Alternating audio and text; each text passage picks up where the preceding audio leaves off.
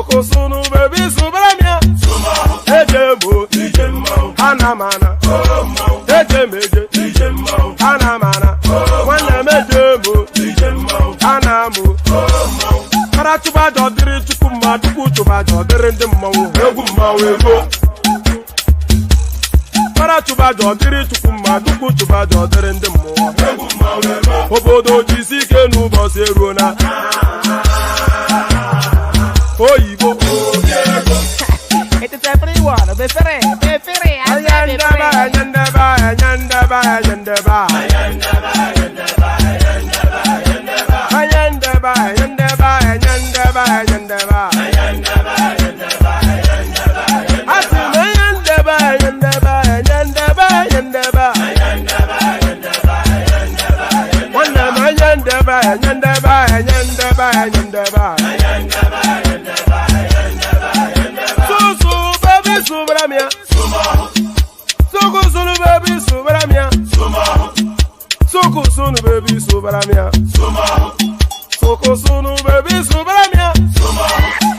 Ladies and gentlemen, sometimes you just have to act like you are drunk, like you are crazy. Confuse your enemies, confuse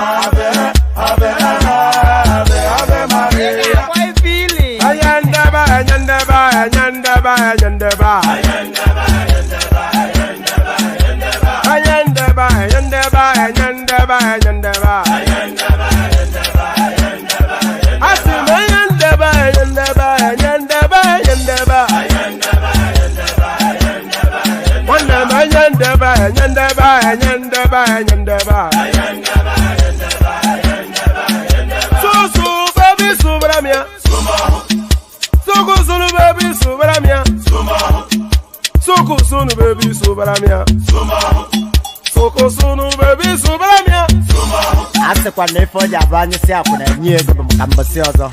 Since I was born, but now I am getting youth.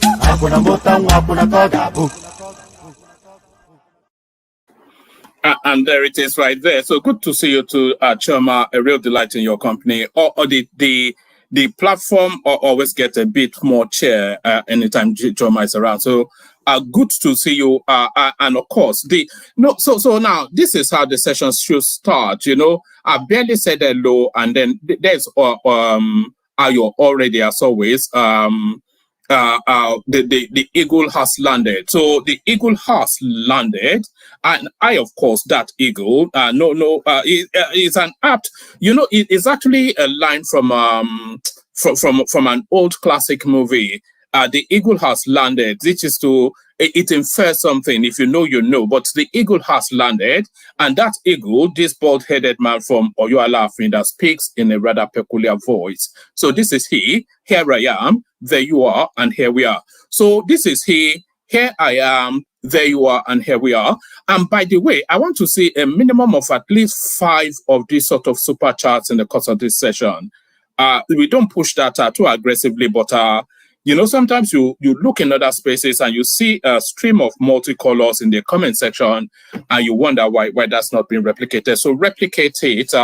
Join Ayo's company, and use. Don't super chat some silly. If you can't do it, don't do it at all. Rather than do some derisory little nonsense. So join Ayo in that space. But I wanted to, so yes, good day to all of you, by the way. So I wanted to address something before we move on. So there was something that happened. And by the way, going forward, we're not going to be mentioning other platforms on this platform because they seem to have that habit not to give us the oxygen of attention in their spaces. So why should we when they don't? So there was something going on a different platform which I need to address. Threats were being made towards your favorite bald-headed man from Afijio local government area, Akemori, in your state. This is I'm talking about myself. Threats were being made. So this is not the first time that threats have been made on that particular platform towards your good friend, One Man Went to Mow. So this is not the first time. Hopefully this will be the last time, though, because it's against the rules, for one. And so I didn't even mind so much the engagement in this particular session that I wasn't even anywhere near there. People were actually phoning me to call my attention to the goings on in that space, clipping our streams, quoting us out of our context and issuing threats. So people have clipped those threats and they've sent it to me. And then I'm not particularly bothered by this particular session, but the particular element that was making that threat, he had made previous threats of harm towards your favorite, towards me. Let me just say, he had made previous threats of harm towards me, which has also been clipped and sent to me, by the way. So we're building a case file of all of these threats now. So mock us, ridicule us. Is this low IQ spaces where all of these carnivores gather to cannibalize each other. So we like to go there to just laugh at the sheer stupidity and the low functionality of these crass and crude elements. So it's just like a comedy light relief, but lines being crossed now when threats are being made, and especially that threat of harm, that's being clipped. And whoever facilitates that platform, he should really address that. You should not be presenting your platform as an avenue for threats of harm to be made to somebody else. You should know that. So I'm just going to leave that there. We won't give you the oxygen of publicity. We won't give the threats the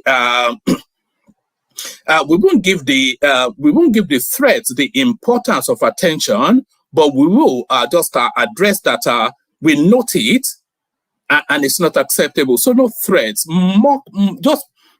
I mock everybody, so why can't I be? Mock me as much as you like, but no threats. The reason why I'm saying no threats is because you may be making the threats in jest or not, or although I don't know how threats are made in jest, you may be making the threats in jest or not, but because of the low functioning of the people that gather in those sort of spaces, some of them can be quite literal in their understanding of it. Do you understand? And the person that usually makes that threat, everybody knows that it's not mentally stable anyway. So no more threats. Mock me, ridicule me, call me names. I mock you, I ridicule you, I call you names, but no more threats. No, don't do it. That's it. So that settles that. Yes, it is getting too much, BQB, isn't it? The guy was threatening harm in one of their, low-hanging sessions that they were having some time ago, and then he continues to threaten harm in yet another low-hanging, witless propaganda. They don't even do propaganda very well because the IQ and the education is so low in those spaces, but no more threats. By the way, all the threats have been clipped, they are documented, and I've locked them with a third party.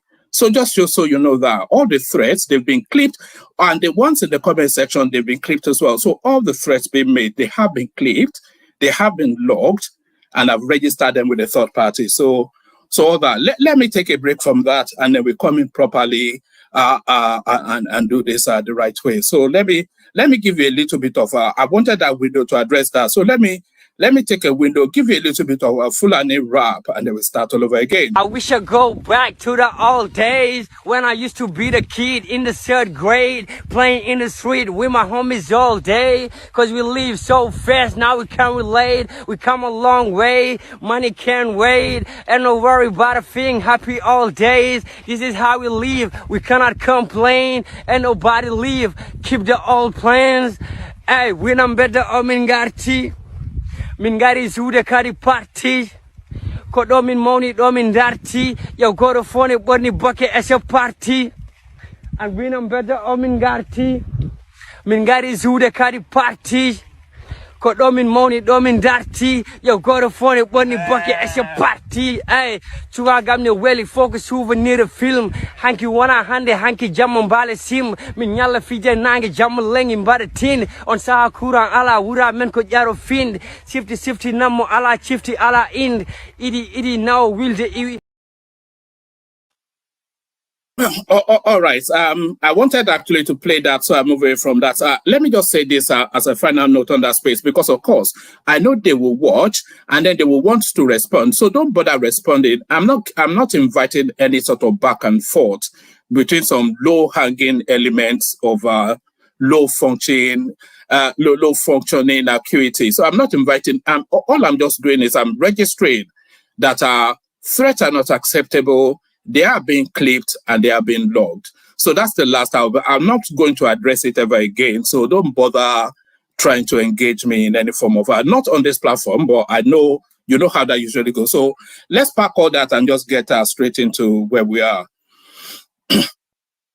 So yes, the usual protocol, click on the like button just as soon as you're coming in, subscribe if you haven't done that already, hyperlink that says StreamYard, hyperlink that says StreamYard. And by the way, I wanted to leave that space. So by the way, so the response, I'm not going to respond anymore, but I want to respond in this way. So we're now going to deliberately traffic this platform now between now and the end of the year, and hopefully even before the middle of the year. We're going to traffic this platform to 100,000 subscribers and maybe even 150,000 subscribers before the end of this year. So that's the target now. So that can only really, because what they are trying to essentially to do is to stifle voices that are opposed to the Badwe narrative that they want to permit, they want to wrap the whole space with. So the resistance has to be in strength, and that strength has to be in numbers. So I want us to all conspire to get this platform to a minimum of 100,000, certainly 150,000, well before the end of this year.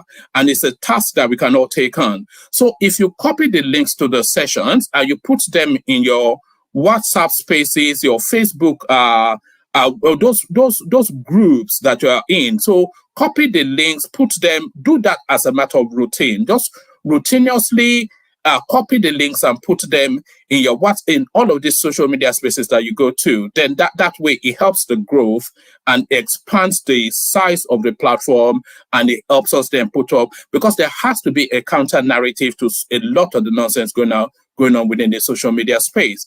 And the counter narrative can only really be provided by somebody of my capacity. So give us the tools in order to perform the task. So that ends that. Let's get straight into it then.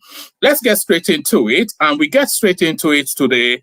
We kick it off with the headline news now that seems to have seized the media space. So we kick it off with this one. So this one now, this is I'm not quite sure why this guy is still in situation. He should be long gone by now. But Joe Ajiero, it looks as though in Chinua Achebe's book, A Man of the People, he was talking about a shopkeeper that used to take advantage of people. And then one fateful day, he took advantage of somebody. And then I'm just giving you a broad view of it. I can't remember if about him, but go read it. It's one of the best books coming out of the African space, Chinua Achebe, A Man of the People. And he said the natives, they gathered around this guy's shop, and they invited him to leave the community. And they said he had taken enough for the owners to see. So that was the takeout phrase from that book, A Man of the People, Chinua Achebe. He has taken enough for the owners to see. So he has taken enough for the owners to see. NLC shuts down Labour Party headquarters, demand Abure's sack. So he has taken enough for the owners to see. It takes enough for the owners to see. Protesting members of the Nigerian Labour Congress, NLC, have barricaded the main entrance into the national headquarters of the Labour Party LP today, Wednesday, demanding the immediate sack of the national chairman, Comrade Julius Abure. The protesters were refused entry into the building by armed regular police on duty. So this guy actually has a retinue of police guards looking after him, a criminal. But that's the narrative of the Nigerian space, isn't it? The criminals, which respectable, which self-respecting Yahoo boy on the streets of Lagos does not have a policeman in tow. So the police guards the criminals in Nigeria, as we know. So. Yes, it says, however, the largely peaceful protesters were heard singing solidarity songs whilst calling for an end to Abure's reign of corruption, tyranny. The NLC leadership had accused Abure of planning to hold an illegal convention. This, they said, was to perpetrate his rule, or in the alternative, appoint cronies to act on his behalf. Recall that both the Joe Ajiero-led NLC and the House of Representatives caucus of the LP had taken issues with Abure over the planned convention date.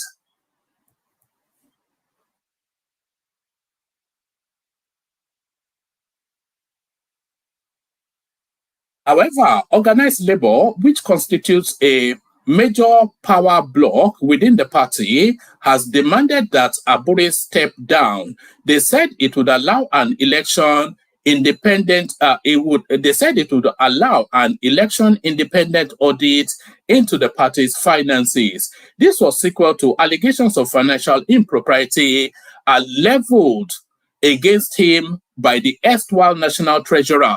And by the way, we will try very hard to bring Oluchi Okpara to this platform maybe sometime this week, maybe by Friday. I'll push aside. I'm making no promises, but we have the reach to reach her, but will she have the willingness to join us? But we'll certainly try and get her to come on. This was sequel to allegations of financial impropriety leveled against him by erstwhile national chairman. Meanwhile, the Abure-led National Working Committee, NWC, of the Labour Party LP had on Saturday accused Ajiero of being desperate to replace Abure as national chairman. So a lot of these names actually overlap, Ajiero, Abure, and all of this sort of, all of these sort of elements.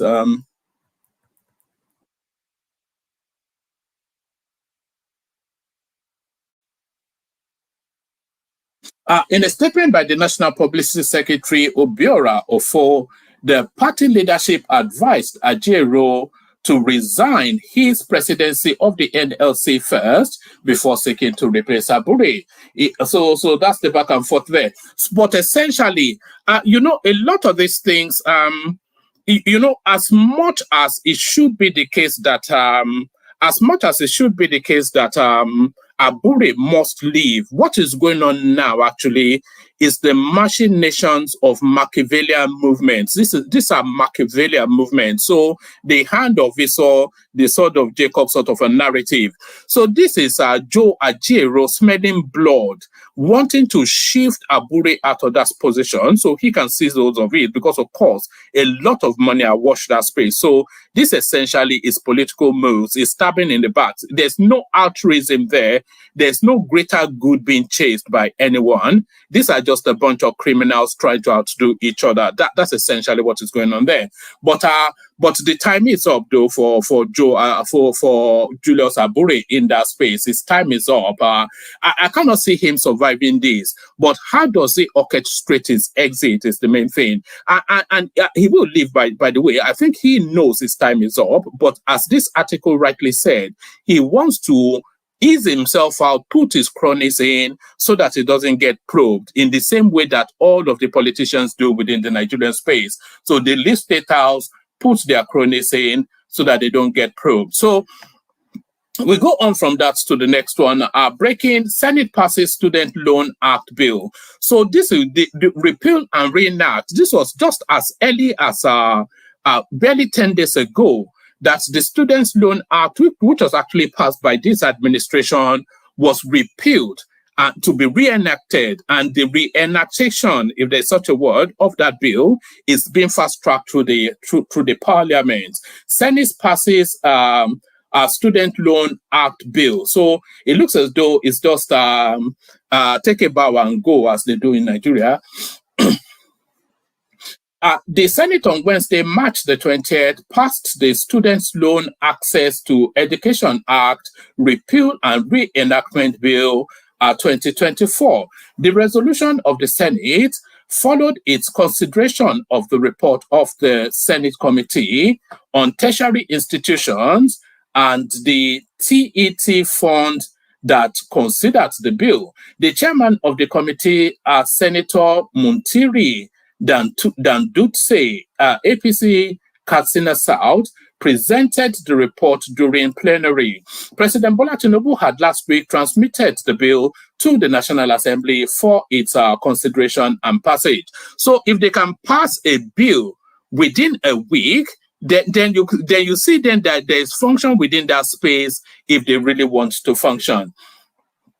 The Senate had given the bill accelerated hearing by suspending relevant sections of its standing rules and referred the bill to the Committee of the Whole for consideration. So a Committee of the Whole is essentially a full sitting of the Senate, which then just makes a decision, and that decision stands because, of course, everybody then agrees on whatever has been decided.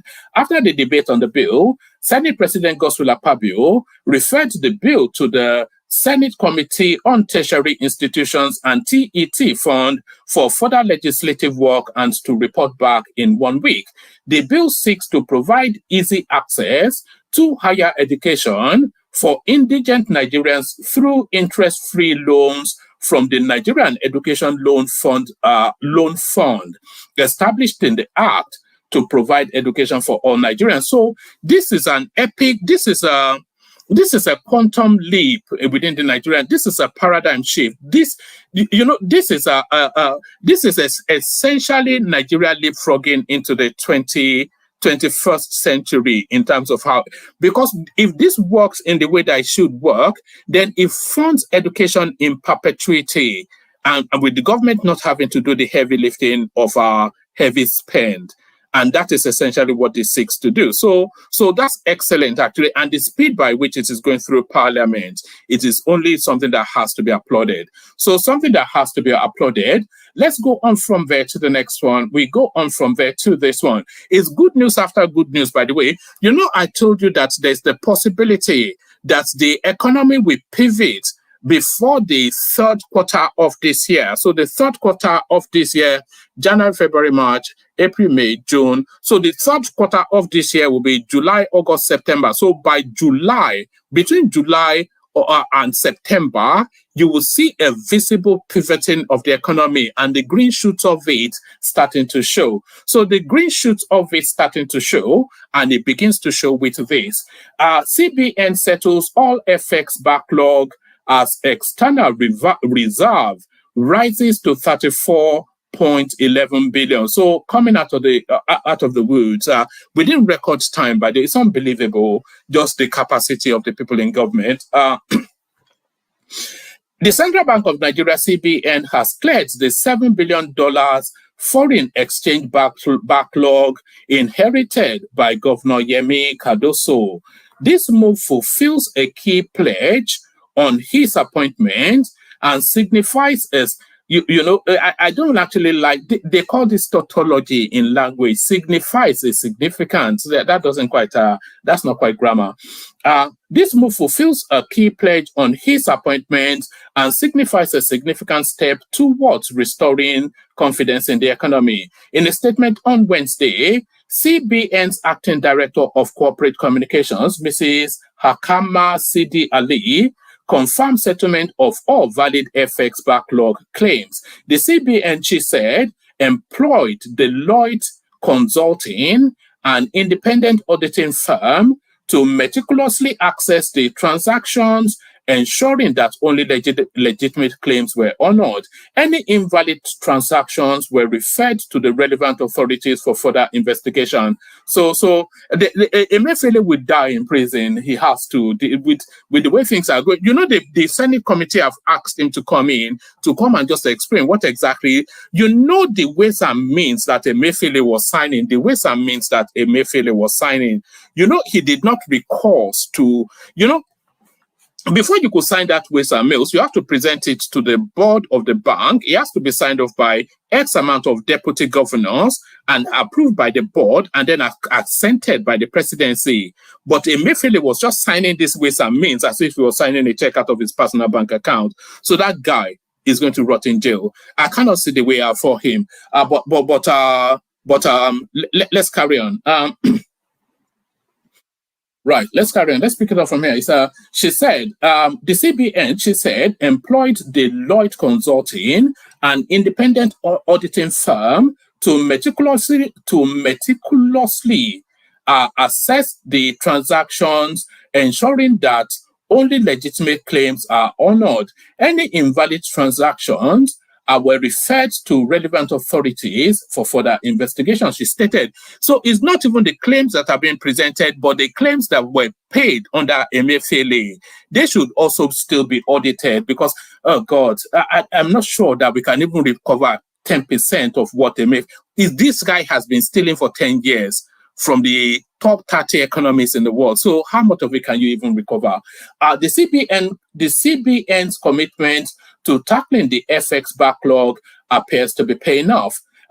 External reserves have seen a significant rise, reaching 34.11. You know, this external reserve rising is quite a crucial and an important thing, because of course, when your external reserve is solid, it puts you in a different bracket of borrowing. So you're able to borrow at a more preferential rate, with more blue chip spaces at the top tier of financing. So you don't have to be going around the backwaters, the back alleys of China, panning for yen or whatever it is they spend there. So that's just how that works. So the foreign reserve rising is actually an indicator of health and well-being of the economy. External reserves have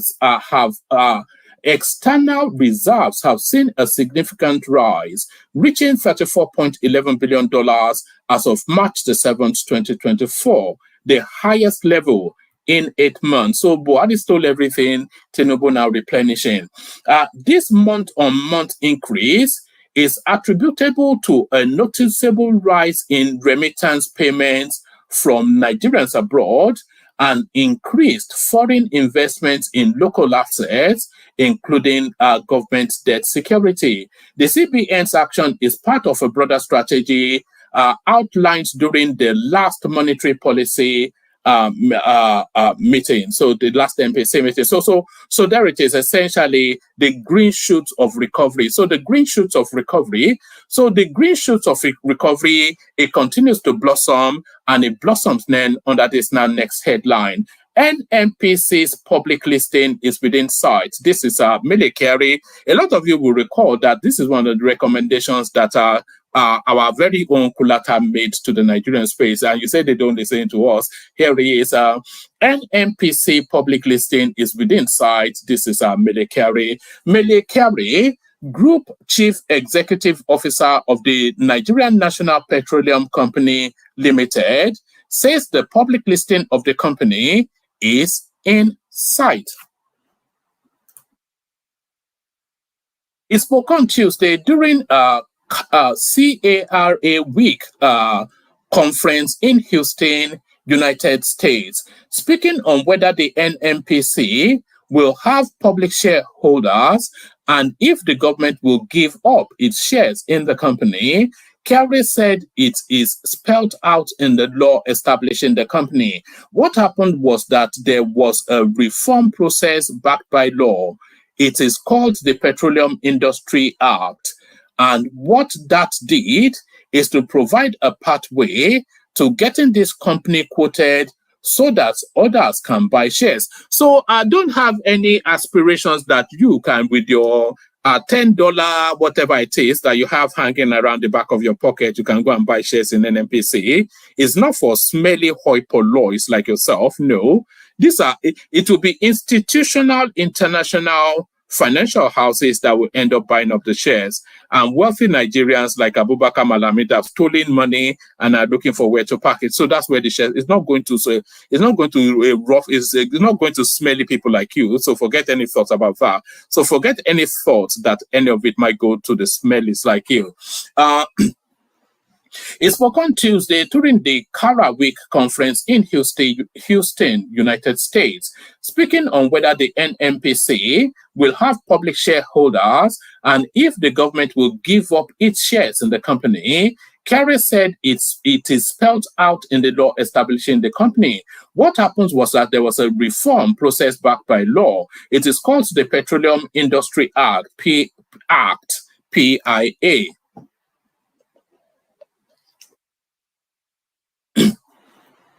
And what that did is to provide a pathway to getting this company quoted so that others can buy shares. So it does create the opportunity. It never existed in the past. But how soon to market is the wider question. Therefore, ultimately, at maturity, this company will be owned by others. So when will it mature? The law anticipates. So therefore, ultimately, at maturity, this company will be owned by others. The law anticipates within 3 years of incorporation of the company, you can start the process, but it is within sight. So this is the most crucial bit. So, because whoever ends up owning NMPC, ends up owning NMPC, and by the way, whoever owns NMPC, by the way, whoever ends up owning NMPC is largely dependent on whoever happens to be in government when NMPC is about to be owned. So if the ownership of NMPC is within the Tinubu administration, then that tells you who ultimately, and whoever owns NMPC, just forget it. So it's going to be a battle royale to see how those shares are sold. Therefore, ultimately, at maturity, this company, let me. Right. Therefore, ultimately, at maturity, this company will be owned by others. The law anticipates within 3 years of incorporation of the company, you can start the process, but it is within sight. NNPC crucial to Nigeria's reserve management. Speaking further during the conference, Kerry said NNPC is pivotal to Nigeria's resource management and resource funding. Everything that we do in our country has a lot of connection with what happens in the NNPC. And therefore, in the past, this company was a corporation clearly owned by the government, but it was not a commercial company, Kerry said. It does many things typical of past national, national oil companies, and we needed to move from that situation through a reform process that took us to where we are today, converting to a fully limited liability company. That means it is answerable to its shareholders. I understand today that the shareholders are largely the overall population of the country. It is very understandable. Also, Kerry said through the PIA, NNPC has transitioned into a company that pays taxes and has become profitable. What it did was to create a company that must pay taxes, royalties, and also at the end is able to provide dividends to its shareholders. It is clearly not a money-losing business. How can an oil company be a money-losing? So it is clearly not a money-losing company, he said. The NNPC, he said, is not just able to provide dividends to shareholders and create value for its shareholders and partners in a manner that benefits all, but ultimately is a fully accountable company that can migrate to a corporate company. So the totality of all of that is to tell you that NNPC is about to go is going to go public almost certainly within this administration. So going to go public almost certainly within this administration. Workers break into NLC Secretariat in Abuja, demand sack of national chairman. So I think we've gone through that. Let's go into this one. I hope he's not suffering. I hope he's not suffering from narcissistic personality disorder. Fayemi attacks Afe Babalola. So I never even knew that there was anything going on between Fayemi and Afe Babalola, but there it is. This one was just sent in. So we'll read this one. I'm coming into this one blind, by the way. I have no backdrop to this because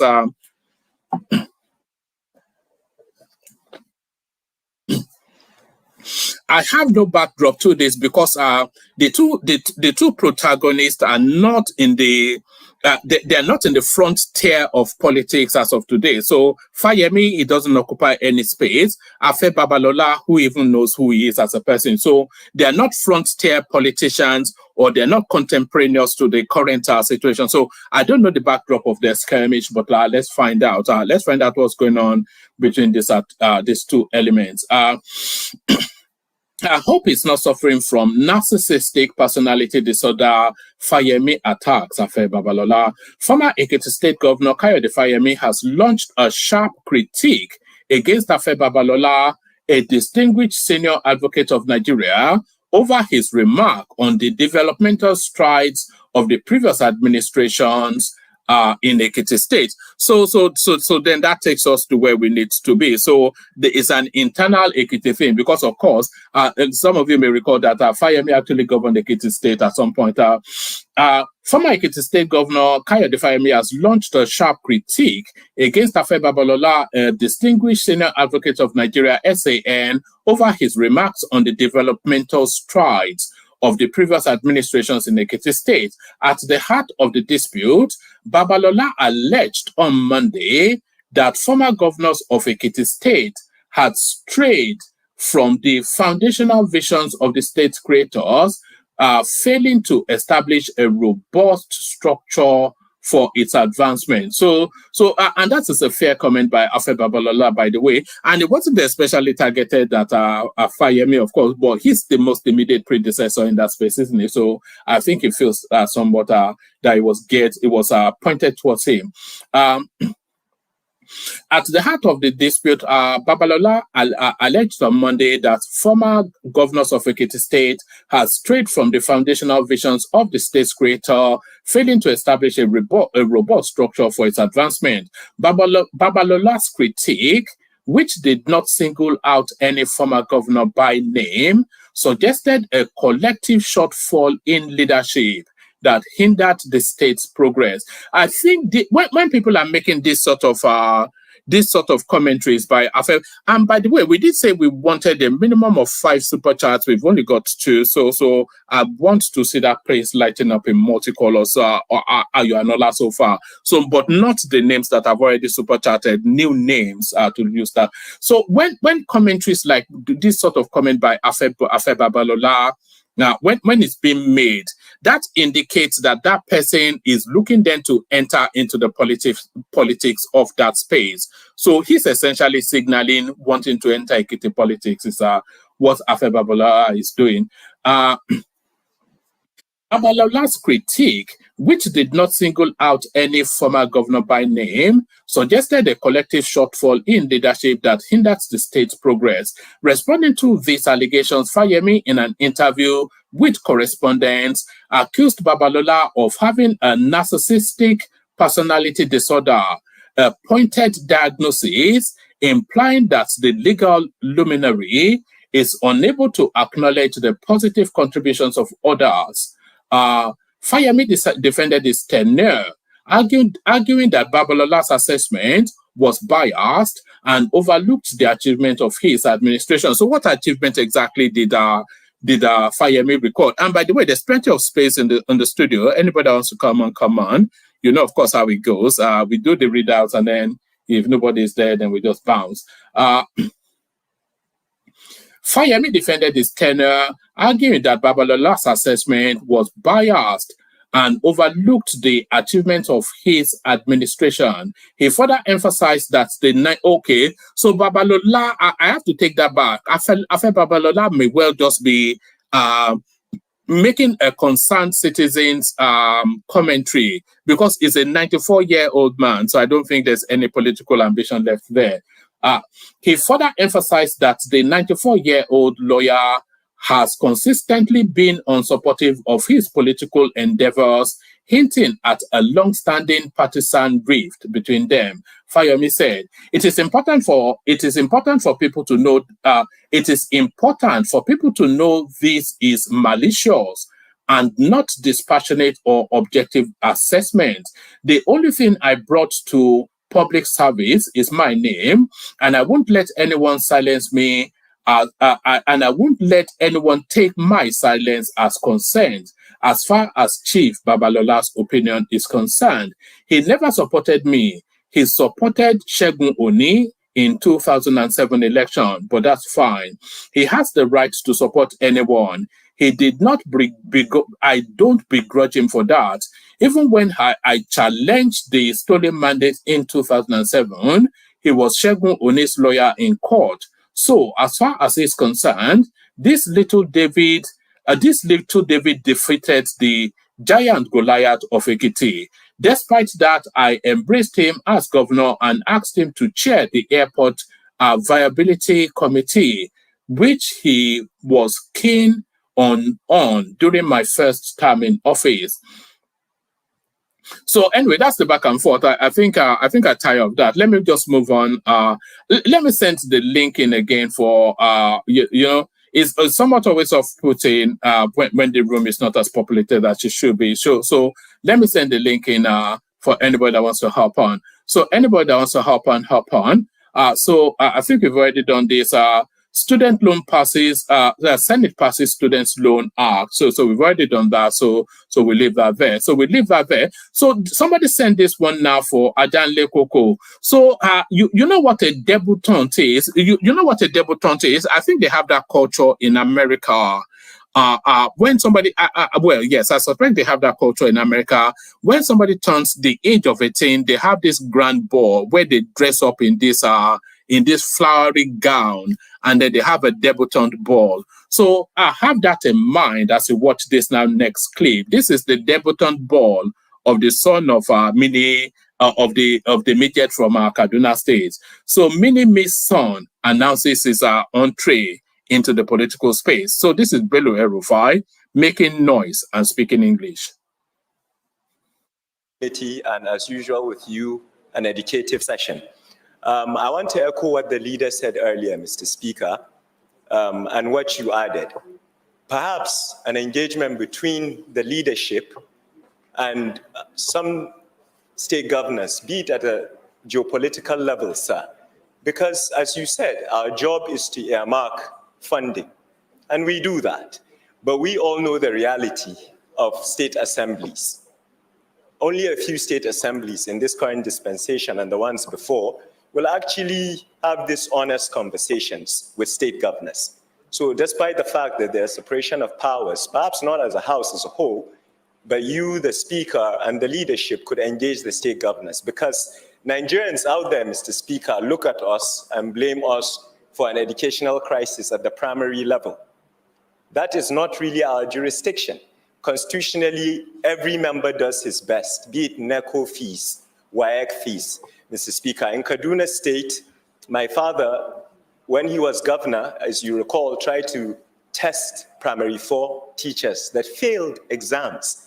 And it was a scandal, and he was, as usual, attacked by many, commended by many, like you. My current leader, the governor of the state, as my elder brother from Anambra said, the state, Kaduna State currently has what you call educational marshals. Mr. Speaker, their job is to go out, find out of school children loitering, and actually drag them to school. There's also the cultural dynamic, and I'm ashamed to say it's more prevalent in maybe the Northwest in particular, by every indices, where children are out of school. Some parents would rather encourage the children to go and trade. And I agree with leader, it is a crime against the state, because a child, when it comes to education, is actually the product of the state, not the family. So, Mr. Speaker, please, the governors are key in this.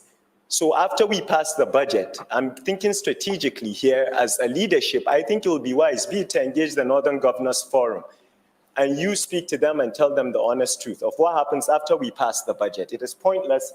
Honorable Clement made a point, even if we dedicate our constituency or zonal intervention by 50%, which I have an issue with, because the problems of education in my state might not be as bad as in Lagos State.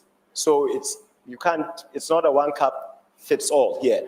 But finally, Mr. Speaker, I stand with Honorable Akala as a young parliamentarian. We try to unite and form a bloc. This is an excellent motion, and I thank you once again for this opportunity and this great session. Thank you very much, sir. Thank you. As young parliamentarian, are you in something that is being proposed by a friend? How his grammar was corrected there somewhat. He called himself, Baba is telling us he went to MIT. Maybe they should have told him he's not parliamentarian, but parliamentarian. So listen to him and listen to the correction. Very much, sir. Thank you. As young parliamentarian. Finally, Mr. Speaker, I stand with Honorable Akala. As a young parliamentarian, we try to unite and form a bloc. This is an excellent motion, and I thank you once again for this opportunity. Look at that, parliamentarian. Is that what they teach them at MIT? And this great session. Thank you very much, sir. Thank you. As young parliamentarian, are you in something that is being proposed by a friend, Akala. Mr. Speaker, if the question is to me, might I answer it directly, sir? Should I answer it directly to now? It was a direct question. Okay, sir. As a young parliamentarian, Yes, sir. Mr. your colleague is proposing free education Mr. Speaker, at the basic education level. Are you in support of that? Yes, sir, I am. I think it already is. As you rightly said, it's not being implemented. Education should be free from the basic level. That's primary 1, 2, 3, 4, 5, 6, JS 1, JS 2, JS 3.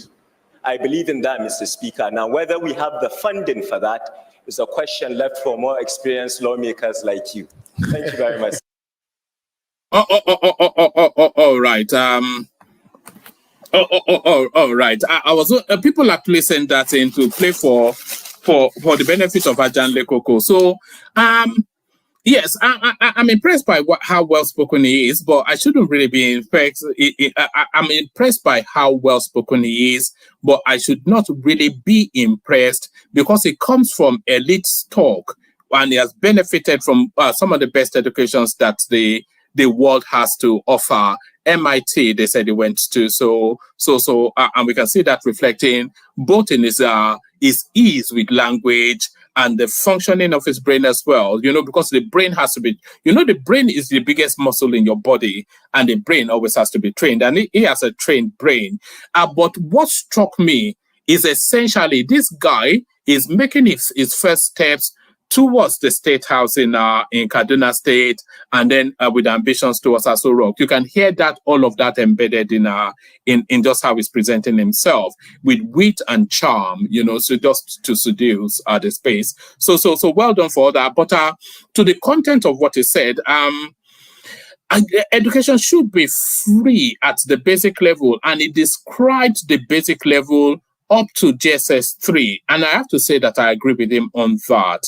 So education should be free. It's an investment that necessarily has to be made if we are pretending to want to be anything called a nation. It's an investment that necessarily has to be made because if you are educated to JSS 3 level, then you have all of the functions of education. You are able to read, you are able to write, and you are able to do sums.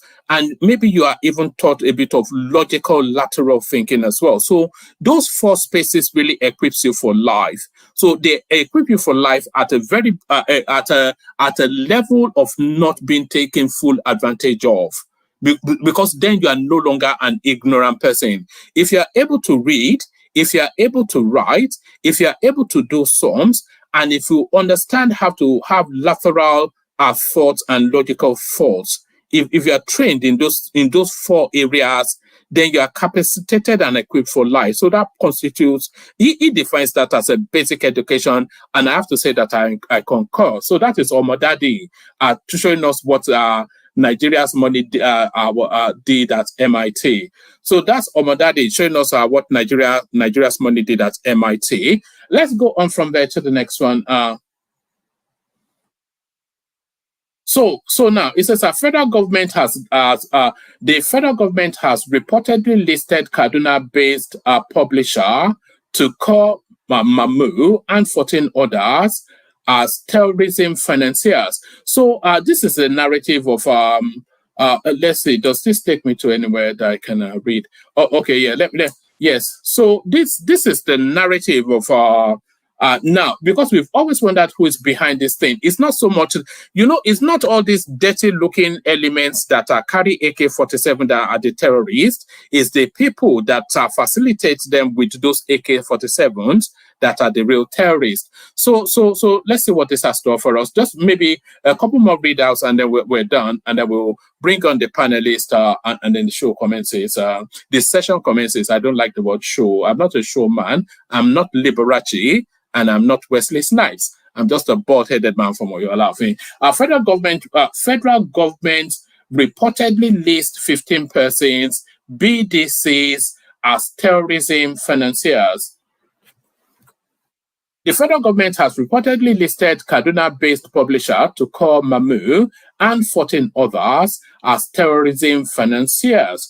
The Nigerian Financial Intelligence Unit reportedly listed the identity of the 15 entities, including 9 individuals, 6 bureau de change operators, and firms, according to correspondents. The correspondent said NFIU documents shows that the Nigeria Sanction Committee met on March the 18th, 2024, and specific individuals and entities were recommended for sanctions following their involvement in terrorism financing. So I don't actually understand what sanction means. Somebody is are you finding them to go and pay money, or are you launching AK-47 and nuclear bombs to go and blow up their entire generation? I mean, what does sanction mean? What does sanction mean? Oh, okay. Right. Correspondent said NFIU document shows that the Nigeria Sanction Committee met on March the 18th, 2024, and specific individuals and entities were recommended for sanctions following their involvement in terrorism financing. The Honorable Attorney General of the Federation, with the approval of the President, has thereupon designated the following individuals and entities to be listed on the Nigeria sanction list. So is it a sanction list that these people should be listed on, or a one? If they've done the investigation to identify that these people are sponsors of terrorism, what does sanction even mean?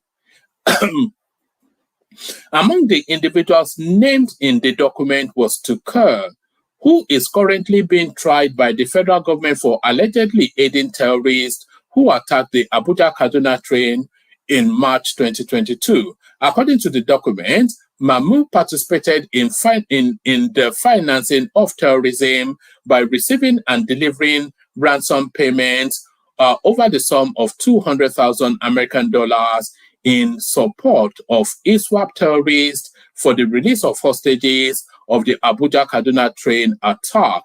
The document said one of the individuals is the suspected attacker of the St. Francis Catholic Church or Ondo State. Right. The document said one of the individuals is the suspected attacker of the St. Francis Catholic Church or Ondo State on June the 5th, 2022, and the Kuje Correctional Center, Abuja, on July the 5th, 2022. Another was described as a member of the terrorist group Ansar Muslimina, something or the other. The group is associated with Al-Qaeda in the Islamic Maghreb. Another was identified as a senior commander. So essentially 15 characters.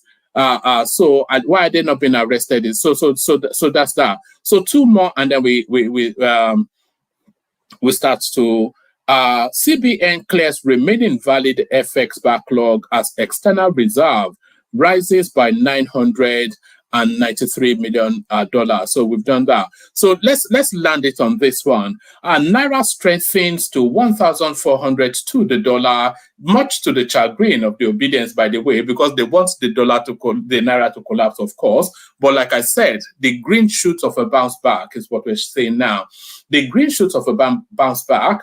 Naira strengthens to 1,400 to the dollar on the parallel market, and the parallel market is probably the best gauge of the strength of the Naira.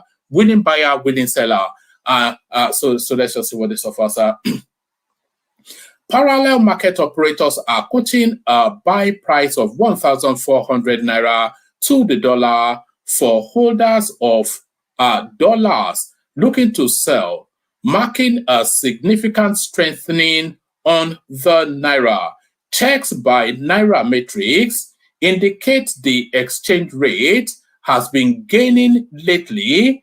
As you know that the exchange rate. So Choma, why are you blocking AB for 24 hours? anyway, Chioma is in charge of the comment section, by the way. So you just have to you just have to align yourself to whatever she's telling you to do, because she's in charge of that place. Right, let me just speed through this. Parallel market operators are quoting a buy price of 1,400 Naira to the dollar for holders of dollars looking to sell, marking a significant strengthening on the Naira. Checks by Naira Matrix indicate the exchange rate has been gaining lately as speculators start to dump their hoard of dollars following waning demand. Multiple sources who operate in the parallel market revealed that the Naira has risen from 1,600, which it closed yesterday, to 1,500 if they are to sell to you. However, they buy at 1,000, so they're selling for 1,500 and buying at 1,400, allowing them a margin of 100 Naira. A trader by the name Musa. So why do the Northerners dominate that dollar space is the thing? A trader by the name Musa, who spoke with Naira Matrix, expressed happiness with the development, stating that a stronger Naira was also good for their business. So how is that? I wonder how they actually measure their business. Meanwhile, the exchange rate on the official market fell to 1,560. So this is what people have been looking to see for a good while now. So that convergence then between the parallel market, which we call the black market, and the official market, which we call the CBN rate. So as you can see there, the only chasm there is about 40 Naira. So it's 1,000. Is 1,000? Is it cheaper on the parallel market? Anyway, the chasm is 40 Naira. So there's no real room for arbitrage. You have to do a lot of spending in order to be able to make money from the margins. The exchange rate on the official market fell to 1,560 on Tuesday, the strongest the Naira has traded since the 4th of March, when it closed at 1,534. Right. The CBN yesterday announced the date for its next monetary policy meeting, which it would deliberate whether to hold MPR or continue the hike. At its last meeting, the Apex Bank went bullish on interest rates, raising MPR, whatever that means, by 400 basis to 22.75, the highest single increase on record. So that's essentially what that tells us. So that's essentially what. So I think we've got sufficient enough of our readouts. We've got sufficient enough of our spaces to hold conversations around. So we play the Kegite music, bring on the people assembled, and we kick off the conversation. But first, you know where we're going, of course. So yes, we said 5 super chats. We're 3 in, so 2 more, but from different names, not from people that have already super chatted. So we want to see 2 more super chats in that space. Maybe hopefully before the Kegite plays out. So let's say before the Kegite plays out, yes, that should happen. So first we go to the Kegites.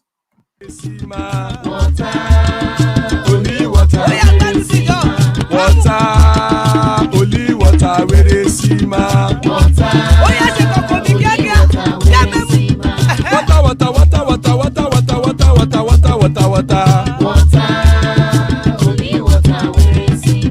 Hapa o naido.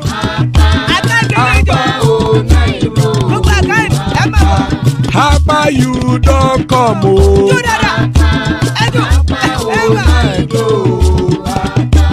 Hapa o naido.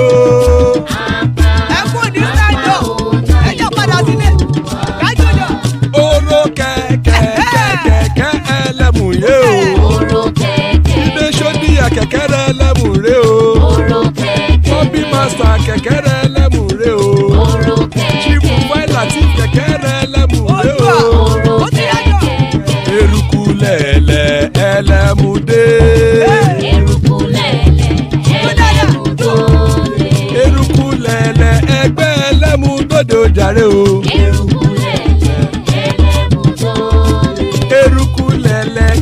ti dé ẹgbẹ́ bọ́dì o. Gbé bọ́dì ẹ̀ gbé. Ọmọ ẹlẹ́yẹ ẹ̀yẹ ẹ̀yẹ o ó dilé o. Olúyẹ̀lá ẹ̀yẹ o ó dilé o. Petrosonama ẹ̀yẹ o ó dilé o. Petrosodunke ẹ̀yẹ rẹ̀ ó dilé o. Ẹlẹ́kọ̀ ọ̀run mú ìní o.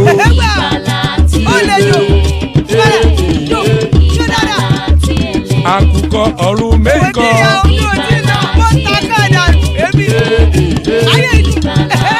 Ikú kò ní ríwà gbéṣe o.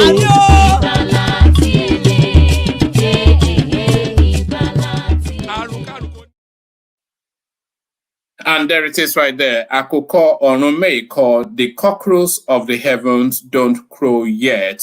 Iku Koniriwagbeshe, may death have nothing to do with us. So amen to that on behalf of myself and you, my friends. So amen to that on behalf of myself and you, my friends. So joining us, Charles are next. So always a delight when Charles is around.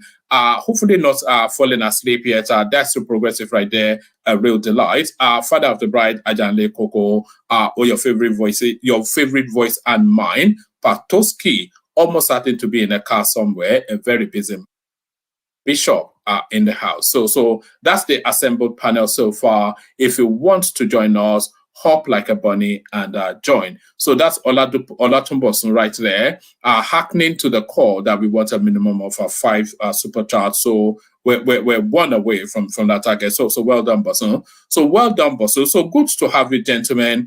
Let's kick off the conversation. Let's start it off with Patoski. If it's not driving, we start it off with Patoski. If it's driving, we start it off with Ajani Koko. Patoski. Yeah, I'm here, but maybe Ajaliko should go first.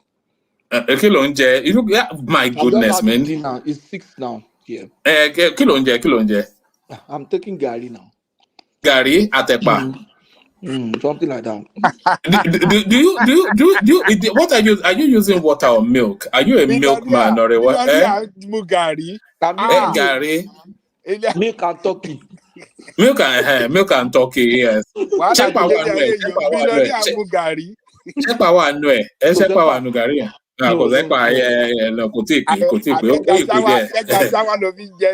Look at that. So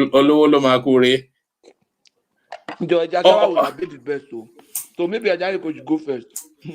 All right, we kick it off with you then, Ajanle Koko. So, Ajanle Koko, there's an inevitability to it. Joe Ajero must go. It's a bit like Gala must go, you know. So yeah. So, what are you making of the goings on in Labour Party? They are now breaking through their headquarters. I think they actually called for a nationwide protest by all of the states. It's not even the Labour Party, by the way. It's the Labour Congress that is protesting that the Labour Party chairman should leave. But however you want to square it, Joe Ajero's position now untenable. It's Abure's position, one man, not Ajero. You see, I confused the names. Yes, yeah, Julius. Mixing it up too.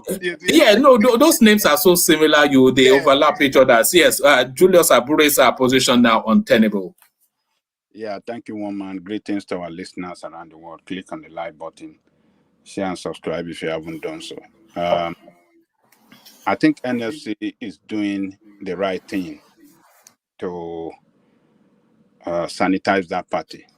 The effort they are making, taking the fight to the street, calling on Abure to step down, is the right step in the right direction. Is the right step in the right direction. Labour Party is the workers' party. The Labour Union and all other trade union form party. So, and that party to be ravaged with corrupt practices by Abure and his team is not showing a good image of workers' party. So, and for the workers to now say enough is enough, Abure must come down I think is the right step in the right direction. So it is I think this is the last chance for him. The workers own that party. It looked to me that Abure he has reached the end of the road. It has reached how do we call that road in America here? Um, a, a close. Oh, what do you call it? Um, Is it a cul-de-sac? no, Cul-de-sac. a A road dead, that is a dead end. a dead end. Thank you, sir. Yeah, he has reached a dead end. He cannot. He can't move further. He cannot move further. And this action is enough.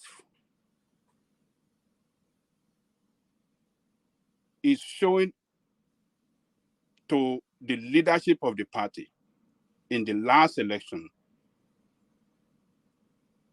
Peter Obi, that if he really want to be on the part of the people, he has to join the worker now. If he really want to carry the campaign to the workers and the workers across the federation to accept him as the leader of that party, he have to join with the workers and use this opportunity for him and his team and the worker to sanitize that party and form a brand new party that will represent the interests of the workers. So it's a strategic move by the workers now, giving Ajali Koko, an opportunity. who are you calling on to do that, Obi? Yeah, it's a strategic move by the workers, giving an opportunity for Obi to join with them to sanitize that party and reorganize that party in such a way that they can, reposition themselves for, effectively for next election, in 2027, right from the ground up. So I'm very proud of the workers for this move. I mean, for Ajero,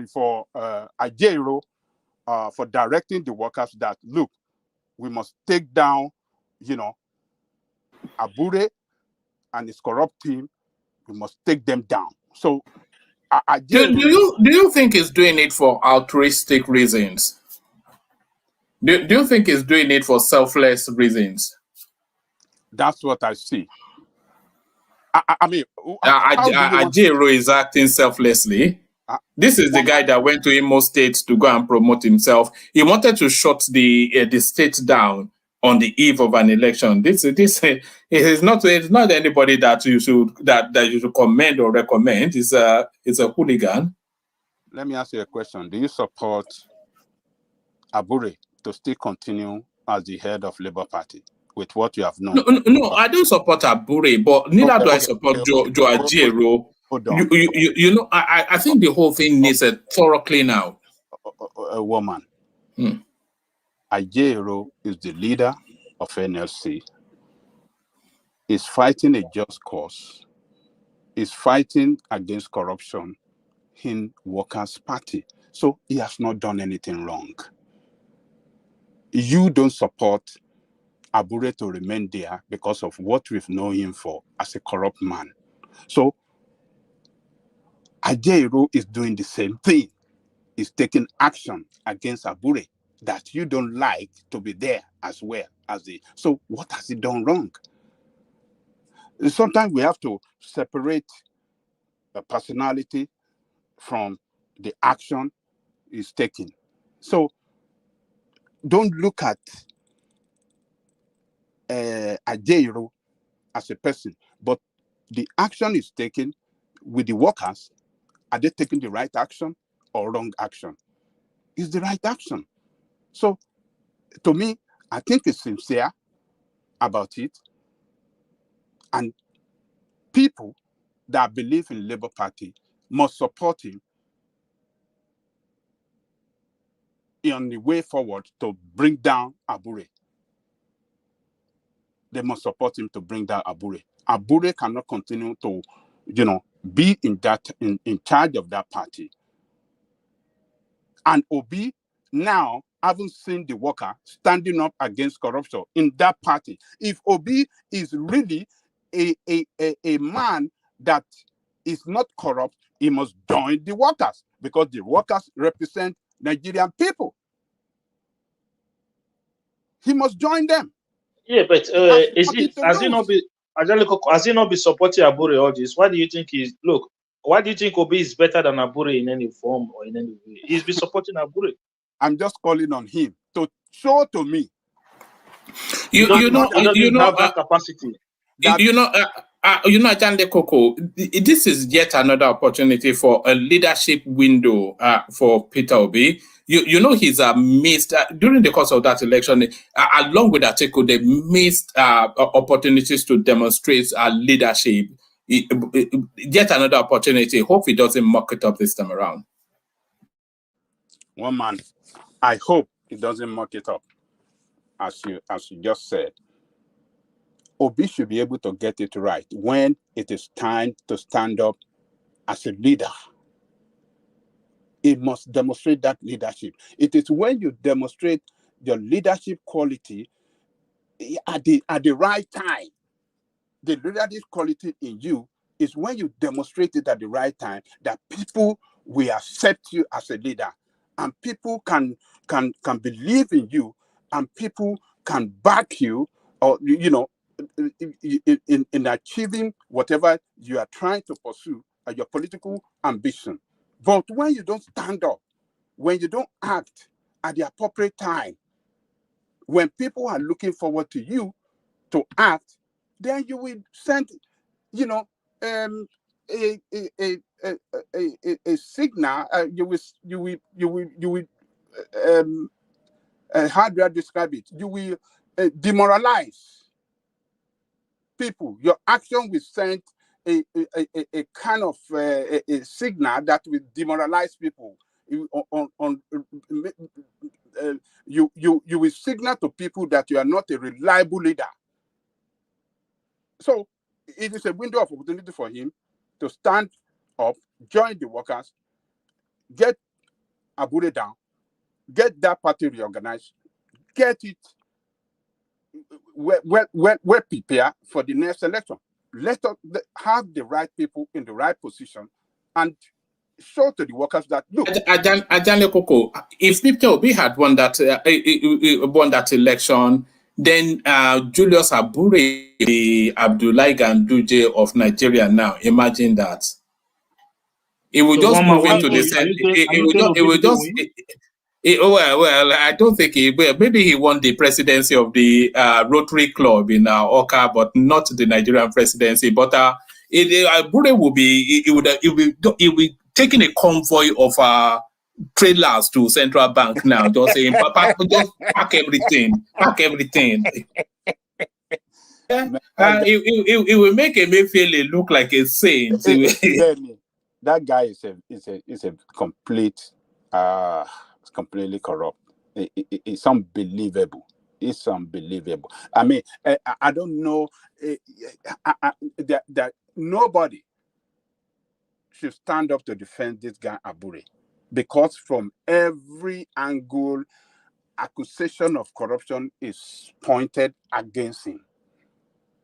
But now that the workers are standing up, I think that is the end of the road for him.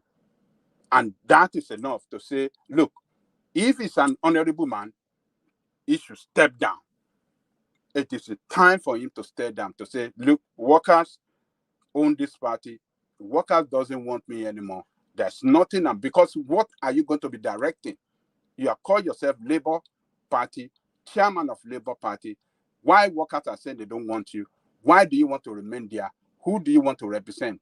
The backbone of the party are kicking against you.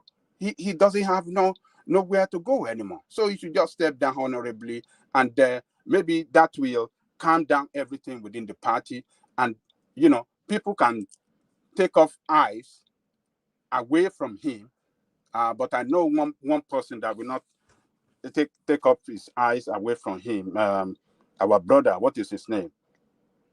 From the Egba land. The man that was brought here that we interviewed. Arabambi. Arabambi is ready with a lot of documents, It is already slaughtering him on Arise, according to the people in the comment section. So it is if you want to act honorably, I think you should step down, and Obi as well should just work in fighting this bringing Abure down.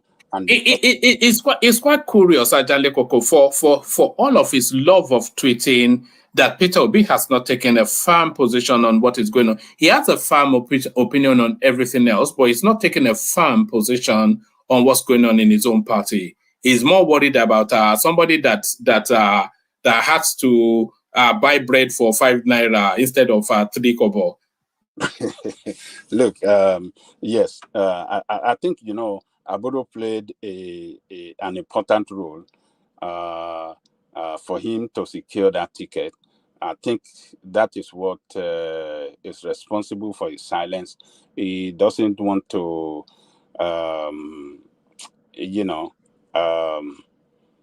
act in such an ingrate manner against Abure, who helped him a lot. Who, if Abure did not give him that ticket, Obi would have been what he is today politically. So Abure, use the back door, and did a lot of things, among which might be maybe falsification of document to guarantee that ticket which Obi run. So that might be what is responsible. So Obi doesn't be show that it's an ingrate, and that's why he just came in low. But at this point, he cannot continue to remain silent or lay back, since the workers that own the party are saying they don't want Abure anymore. He should be able to intervene. They should know from him where he stands. Is he standing on the side of a corrupt man, a thief, a corrupt, a man that has, ridiculed the image of Labour Party, or does he want to stand with the people, the workers that own the party? So Obi should decide where he stands. He should decide where he want to be on the way forward. So that's where I see it. All right, brilliant. Ajale Koko, I'll take you to one more space, and then I'll move the conversation around quickly. I want everybody to come in just as quickly as I can get to them. We were discussing this as a topic barely a week ago. Remember when Tinubu repealed the Students' Loan Act for reasons that he wanted to broaden the catchment area, and he wanted to institute that in law. So he gave them the order of repeal and reenact to the Senate, and within a week, that law already in situation. So what are you then making? First, of the speed and efficiency of the Senate, and this now newly designed students' loan bill? Well, I think the newly designed student loan bill is aimed at, capturing more students for other than university education. It's aimed at expanding the student loan to the benefit of those that want to go to technical colleges and other colleges different from tertiary institution.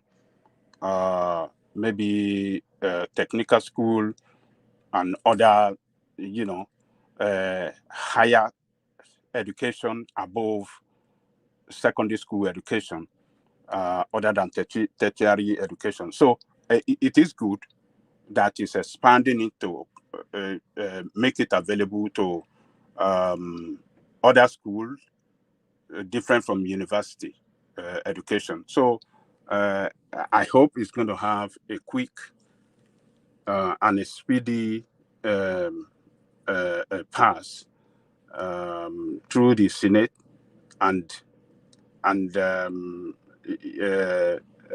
it can take effect as quick as possible this year, because already they already voted money in the budget for it. So there's nothing to stop it. It must take effect as quick as possible. That when the Senate passes it, the president will send his signature. And sorry, Ayalego Senate has passed it. Have they passed it? Yes. Oh, okay. That's what I'm saying. The speed, it was within a week. So it only now needs Tinubu to sign on the dotted line, and that's it. It becomes law. Oh, okay. Sorry, I wasn't catching it. So, that is commendable. I mean, that speedy consideration by Senate. I mean, it's commendable, and the president should not waste time in sending the signature and let it take.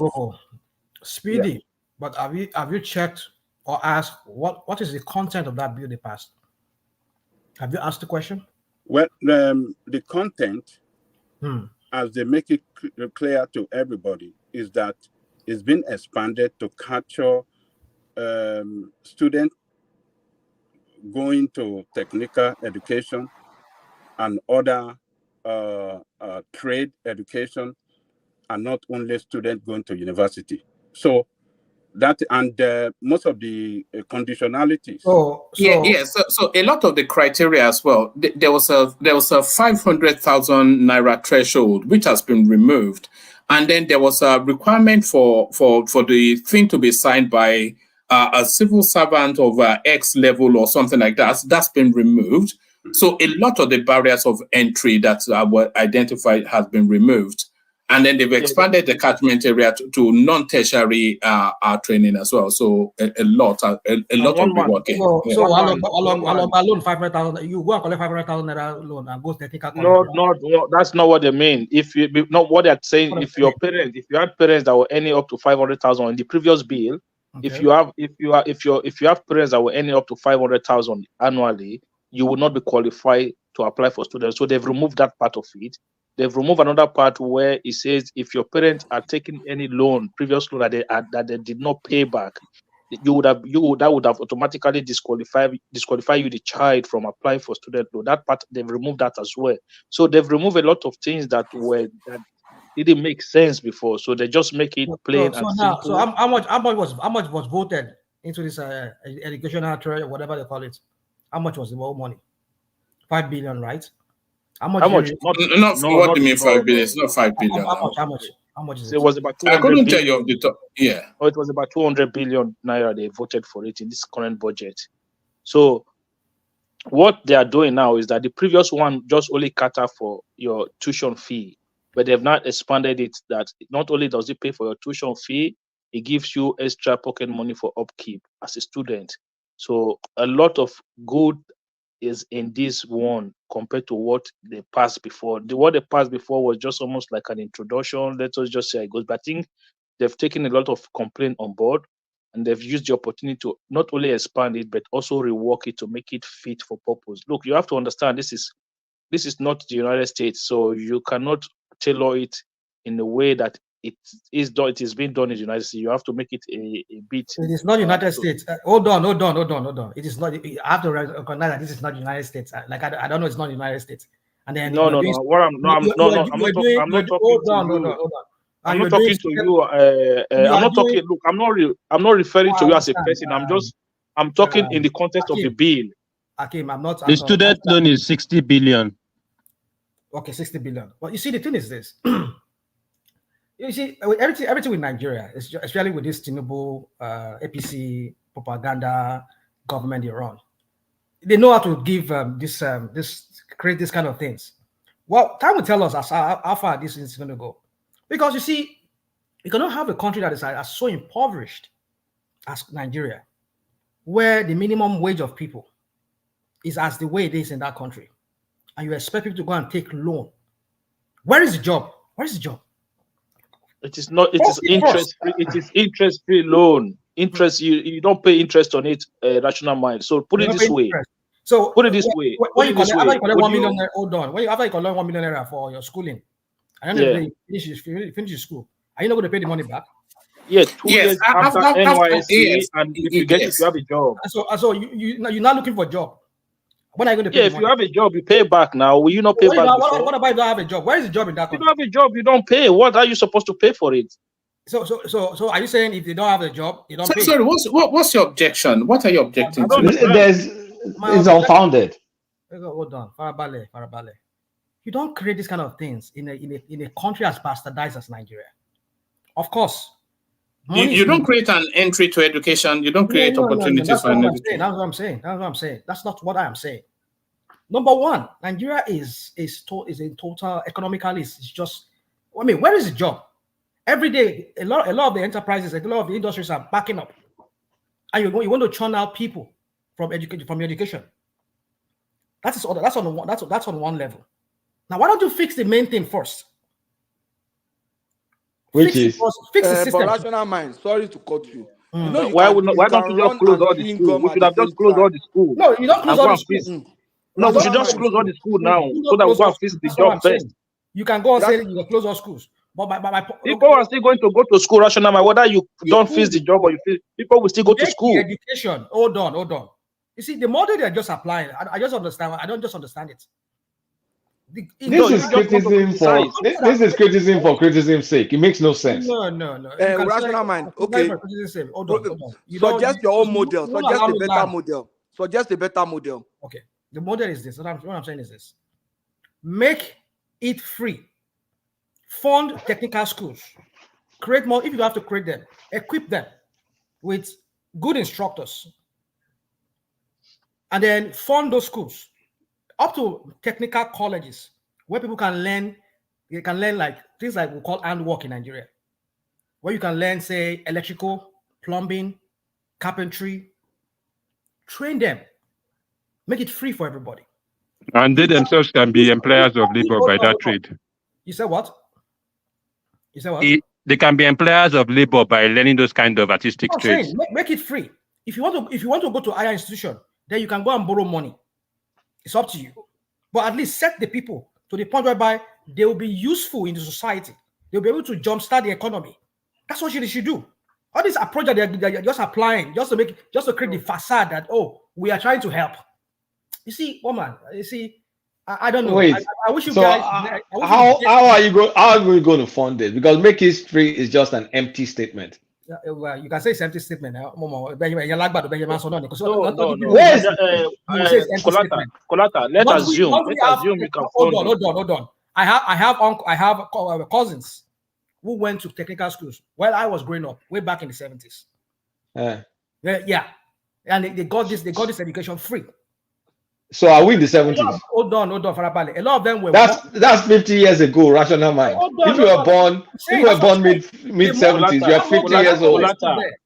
Rational mind don't know what he wants to say. A lot of them. Hold on. A lot of them were working for Volkswagen when we have Volkswagen in there. Where's the Volkswagen now? Oh, Farabale. I mean, make relevant examples now. This is not about Farabale. You're talking about the 70s. We are born in the 70s. We know how old we are. And you're now saying... But then, it was useful for them back then. It led to the economy we had back then. Let me play you. Dude. We're not in the 70s. That's not even... Would you people allow me to speak, Ali, without even interrupting me? Yeah, go on. Tell us everything. No, I'm not going to tell you everything. What I'm saying to you is this: is that any serious country that really wants to see the economy to really flourish, to really start at least, moving forward, you need to invest in your people. But when you set it's a kind of standard whereby people have to go and borrow money to go to school, I don't know what that kind of I don't know how you're going to encourage people to start the economy that way. Set people on that path first. What they need, the minimum they need first, which is some kind of skill that they will need. They can start small pops and mom businesses like carpentry, plumbing. There are other fields. I can't just name all of them here. Let them go to those schools. Equip those schools. Use the money to equip those schools. And if you need to start new schools from there, start new technical schools. Let them go in there and go and learn mechanics and all of those kind of electrical. Okay, let me answer that question. The Minister of IT, hold on. The Minister of IT is providing some free. Minister of IT. Wait, isn't it the same government? They're providing some free training for people. Free training. How about that? What free training? What free training? I mean, training to use it where? To use the training where? How many people are using it? You use it to get a job now. Use it to code. Hold on. Rational Mike, can I speak with you now? You guys, enemies of progress. Rational Mike, can I speak with you? Okay, please go on, please. Okay, thank you very much. Technical school. Okay, so in most cases, in many of these cases, technical school are almost at secondary school level. So when we were growing up, I had friends who were going to technical schools. It was not even the federal government school. It was almost at secondary school level. So when these guys finished, they were doing electrical work, they were doing carpentry. It doesn't have most of this technical education that you're talking about, they already exist at state level, and they've to large extent, they are free education. So are you saying that if you are referring to polytechnics, right, or Federal University of Technology, which is also a university, I don't understand when you say technical school, at what level are you talking about technical educations or vocational education? At what level? Okay, let me say this to you. Recently, U.S. Department of Labor voted $160 million for technical education within here in the United States. And how did they do it? There are some they call them union. They call them local, whatever, local 31, they go whatever. And these different unions, they have apprenticeship programs. They are getting funding from the United States Department of Labor. Well, that's different. You people don't allow me. You just want to talk. Let me talk. All right. So sorry. Let him talk and make that point, and then I want to be a bit rigid with the order. Okay, so make that point, and then we'll carry on. Yeah. You see what? Just my point is this: you will go and ask for that funding from the U.S. Department of Labor. You say, okay, we look at chapter 33. We are into plumbing. We have a union here whereby we want to train, because in this city we found out that we need a shortage of plumbers. They'll give them the money. They have classrooms. You will go there if you just fresh out of high school. You want to go into trade. These guys make money. Plumbers and electricians, they make money. It is free. You just go there and enroll yourself, because they need them to kick them to make the economy flourish. Because the more homes people are building, the more people are working. People get money to spend. That's how you kickstart the economy. You don't need to go and borrow more money to go to that technical colleges or those apprenticeship program. You don't need it. That's what they should be doing. You now carry money and just create an illusion. How much taxes have you paid into Nigeria? One man, move us on, Joe. You people just like to you people just like to solve problem in a backward way. Yes. We shall see how when you do not want to accept that you're wrong. Ajahn Lekoko, back to you. Let's get back to Ajahn Lekoko. Ajahn Lekoko, back to you. Yes, I think you see, we should try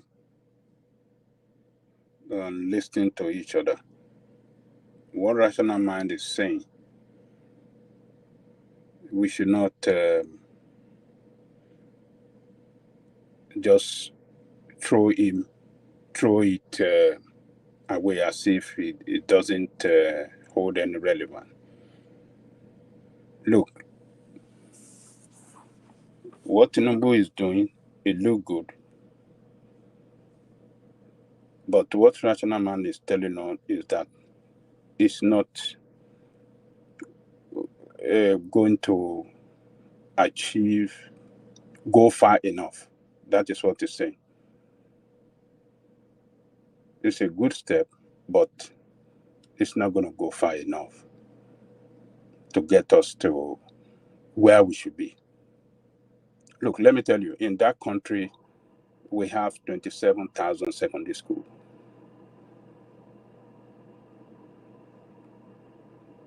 With 13 million students in high school. I mean, in what do you call it?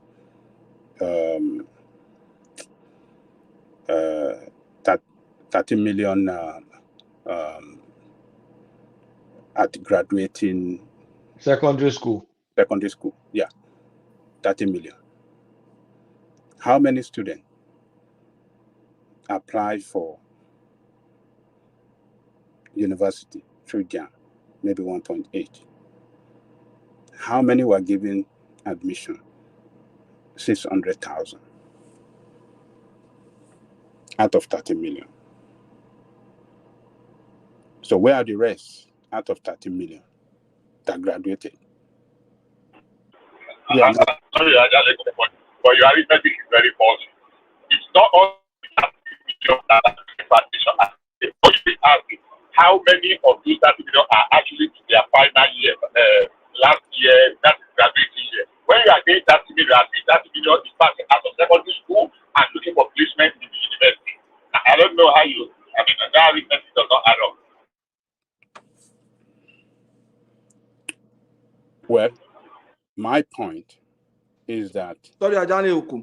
I just inform my bishop information that will help. You see, if Ajani Oku said 30 million are in school, so we are expecting that we have about 5 million in SS3. So out of 5 million, only 1.8 million are writing JAMB. I think that's the point he's trying to make.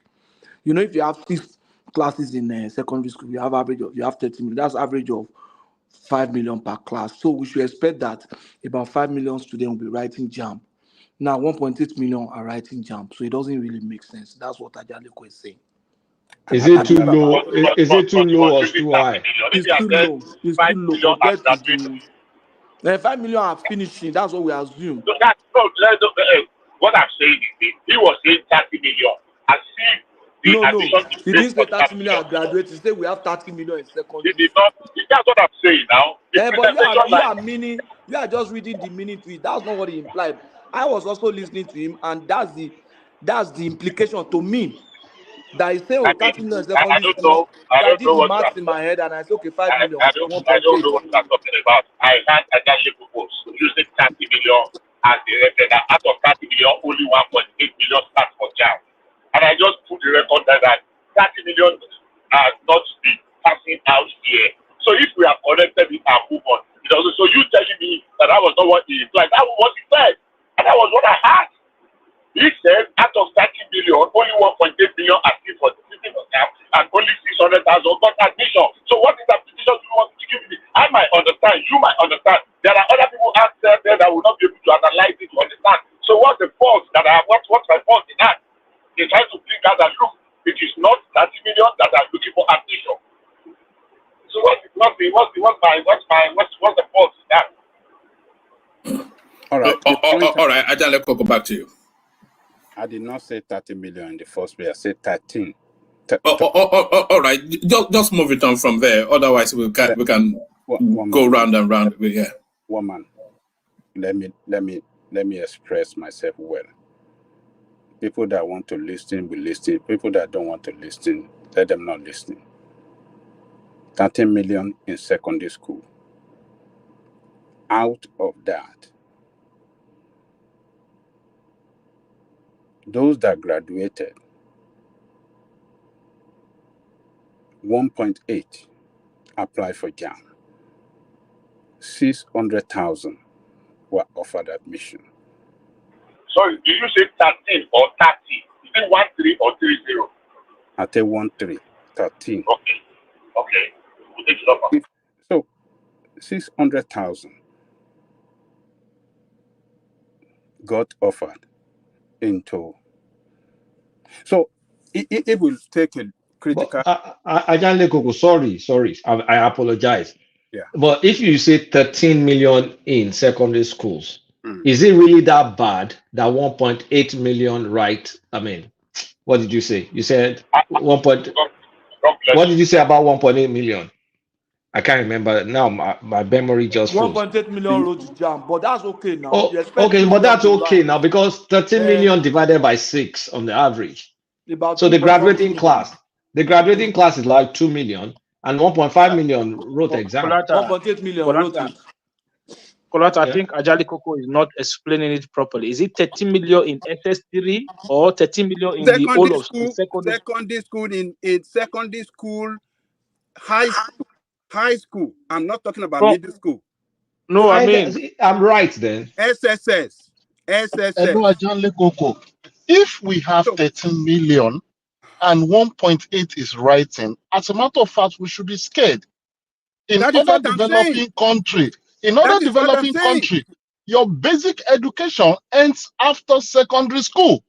That's what I'm saying. That is just the truth. That is what I'm saying. In most European countries, we are just chasing certificates, which is not taking us anywhere.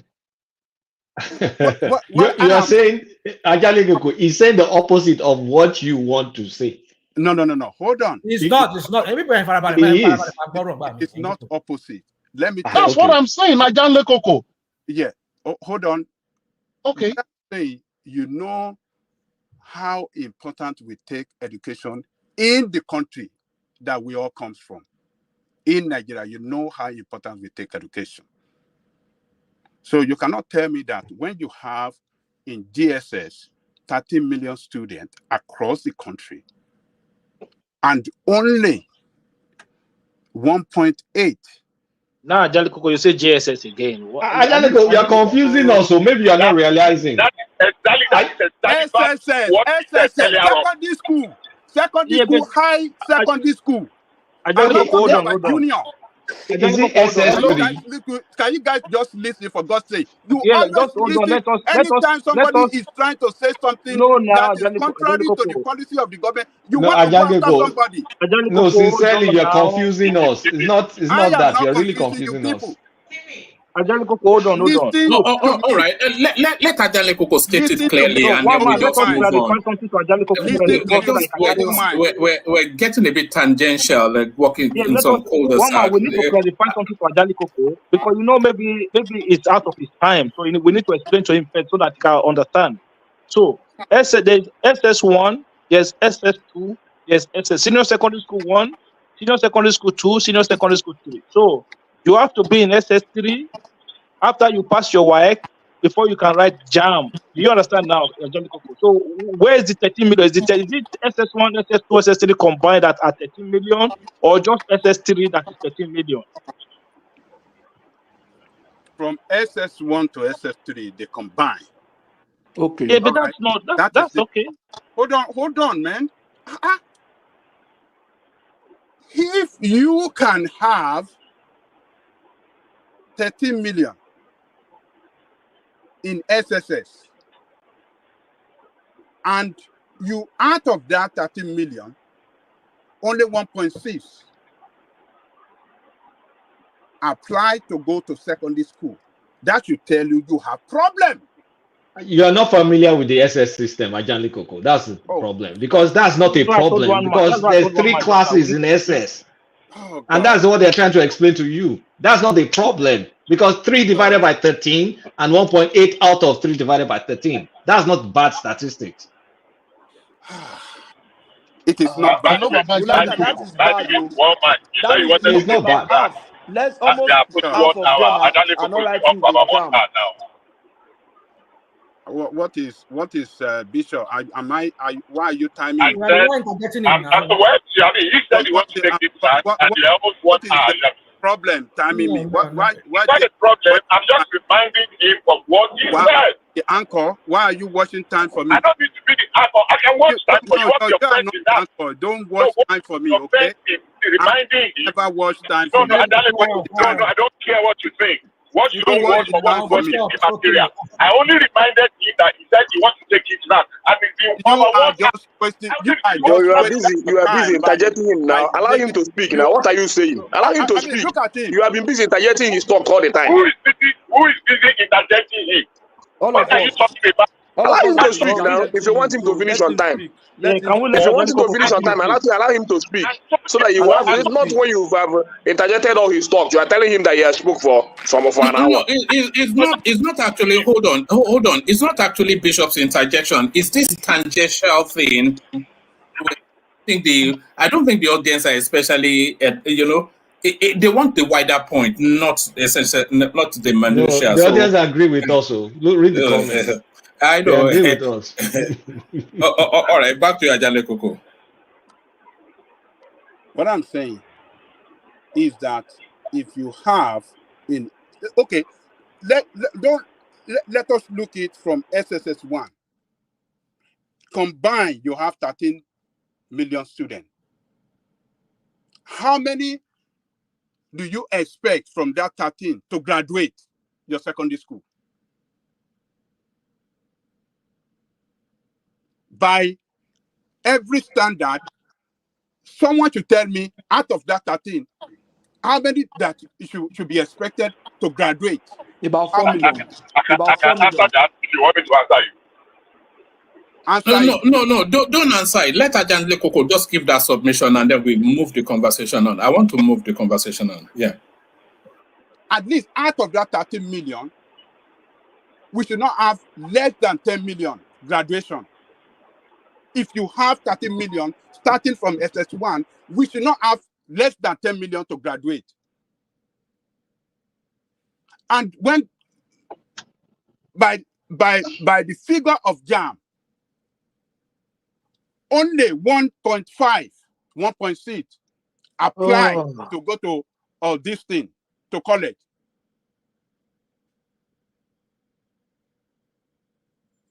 And JAM gave 600,000 admission letters. So what that is telling you is that you have millions behind that graduated but couldn't go to college, couldn't apply for college due to one reason or the other, or you have situation that maybe there are a lot of dropouts in that system. So, but what the data is telling us is that something is wrong with the system. The figure that we are having as to how many of 13 million that started from secondary school, 600,000 enter into college, something is wrong that must be done. So rational mind is telling us that if we give free education after secondary school, training. Not education. Let's not use the word education. Let's say training. Train these people. If you give free training to students after graduation for technical college, for nursing school, even to university, you will record millions that we go into technical school and other trade and even university after what do you call it? After secondary school graduation. So what rational mind is telling us is that even with this loan offer, yes, we're going to have appreciable number to go to college and others, but still we would not reach where we are expected to be by giving our people that education that is required, to develop our country. We won't have it. That is what he was saying, but nobody is trying to listen to him. And that is why I'm saying, look, when other people are speaking against a policy of government, particularly Tinubu in this case, listen to that person. Don't always try to stifle the voice of Trump. Don't always come at him as if you are trying to kill his voices. We shouldn't do that. Let us listen to each other.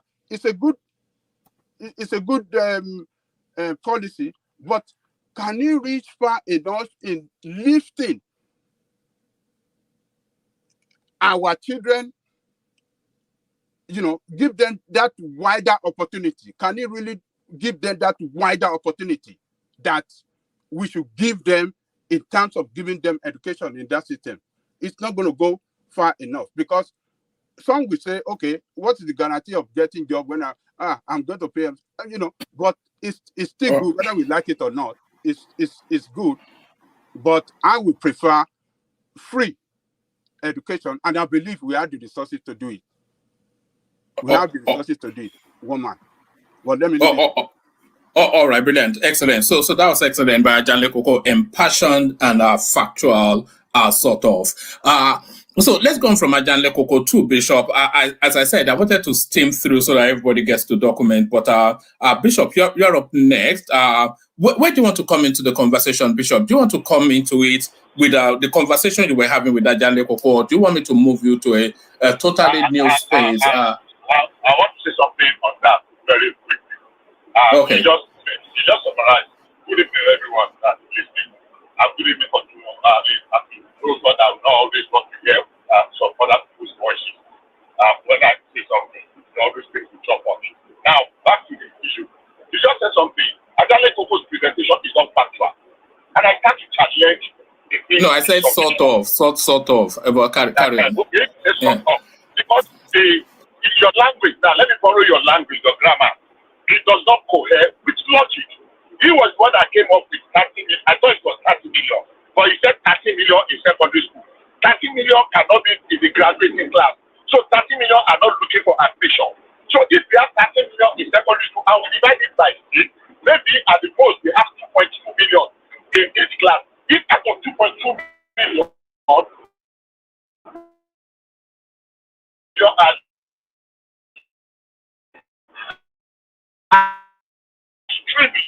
Bishop, you are breaking up heavily.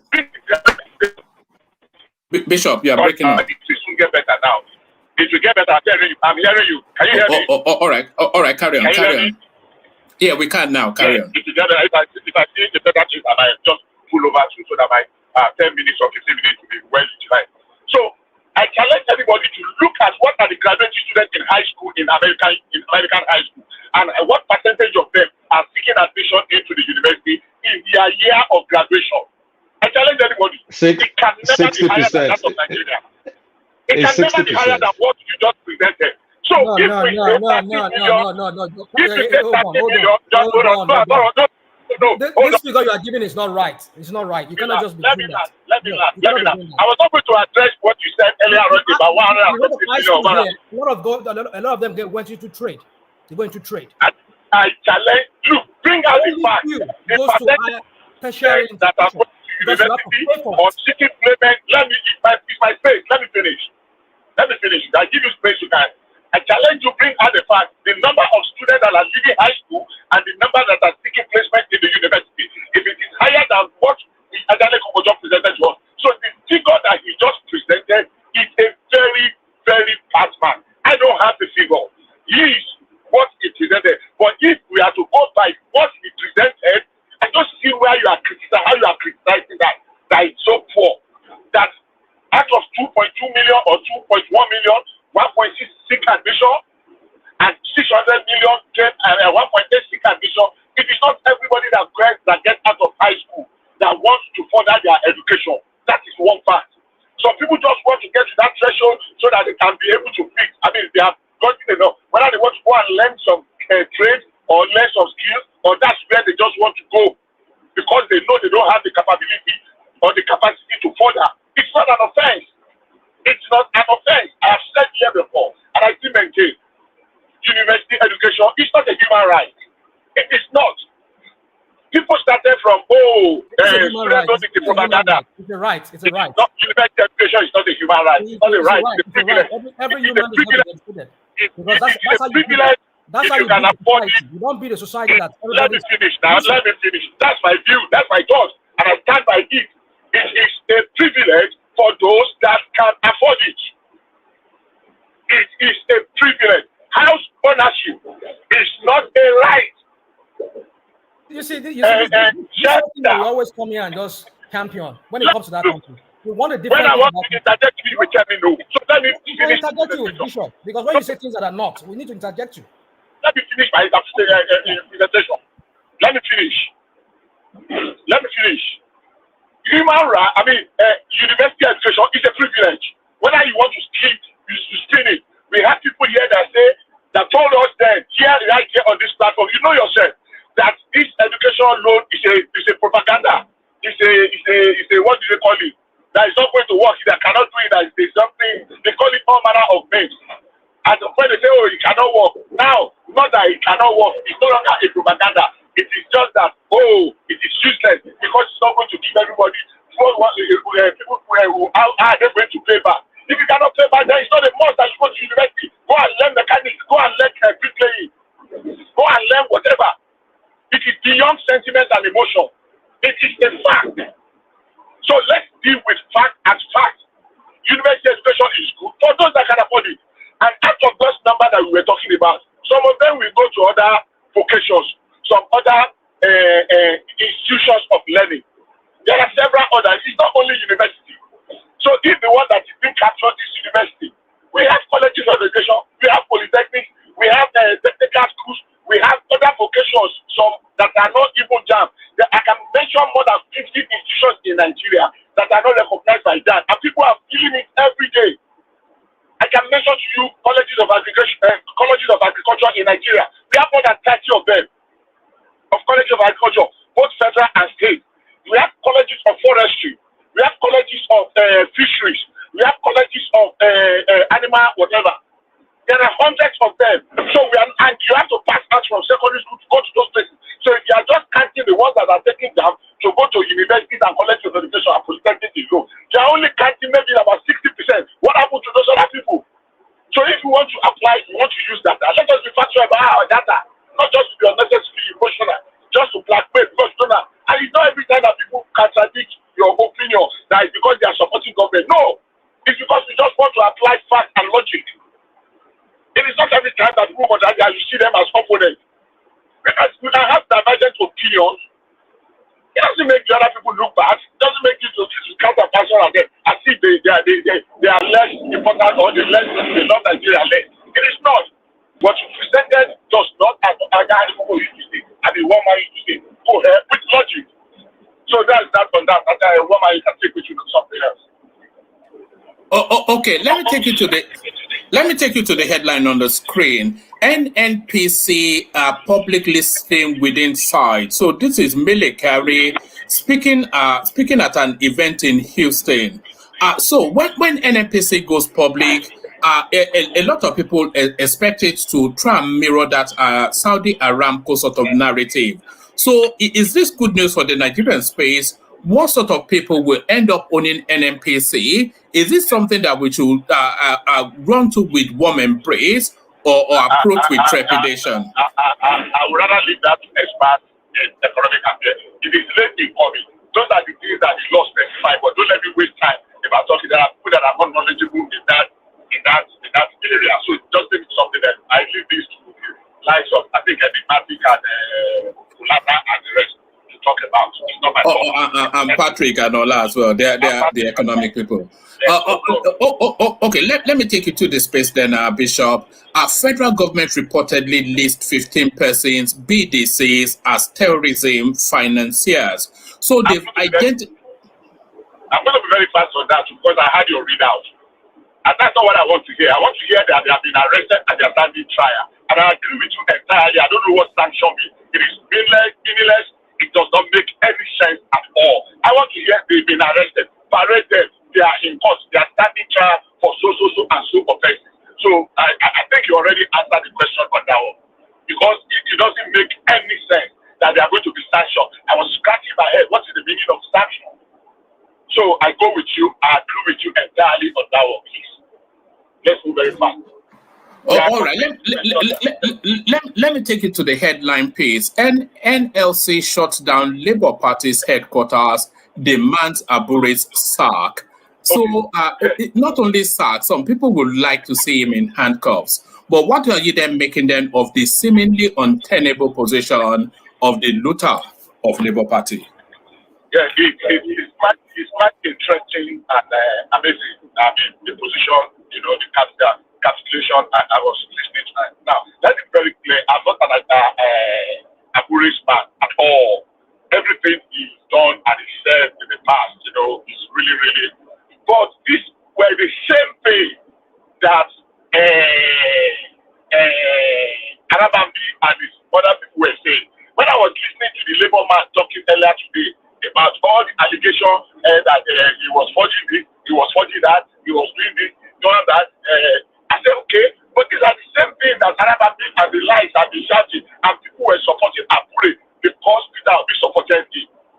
Now, Ajero is using that. But the fact of the matter is that I thought they said there is a legal way of removing him.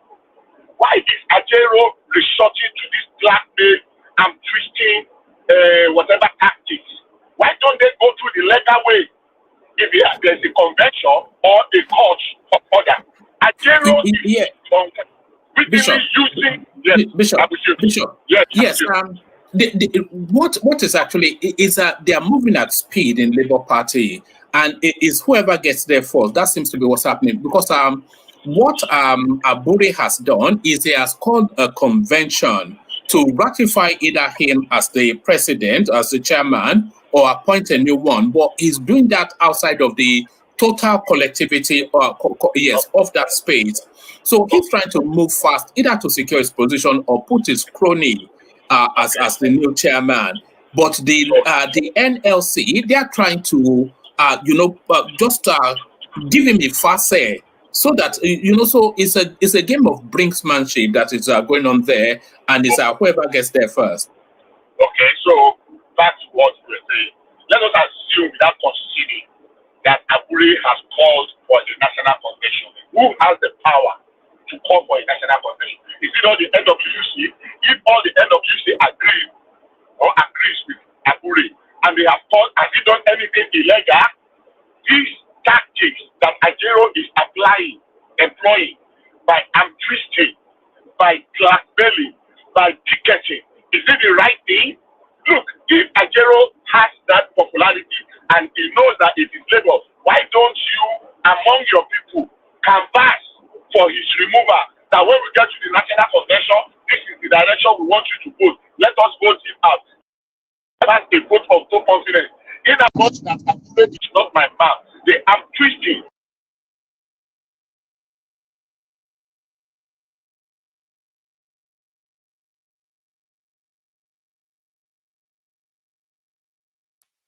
Sorry, did Bishop drop or is it me? Can anyone hear me?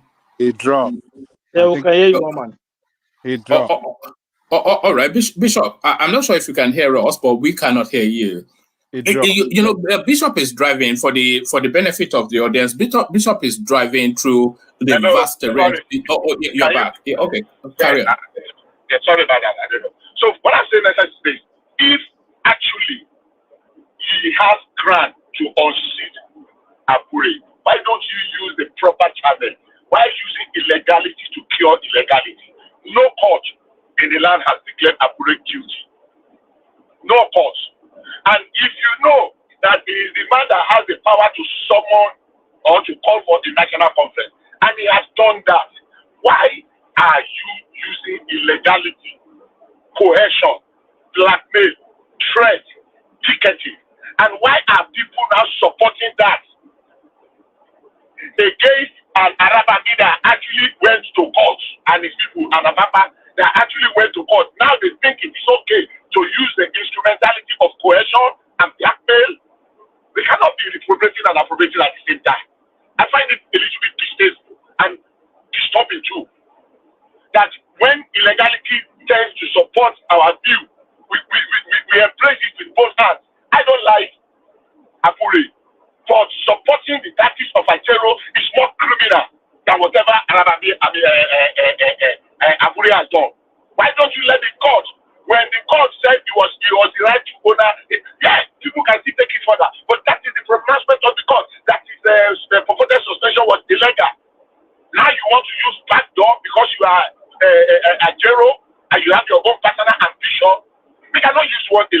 to cure another illegality. So on that, honestly speaking, in as much as Akure is not, I'm very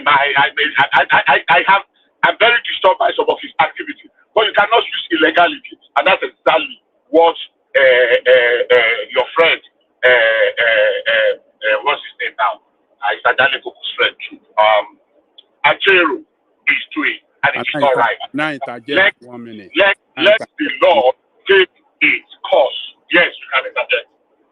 There's no illegality in what Ajero is. Protest is not illegal. So if the workers are protesting against... Protest what? Against who? Let me say something before you continue. Can you let me land now? No, let me just put you something. So yeah, address it together. Let me just put something. I can't get you something before. Now, protest. Ajero is playing full-blown politics. Ajero let people out of their paid employment on the federal government payroll.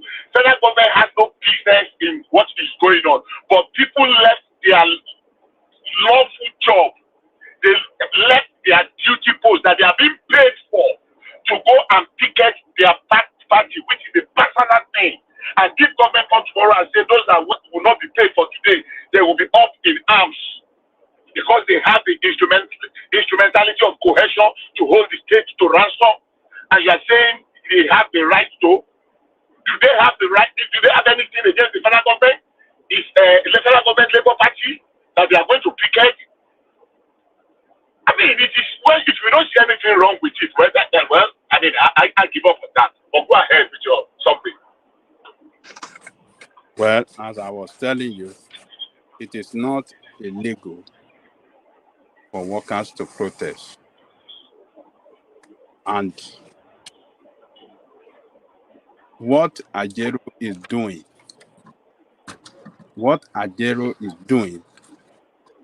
with other leadership in LSC and the workers is to protect the interests of the workers, because the workers own that party. So you cannot describe it that he's acting illegal, nothing illegal. And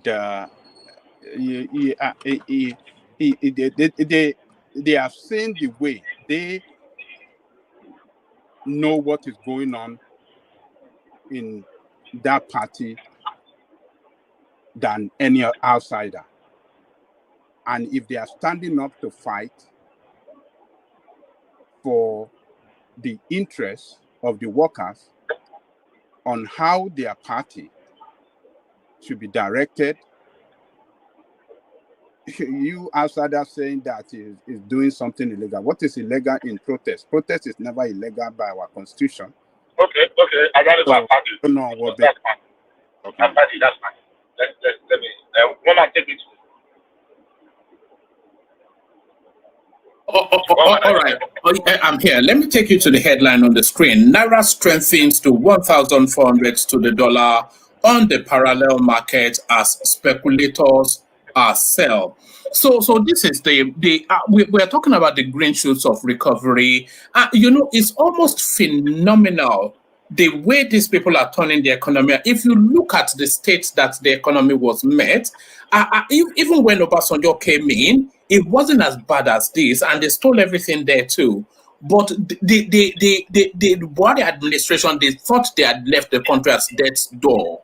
But the bounce back within 10 months is almost a world first.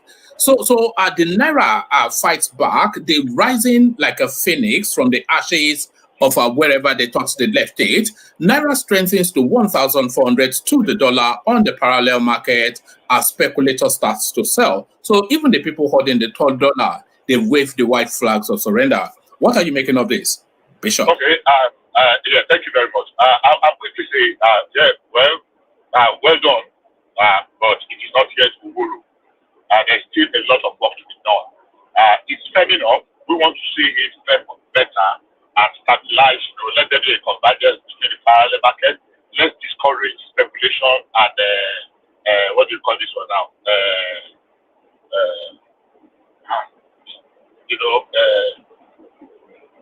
this round tripping, whatever the name you call it. Arbitrage. Even the Bishop, even the round tripping is not worth it anymore. The margins between the parallel market and the official market is settling around about the 50, 60 Naira mark. Yes. So those days are gone, I think. So let's do everything to discourage or even kill eliminate round tripping and arbitrage as it used to be. But I don't think it is a sprint. I think it's a marathon. I don't think so. For me, I'm not singing Kumbaya yet. There might be a thing of hope deep down, somewhere very deep within me, but I'm not celebrating yet. It's not time to say Uhuru. So I pray it continues in that trajectory. I pray those those things they are applying, technique, mechanism, whatever, it works more for the benefit of the generality of Nigerians. But I don't want to celebrate too early. But yeah, I recognize the little wins. And you did say something when you were reading this out about the days of the. It was funny. There was a day we were talking about our foreign reserve. My very well-respected friend, also took me out. That when I said that it's not true that there was anything. Our foreign reserve was 3 billion. I remember what Kulata saying that the money has been spent. Look, the truth of the matter is that if we understand foreign reserve, it is not the money that is just sitting there. Number one, the fact is that the foreign reserve was not 3 billion. Let's get that fact. The foreign reserve that was inherited by this government was about 30-something billion. It has increased. It's appreciated, but at no time was our foreign reserve 3 billion. So when Kulada said it is the money that has already been spent, yes, it has been spent. In printed money out. And combat. And well, it is never and combat at the same time. Yes, that is it. But what we have solidly in our reserve that has come in through various means is 30-something billion. It was never 3 billion. Because I can give that individual. I asked, even when we were having that conversation, and I came back. But the truth of the matter is that yes, we are moving slowly. There is a glimmer of hope if we can endure the pain of the moment. Is it going to be a painless journey? I don't think so. It's difficult for the government sometimes to implement their next week because of the way people are reacting to it. And some people are not just reacting to it from the holistic point of view, but it is just because of time news in Butuoya. That. Look, somebody you hate so much, you will never want to attribute any form of success, even when that success is staring you clearly in the face like this, almost spooky. You still always want to navigate and find a way to excuse the success away. That is one of those things. It would have happened by me. It would have happened anywhere. We were in a dead strait, and that's a fact. And do I support everything that the government has done? Absolutely not. And the ones that I don't understand fully well, I said, well, even though I don't agree with it, but I still want to give the government the benefit of the doubt. It's his prerogative. And you can actually try something, and if it doesn't work, you try something else. But some people, the attitude is like it's a magic wand. There was no magic wand to turn Nigeria around. Not anywhere. None of the people that contested the election had any magic wand anywhere.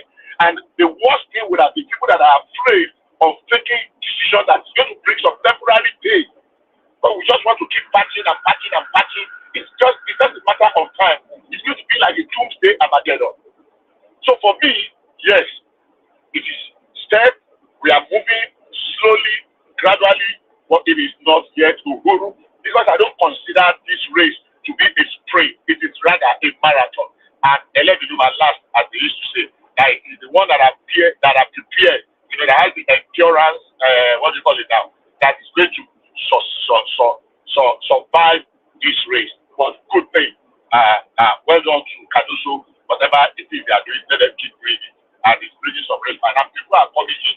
Investment, people are showing more interest, especially considering it's bad, but the stability is beginning to bring some interest to the economic space that is Nigeria. So it's not hopeless. It's not hopeless. I don't think it is at all. In fact, it is getting gradually better. So we are beginning to recover.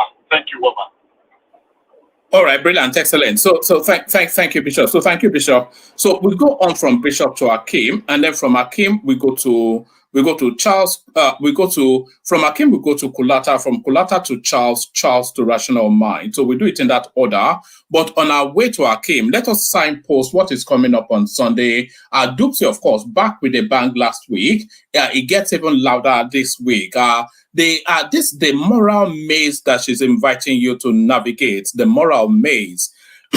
As an African parent, would you let your rich son marry a single mother? So that's why quite a delicate one, and only Dupsy can navigate us through something like that. So I'm going to signpost. I'm going to post the link to her session in the comment section. So go bookmark it so you don't miss it. Dupsy back with a section.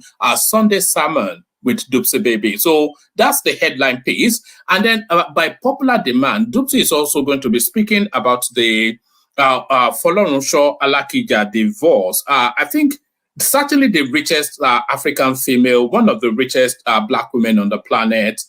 So what's now led to her calling it quits on a 30-year-long marriage? So all of that to be navigated, and a few little pockets of treats to come along with that show as well. So bookmark it.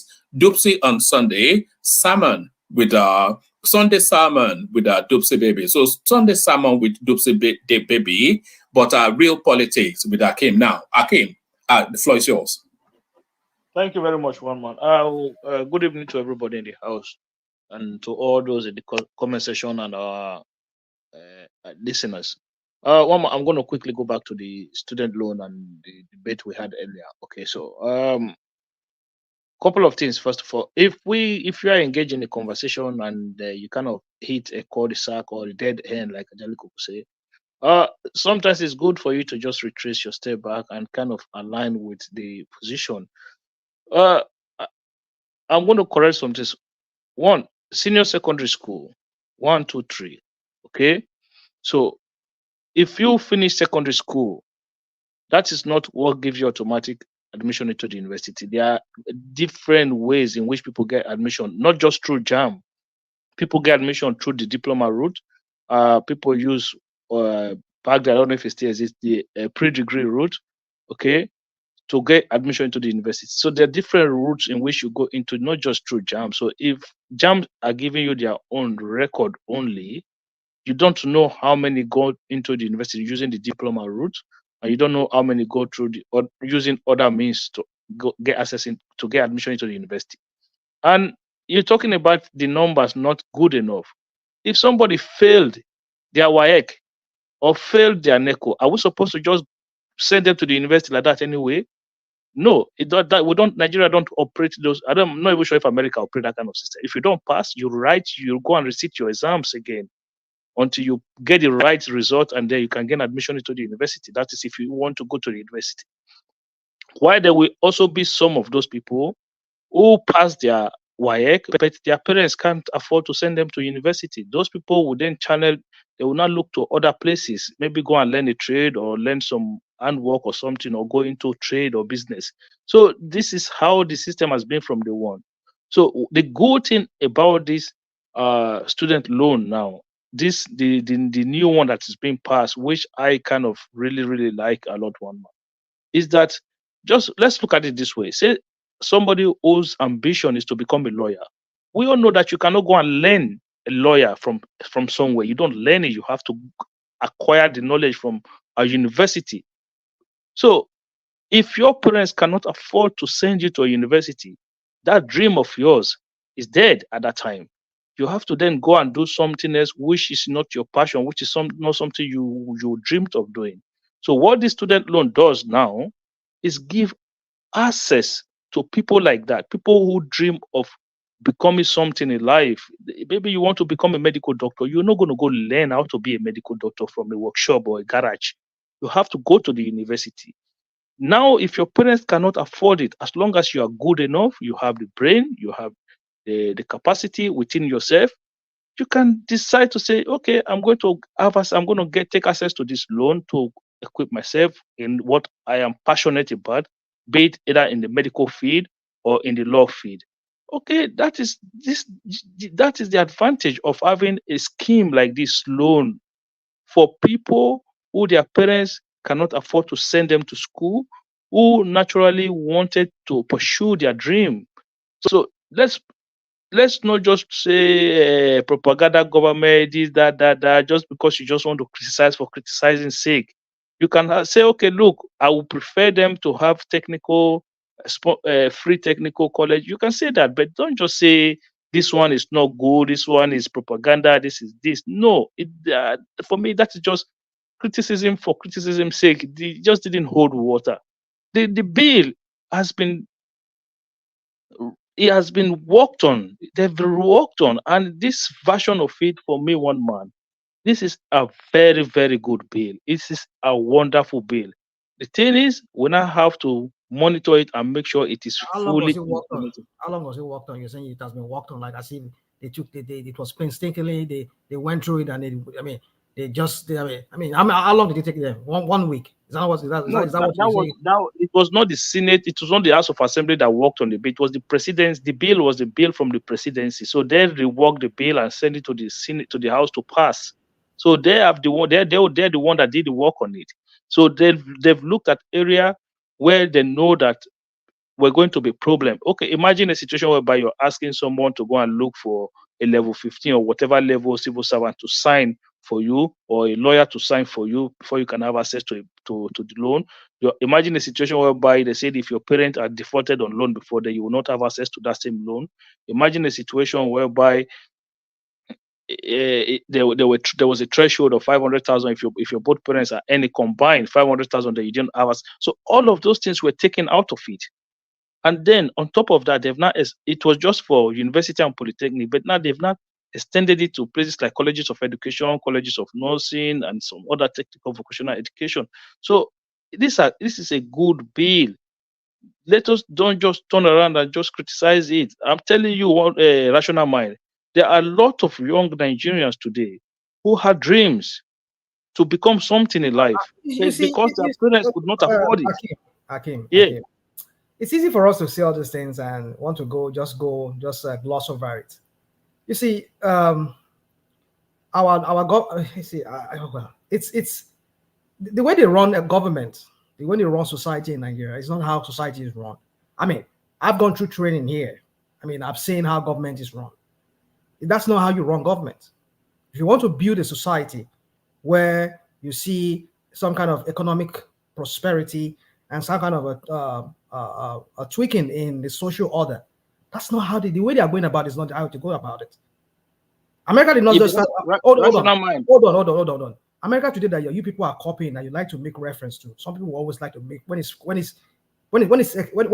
convenient for them, they want to draw some parallel between them. America never had a student loan for a long time. It's something that just began, I mean, like how many years ago? Was it 20 or 30, 50 years ago? I mean, 20, 30 years ago. And now we're copying it.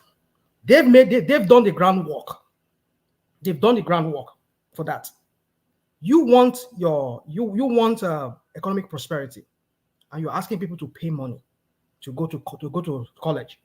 My point is that why don't you do what we're supposed to do first? In the sense that your children, the kids that you're churning out, your students that you're churning out of high school, why don't you get them more useful to the society? Because like data has shown that not everybody goes to university. If you have like even the 1.6 million that write JAM, how many of them get a placement in university? How many of them? I guess you see maybe 600,000. So what happened to the remaining 600,000 or 800,000?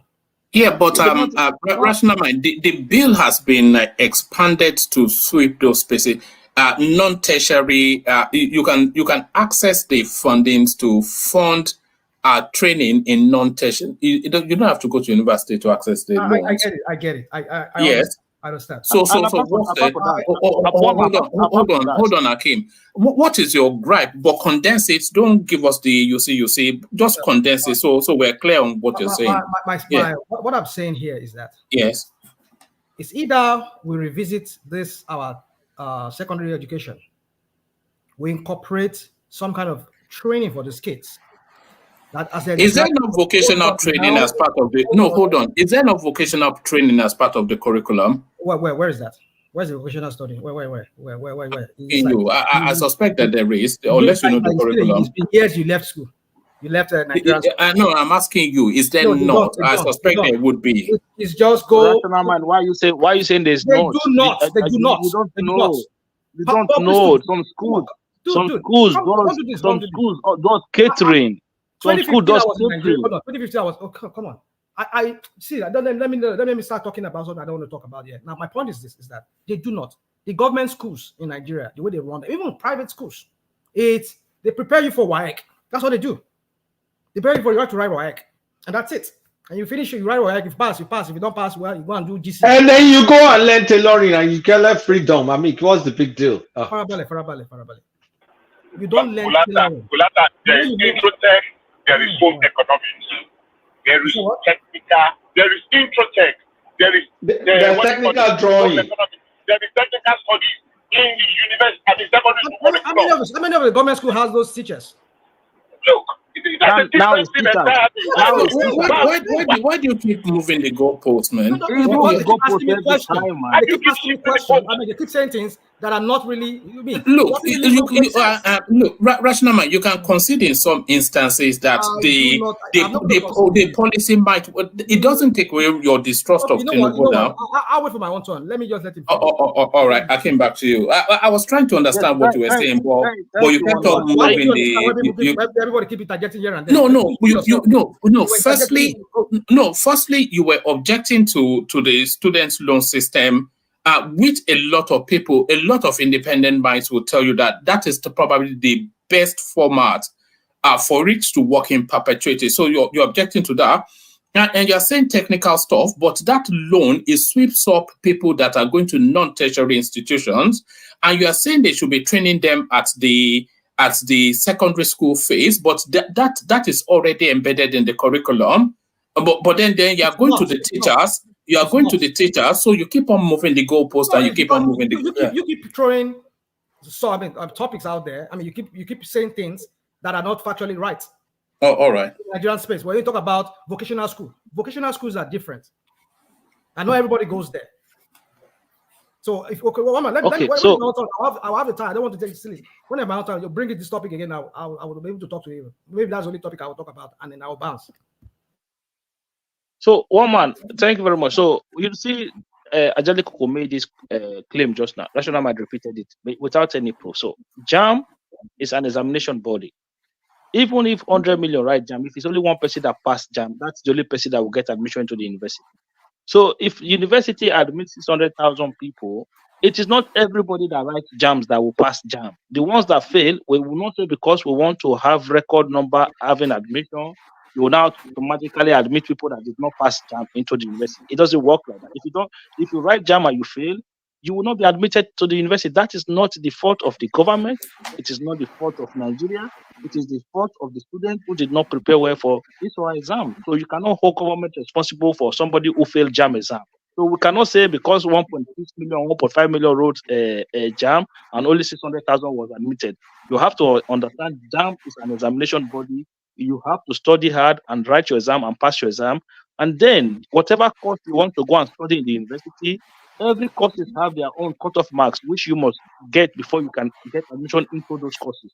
So there are a lot of factors that you need to understand that plays that goes on when it comes to getting admission into Nigerian universities. So what we're talking about, I don't even want to go back there anymore because when you go to school, you know that there were home economics, introductory technology, and all those kind of courses was in secondary. We were doing them in secondary school at the time. So let's move with the one man.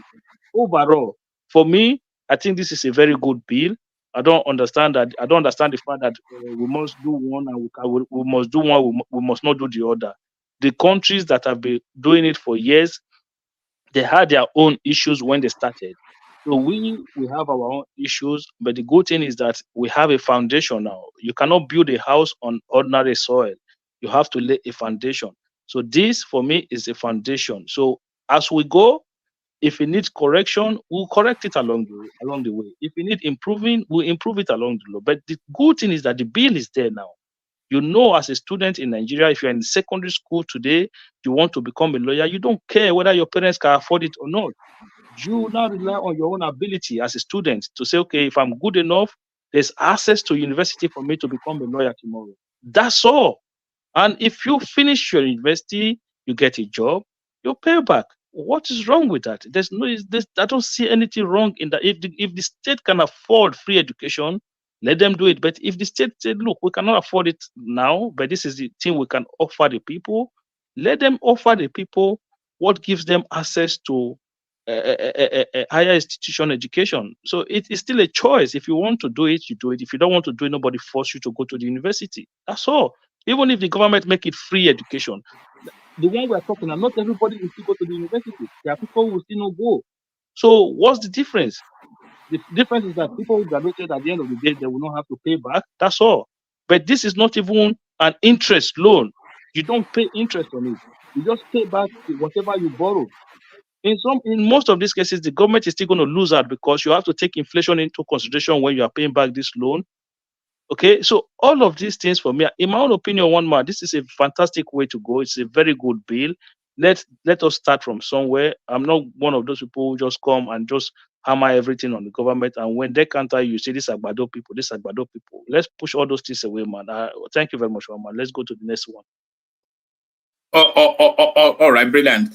Do you want to speak on the Naira on its way back to recovery, and where do you think it will ultimately settle as well? So Naira holding steady now, and over the last almost few weeks now, it seems to be holding up some sort of a resistance at a certain benchmark. So it held that resistance, and it's now starting to strengthen its value against international currencies. So what are you making of the Naira finding its natural place? And do you think that natural place is still an undervaluing of the currency and it will revert back to a more true reflection? And what do you think that more true reflection would or should be? Yeah, well, thank you. I think the situation is stabilized. So for me, I think I wasn't really worried about if it was 1,005 or 1,006. It was just that it needed to be stabilized. Okay, so we need to get the Naira to a point whereby we go through 12-month period where you don't get more than 50 Naira differential between when it's falling or when it's rising. So we cannot have a situation whereby it goes from 1,002 to 1,800, 1,900 within the space of days. So that situation for me is not what we cannot afford to be going through every now and then. So we have to have now a stable currency, even if it's 1,005 or 1,004. So as long as it's bouncing between 1,450, so it's easy for businesses to plan. It's easy for people to do things when you know that, look, this is the rate, and if I go to the market and I come back next month, 2 months time, there won't be that much difference. So when it comes to in terms of business environment, in terms of investment, you need the Naira to stabilize. So I'm not really one of those people who were saying the currency. Look, we floated in Naira, so we're no longer defending it. The country saves money, but the thing is, it has to stabilize. I'm not really worried one month if it goes to 1,002. I know that if it falls down, it helps the situation, but I don't want it to be. Did you buy when it was exchanging for two? I bought a whole bunch of Naira when it was 2,100 to the pound. I just went in and I bought a whole bunch of it. Did you do that? You've made some money. No, I didn't do that. No, I'm still holding it because I feel that the true value of the Naira is in the mid hundreds to late hundreds to the dollar. And I think later this year, or certainly no longer than early next year, we'll get there. That's my speculation. I doubt if we will achieve mid hundreds. The max. I think the best we could do is the late hundreds, 700 to 700 upward. I think. I can't see. Yes, when the Naira was floated, all of the international finance houses, that's the bracket they had is between 7 and. None of them even went as high as 9, 7 to 800, 850. Yes. That's where all the international houses have it. Yeah. Yeah, I could see it going I could see it get to that direction over time. But that 500 side, no, I don't. I think that if it gets there, No, that's never happening. It's seven. The naira is 700-800 to the dollar. That's just it. And about 950 to the pound. Yeah, if it gets to that 500, then you know that the economy is super strong. The economy, you know that the economy is super strong. For the naira to drop that far, because the indices, a lot of the things that control it, for me, you know that we are in a good place. But right now, I don't think we can get back to that place. I think the best we're gonna do is between 7 and 800. How long is it gonna be to get? I don't know. But for me, what matters most now is stability. It needs to stay stable. So I like what Cardoso is doing. For me, at the moment, he seems to be one of those guys that knows, that is focused on his job.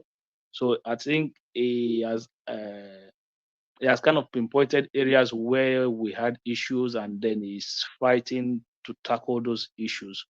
And we are seeing a lot of results. So if banks cannot sell their own at whatever rate they want to sell, so what it does is that it's bringing a lot of foreign exchange into the country directly. So the difference between the black market and the official market is basically nothing. You know, not even 15 naira. You don't get 15 naira difference among them sometimes. So that part of it, and they had record of what about a week or so continuously when the black market and the official rate was almost at the same rate. So if they achieve that, that is good. And for me, it's a good story, and I like the man to succeed, because I know there are people who in their mind they just want to see this government fail, not knowing that the government does not fail. If government fail, is the nation that fails. So if a government fail, all of us will suffer it. Whether you support it, you don't support it, everybody will suffer it. Everybody will chop the same breakfast. So I don't want to see the government fail. You know, Scott, I think everyone has picked up on that a lot of people, they just want them to fail.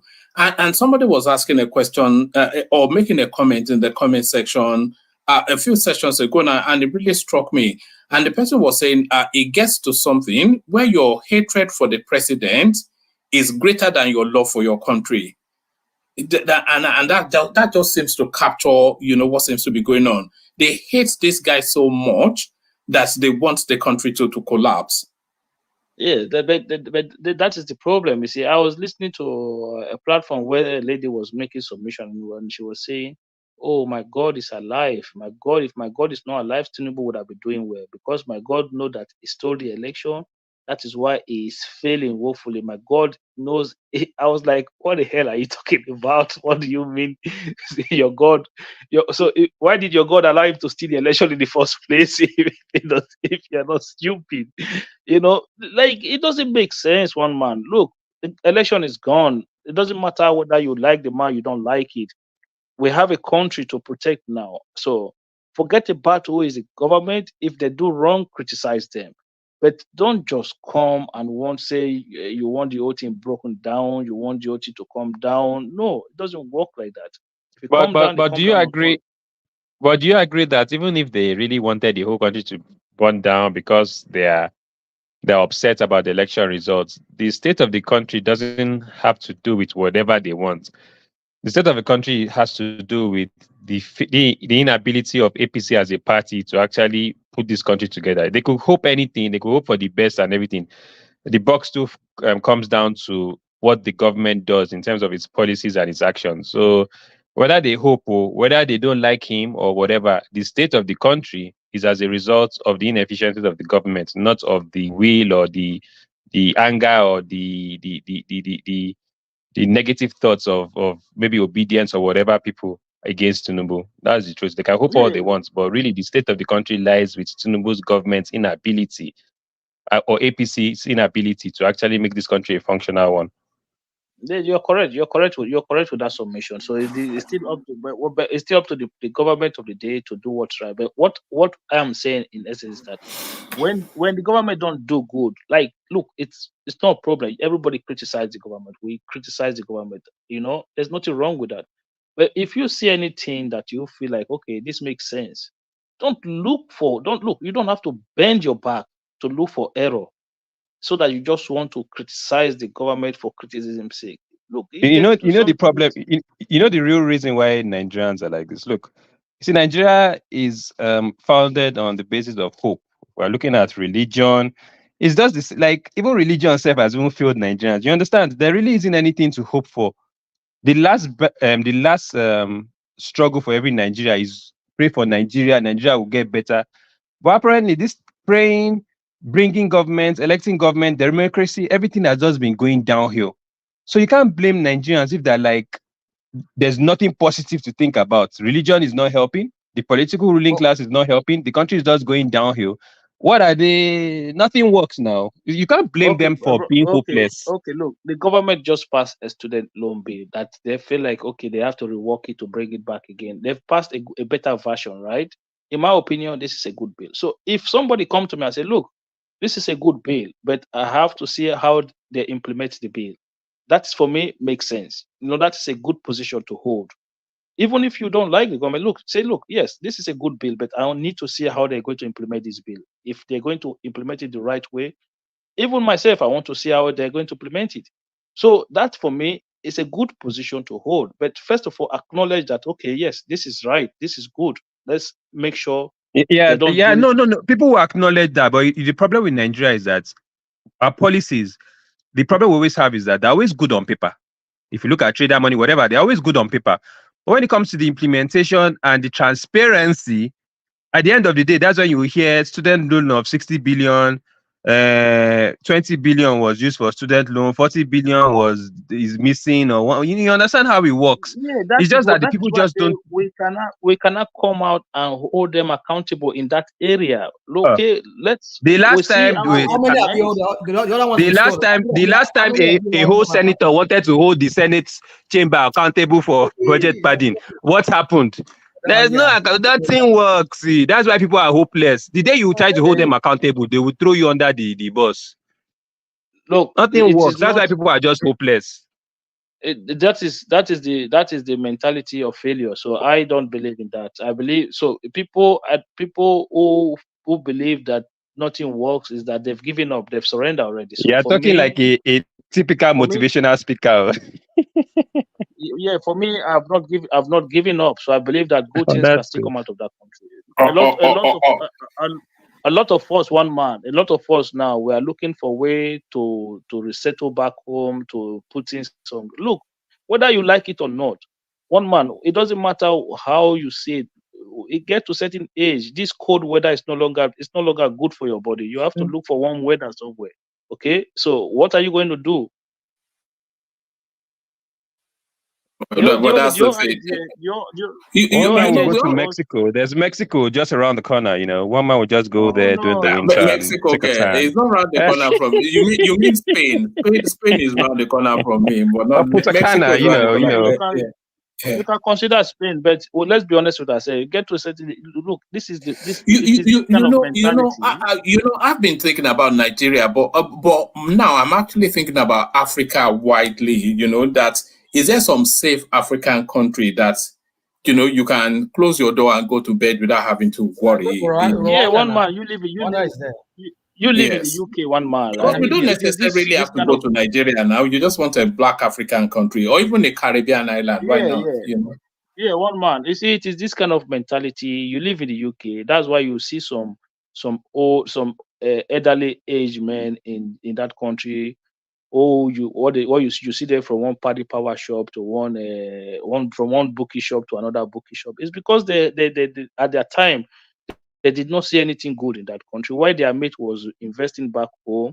Those ones who invested back home, a lot of them relocated back home. Yet they might not be fully settled there. Sometimes they will still come for medical trip and stuff like that.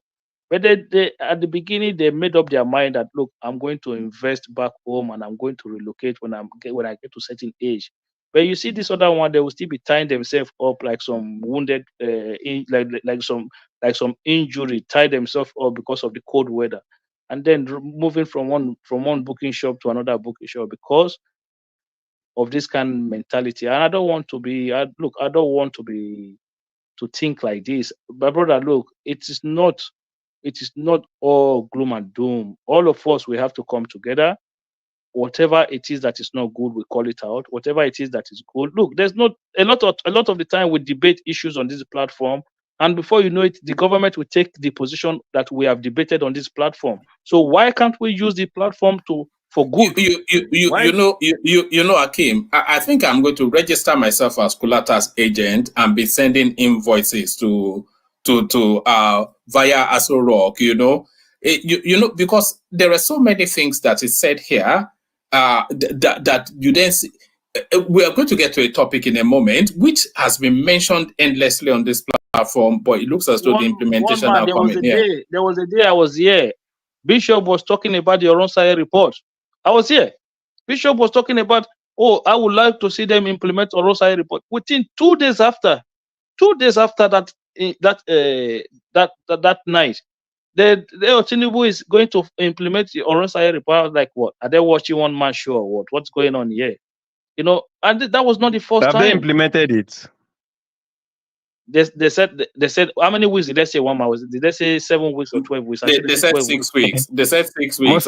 Most likely, the 6 weeks is going to be 8 years at the end of the day. Yeah, you see another one again. He's coming. You see, this is what I'm talking about, man.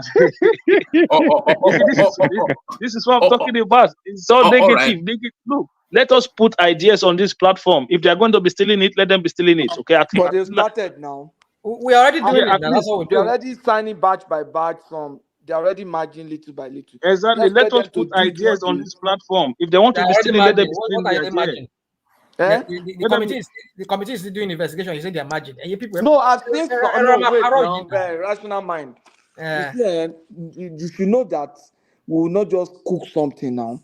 So which one have you seen now? Which one have you seen the merge? Which one did they merge? So what are they merging? Wait, now I've seen that Tinubu have signed the merger of some agencies. You understand? This now plus this, like that. And that's what I expect. If they work on the batch of it, take it to him, let him sign off on it.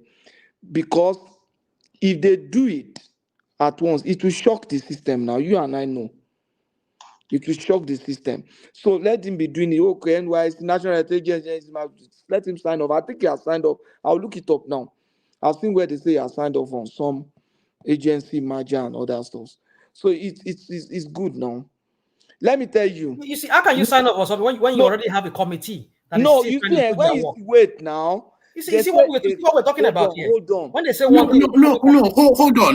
on. The committee is not to review; it's to implement. It's to implement. Okay. And as they form the synergy of agencies, they put it to law. He signs it off. They bring another batch. They put it to law. He signs it off. Yeah. So the committee is not a review committee; it's an implementation committee.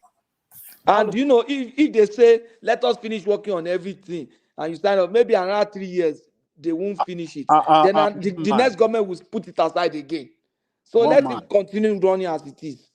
One man, are you sure it's an implementation committee? It's an implementation committee. That's what they said now. They said they're implementing the OROS, not reviewing it, they're implementing it. Yeah.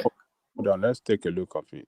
Okay. When Orosai submitted that report, we have maybe, is it not 500 government ministry and we had, and now they have over 1,005 or how many they say? So almost 2,000, not more than 2,000 now. More than 2,000. So how is it going to implement what is different, what is not captured in that report that we have now? Woman, can I respond to him? How is he going to implement that? All right, respond briefly, and then a very brief comment from Akim to wrap up. We go on to Charles so that we can get to people. I did say I wanted to get to people quickly. Now me you call because I don't almost go bed. Oh yes, the Kulata. Okay, let me quickly respond. You see, see before kill. Ajale Oko, the point is this: if you have you are working on a dynamic system that continues to change, you probably have had a cutoff point. Okay, between this and this time, as it is at that time, let us implement. This is supposed to be a continuous improvement process. You understand? A process of continuous improvement. So if after this implementation, we now know that, oh, we are even far above where we started. We started with when we were 500. Now we have matched. We are now discovered that we are 2,000 something. Which means if we didn't, we probably would have been more than that. So let us work on the existing and let us continue to improve. That's how things are run now. It's now, oh, because of that, they will now start all over again. And then another government will now wait and wait for implementation. No, that's not how things run. No, You what you work. said, you didn't answer my question. When they say implementation is to fix it permanently.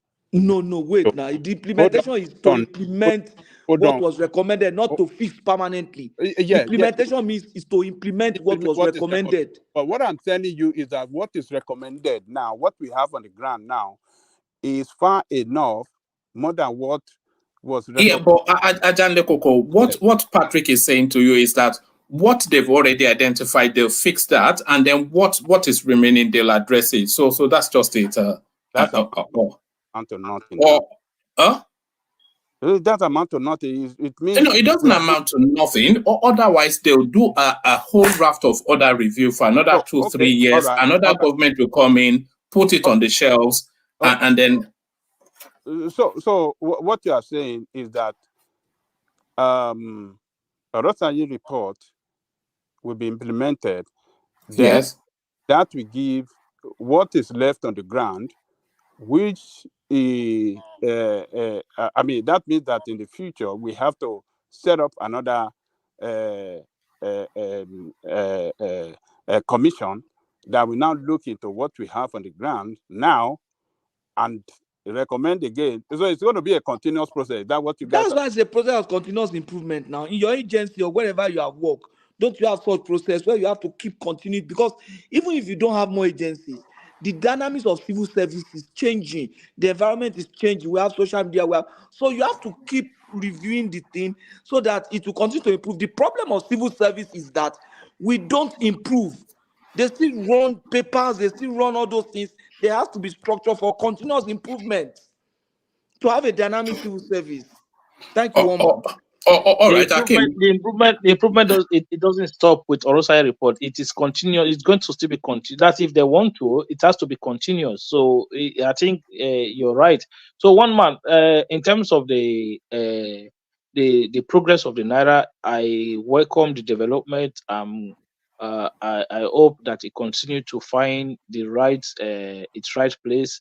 We're no longer subsidizing the Naira. There's no more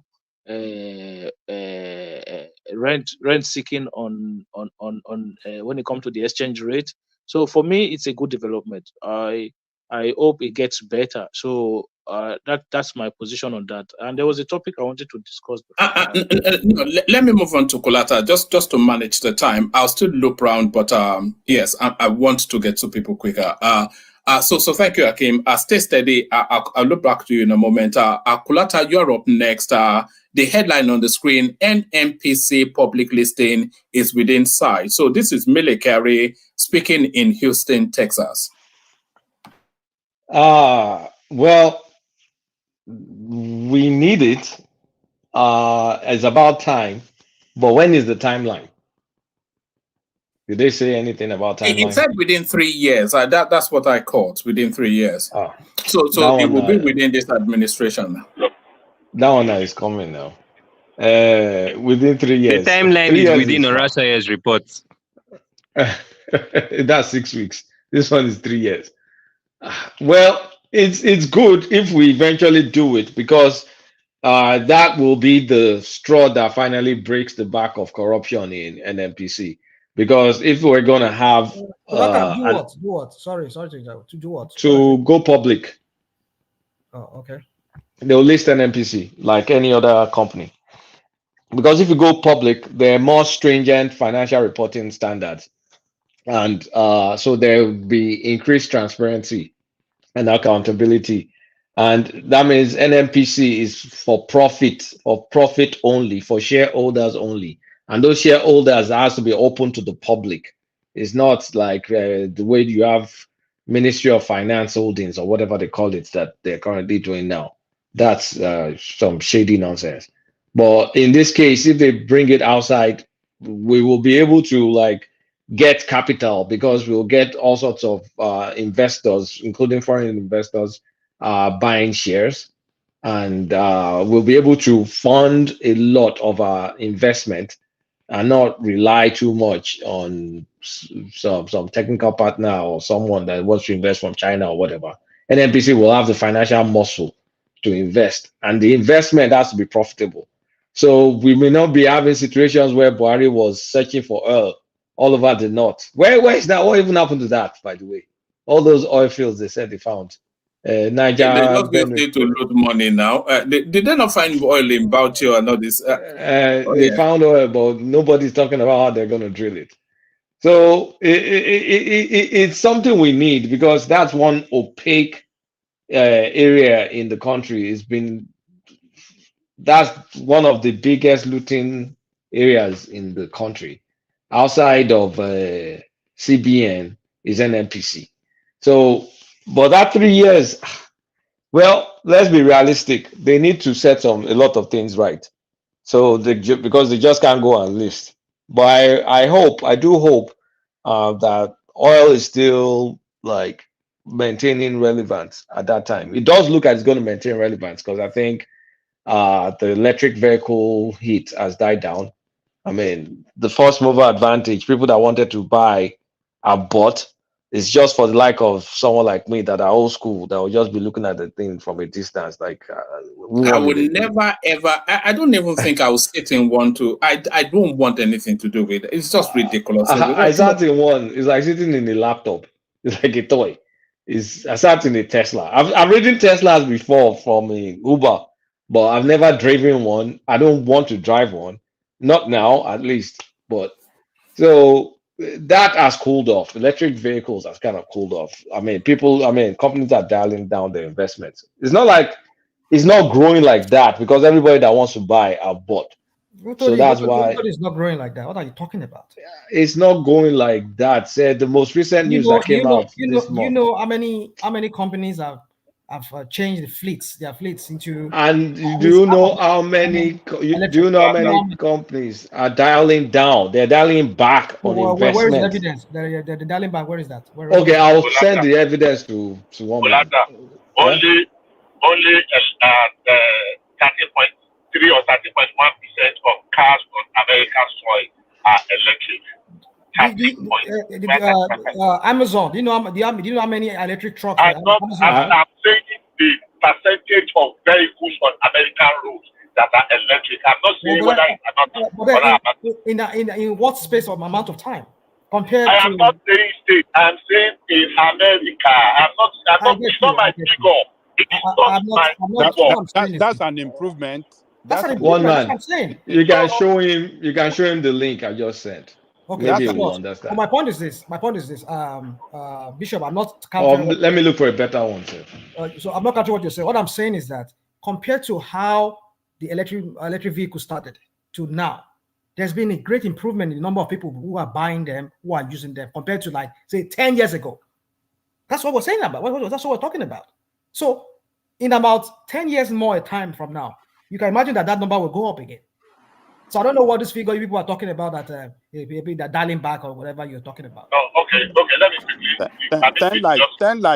15 years ago, like maybe 6%. So if it has increased, you can show him this Forbes article, one man, if he wants to read it. That's his business. It's not today. The thing, I mean, that pace they were going before that slowed down, real slowed down. And people, I've read one article even a few days ago that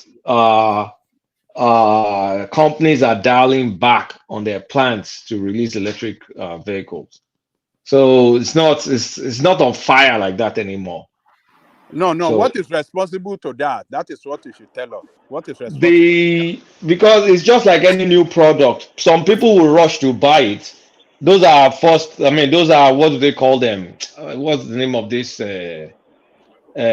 People, early adopters. will first go and buy. So what we've seen is there's a lot of early adopters, and most of the early adopters have bought it. And the new set of people that are going to buy is when the industry matures. And those people are the likes of me that are just observing from a distance, not really that interested. So those are the kind of people. If people like me start buying, then that means it's going to take off. But people that are interested in buying have already bought. So it's slowed down. And the fact that you're limited to a range of 200, 300, 400 miles is still a problem. The fact that sometimes in the bad weather, like heavy snow, it's not that reliable in heavy snow. The newer models can run 500 miles. Kulata, sales The of newer vehicles models can run generally, 500 miles. sales of vehicles generally are slowed down due to the economic reality in the world now, inflation and other things. Yeah, that's true. That's also true. Post-COVID, sales of vehicles have gone down. All vehicles. It's not only electric vehicles. So it's all but it's not to the point where you have people that have already planned we're going to release X amount of electric vehicles are now saying manufacturers are now saying, okay, no, we're changing our plans and we won't be releasing this number that we planned before because they will not get buyers. That's just the thing. But you are saying the same thing now. If COVID is affecting demand, definitely manufacturer will have to try to scale down. But it's not just that. It's more. I mean, when post-COVID, you've done forecast. You now look at the forecast and say, even this plan that we planned is not making it anymore. So that's why they're saying, okay, let's go and like resize our plans for electric vehicles. So even though general inflation post-COVID is there, right? We get it. Many second-hand vehicles is what's been selling. But people that are buying new cars, at least there's still some people buying new cars, the level of expectation that they thought, the adoption that they thought for electric vehicle is not as fast as it used to be. It was fast before, and everybody was trying to put in their model, but now it's slowed down. That's just the point. You'll see the news articles are all over the place. You can Google it. So, but for my own beloved NNPC, I think it's about time. I just don't want it to be too late. I think 3 years in NNPC Nigerian time, that may be 6 or 7, because how long have they been promising us refinery? And we never see refinery. So if we want to use Kiari's timeline, that 3 years is way too long. Is within though. I think it's actually embedded in their enabling act or their act of formation or whatever, the petroleum industry bill. PIB bill. Kulanda, let me just put something if you don't mind. See, that 3 years is quoting from the law that enables NNPC. Now, what the law says that within 3 years of the incorporation of NNPC, and we are about 1.5 years into that incorporation, or not even up to 2 years. It says the law says within the 3 years of the incorporation of NNPC, when NNPC actually transmuted from being a corporation to a limited company, that within 3 years, that's public listing must take place. So it's not saying 3 years from now. Already we have covered, about 1.5, if not 2 years on that year. So it's actually a race against time now to implement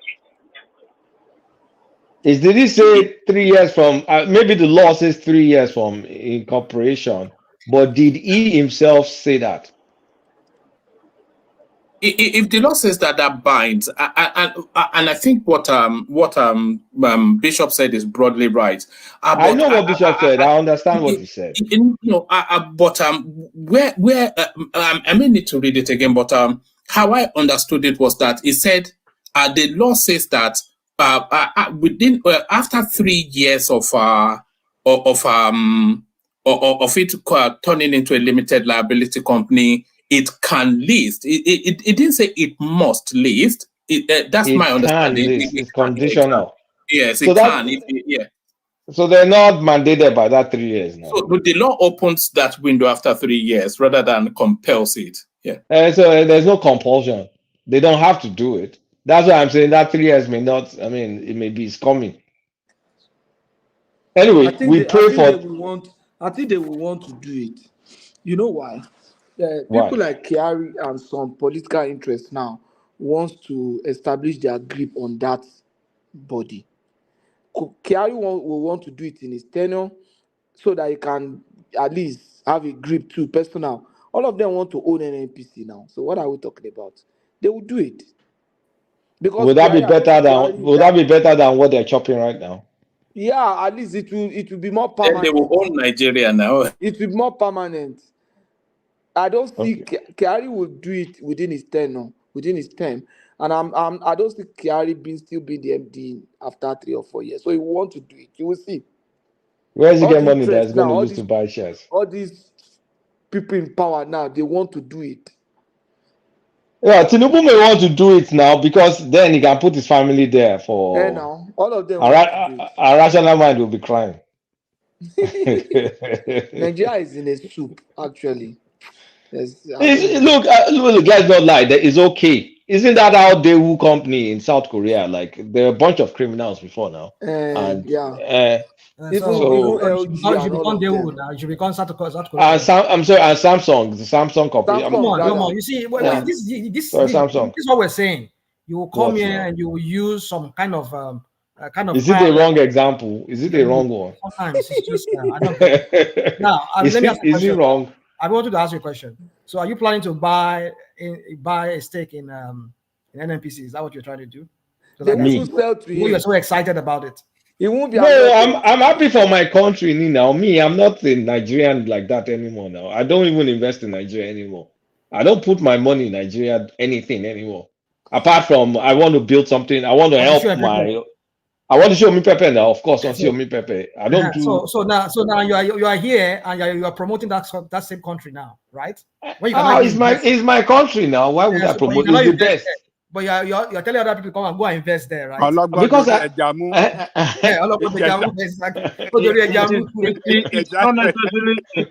necessarily the country that show you Pepe, could be people that show him Pepe. So it's people that show me Pepe. It's not Nigeria that show me Pepe. It's people that I know. It's friends that I know that showed me Pepe. I will never say Nigeria. Why will I say, oh, all these people that used to say, Nigeria, what do they even say again? Nigeria showed you, or I forgot the phrase. Why will I be sad about Nigeria that gave me almost free Nigeria happened to you. Nigeria happened to me. They'll be saying that nonsense. Nigeria that gave me very good high quality education. You know, Zita has the perfect response to that. She said, if somebody says Nigeria happened to you, she said she will say amen. Because if you look at one of the largest oil producing countries on the world, vast reserve of gold, uranium, platinum, everything. So a land of abundance. Well, if a land of abundance can happen to you, that's a prayer, not a cause. Where only thieves and criminals, they pocket the whole thing. Okay, rational mind. May Afghanistan happen to you? Nigeria can happen to me. Why would Afghanistan happen to me? People just like bad mouthing the country. So rational mind. America happen for you then, Abi. You don't have anything. I'm here. Rational mind from fry pan to fire.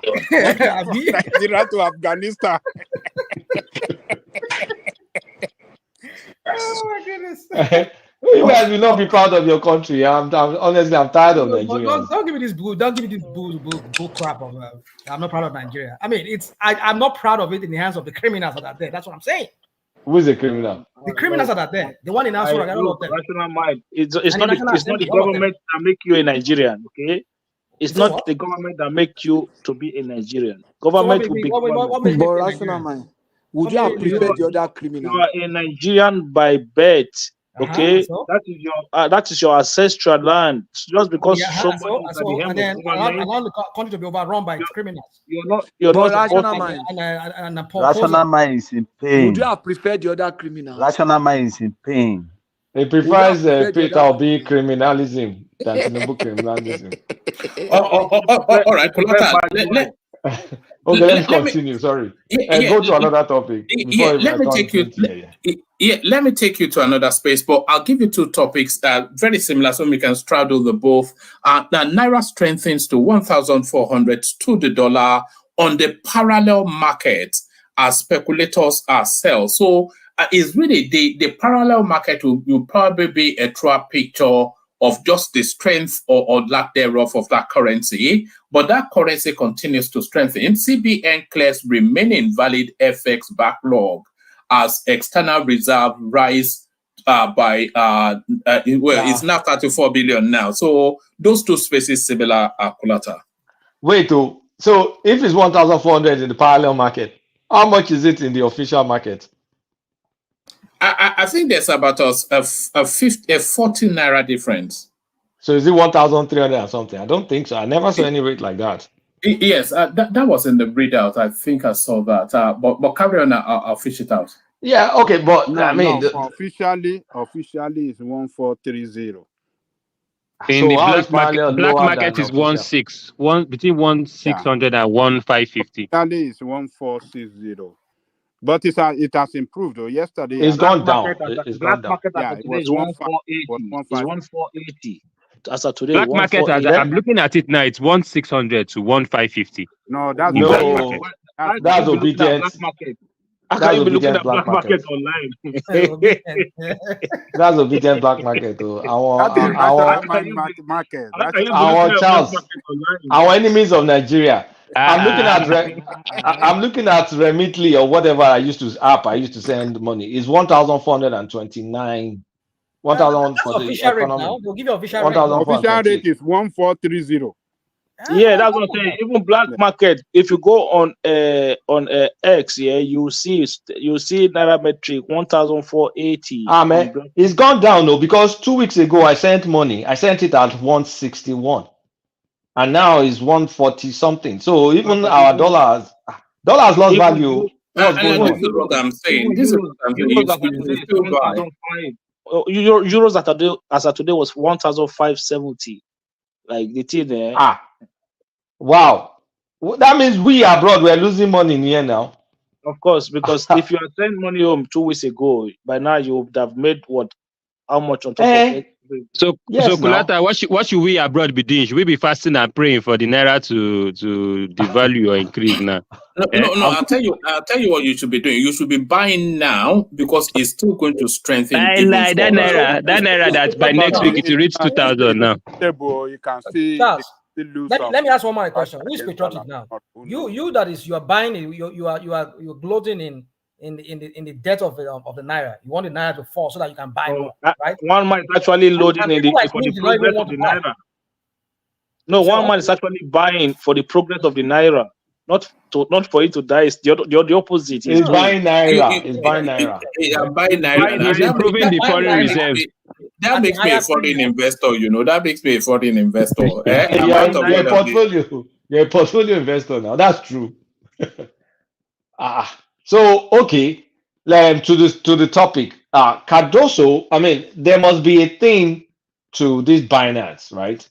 Because is it by coincidence? I know, I mean, there's been a raft of policies, memos that's gone out, and all of them they're all contributing. And of course, the significant bump in interest rate kind of like brought more dollars in, because right now, at least, that's kind of like taking thing that was under the yield that was under the water before. The interest rate is now higher than I don't even know why. It's improved the yield, so we brought in more dollar. So there's that, but there's also this Binance thing. The thing really stopped with the Binance ban. Like, am I the only one that I'm seeing that pattern? It's just slowed it down, because in February it was just galloping. That, honestly speaking, if it had continued at that rate, we'll have reached 2,000 by now. So there must be. I mean, As soon as they got that Binance under control, it slowed down. And now with the interest rate is reversing. I don't believe we'll ever get to 800 Naira. I don't think so. I'm not even sure. Maybe if it stays at 1,400 and maybe it rises by 10% over a year, I'm okay with it because that's stability. That means people will be able to plan. And then they just keep fighting inflation. If we can just keep this level or maybe reduces more a little bit, but just maintain, is that stability that's the most important. Going up, going down, going up, going down is not nice.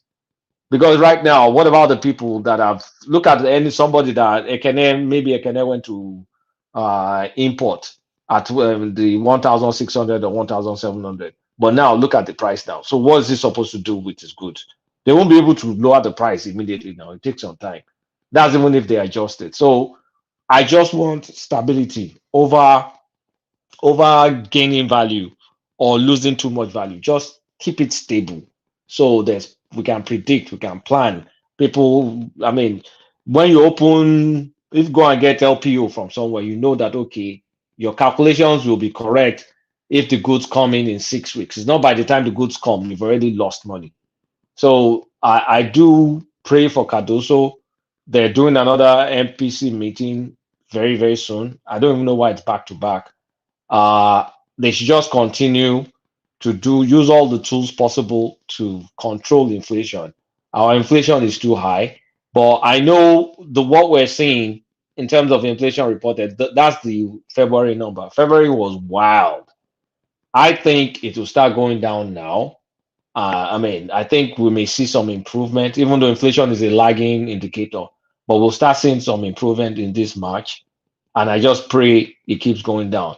So before I used to feel hopeless.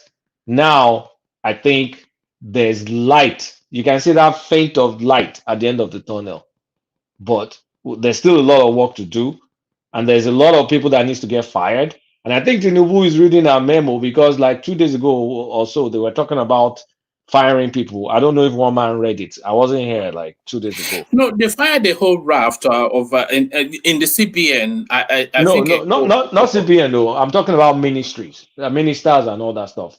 They're starting to review their performance, and I mean to start, and they want Nigerians to actually provide feedback to that guy for power. That one, first of all, that one need to go because I just said it I've never. Because it's an Oyo man, Abi. Is that why? Is that some latent resentment right there?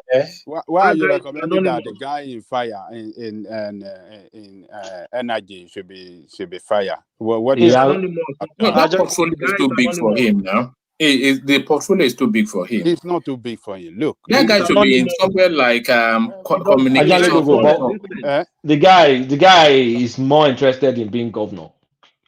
He's not really focused on this work. Look, that ministry, that particularly Gemsco. I mean, this energy sector lack, investment. Government is not investing as much as whether they are looting the money, who knows? What have you heard from him? What have you heard from him as a minister? Have you heard anything from him? Hold on. If you have government parastatals even owing over 100 billion to Gemsco, what are you talking about? The is owing, everybody is owing. Where do you want them to have money to run that sector? When even have you heard anything from the minister? And the generating point is all the equipment are obsolete. We cannot produce more than 4,000. How do you want him? What do you want him to do? So where are his solutions then? Solution? Yeah, well, does he not is it not his job to come up with ideas, solutions? He's just there. He has just spent 7 months. So you want him for 7 months to just have solved all the problems and start? Solve at least. When are the ideas? He has taken several steps too. What steps? Like what? It's anonymous. What do you mean? It's not that guy is non-existent, man. Okay, Trust me. what significant step has Adelabu taken? Nothing. Part of the significant step that he has taken, particularly from the federal government, is the breaking down of electricity generation and this thing into the state. So that's not Adelabu now. That's Buhari now. Yes, he has to. He is overseeing that. Have to ensure. The man needs to go. Needs to go for what? He's not doing anything. He's not performing. What do you expect you to? This is a sector that covers every part of the generation. Okay, let me ask you one question. I want you to give me Ayaligo, let me ask you one question. I want you to give me an intellectually honest answer. Do you think if El Rufai was the minister of power, he wouldn't have done nothing? What would he have done in 7 months? He wouldn't have done nothing either. Oh God! El Rufai solve the problem once and for all. He wouldn't have done nothing. This man doesn't come up with anything. I'm not even saying doing. Look, let me tell you, that sector, there are laws guiding that sector that they need to even review.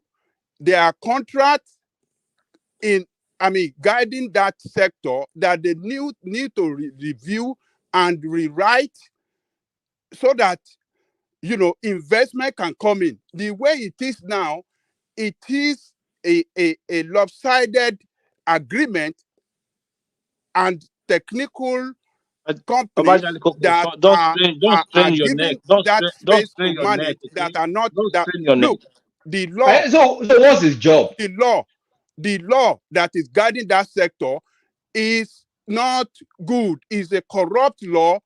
Okay, so what is it doing about the legislators and the government and the federal government, they have to come in and see what they can do concerning the law guiding that sector. It's the law guiding that sector that is not making that sector to grow.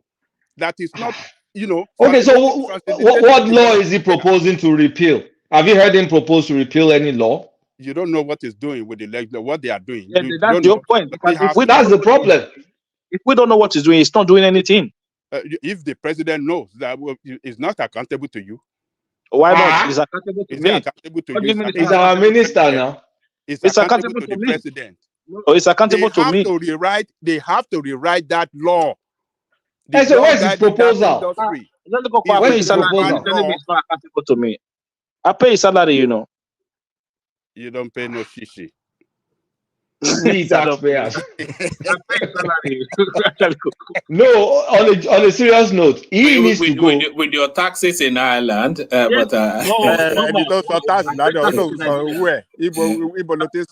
paying this money?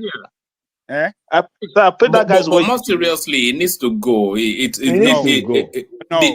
ministry is too big for him. It's just as simple as that. That ministry, one man, they have to break it down. They have to break that electricity sector down into state and local government. I can hit my chest with confidence that El Rufai will have been making significant strides. Now, if it was the minister of power, I have a feeling that they're going to bring El Rufai into that ministry. That man he needs to go, man. If he wants to go and do government, let him go. They need to let him go, and also Tinubu needs to fire his brother. He needs to fire his brother too. Don't fire that electricity guy. You leave him there. Don't mind these people. No, they should fire that electricity guy. It looks like someone that's in perpetual Owambe. Yadola is not doing anything now. What is he doing? For once. You've really forgotten is the minister. I've forgotten that he was a minister. It's almost like he has not. The Yoruba people have not said no. They just wanted to chop. He has not released any statement, anything. I'm checking rational. It's just like the Yoruba people put there. They just wanted to go and chop. Lola Adejon needs to go. Minister of Tourism. Where's the tourism? Exactly. So the only one that one can't go now. That one is not something you can hold on now. Okay, that one is not. You can't quantify that immediately now. Why? It's not an immediate impact. Something now. Oh, so we should leave out the decoration. You know there are a lot of Americans going to Nigeria. Did you know?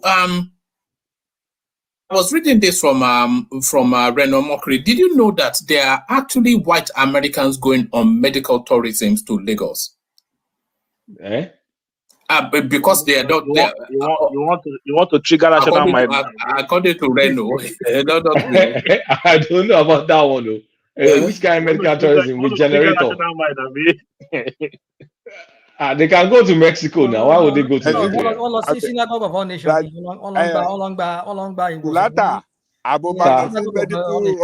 Medical check-up in Nigeria. Before I go Nigeria, I go Mexico, I go Turkey, I go India. Colata, forget to don't say that. I know someone. This Reno of a guy. I don't know why people just have it. Just take that guy serious. That guy is just it's just an attention seeker. That's how I say him. Just say things I don't even know where he even gets. Look, I know somebody who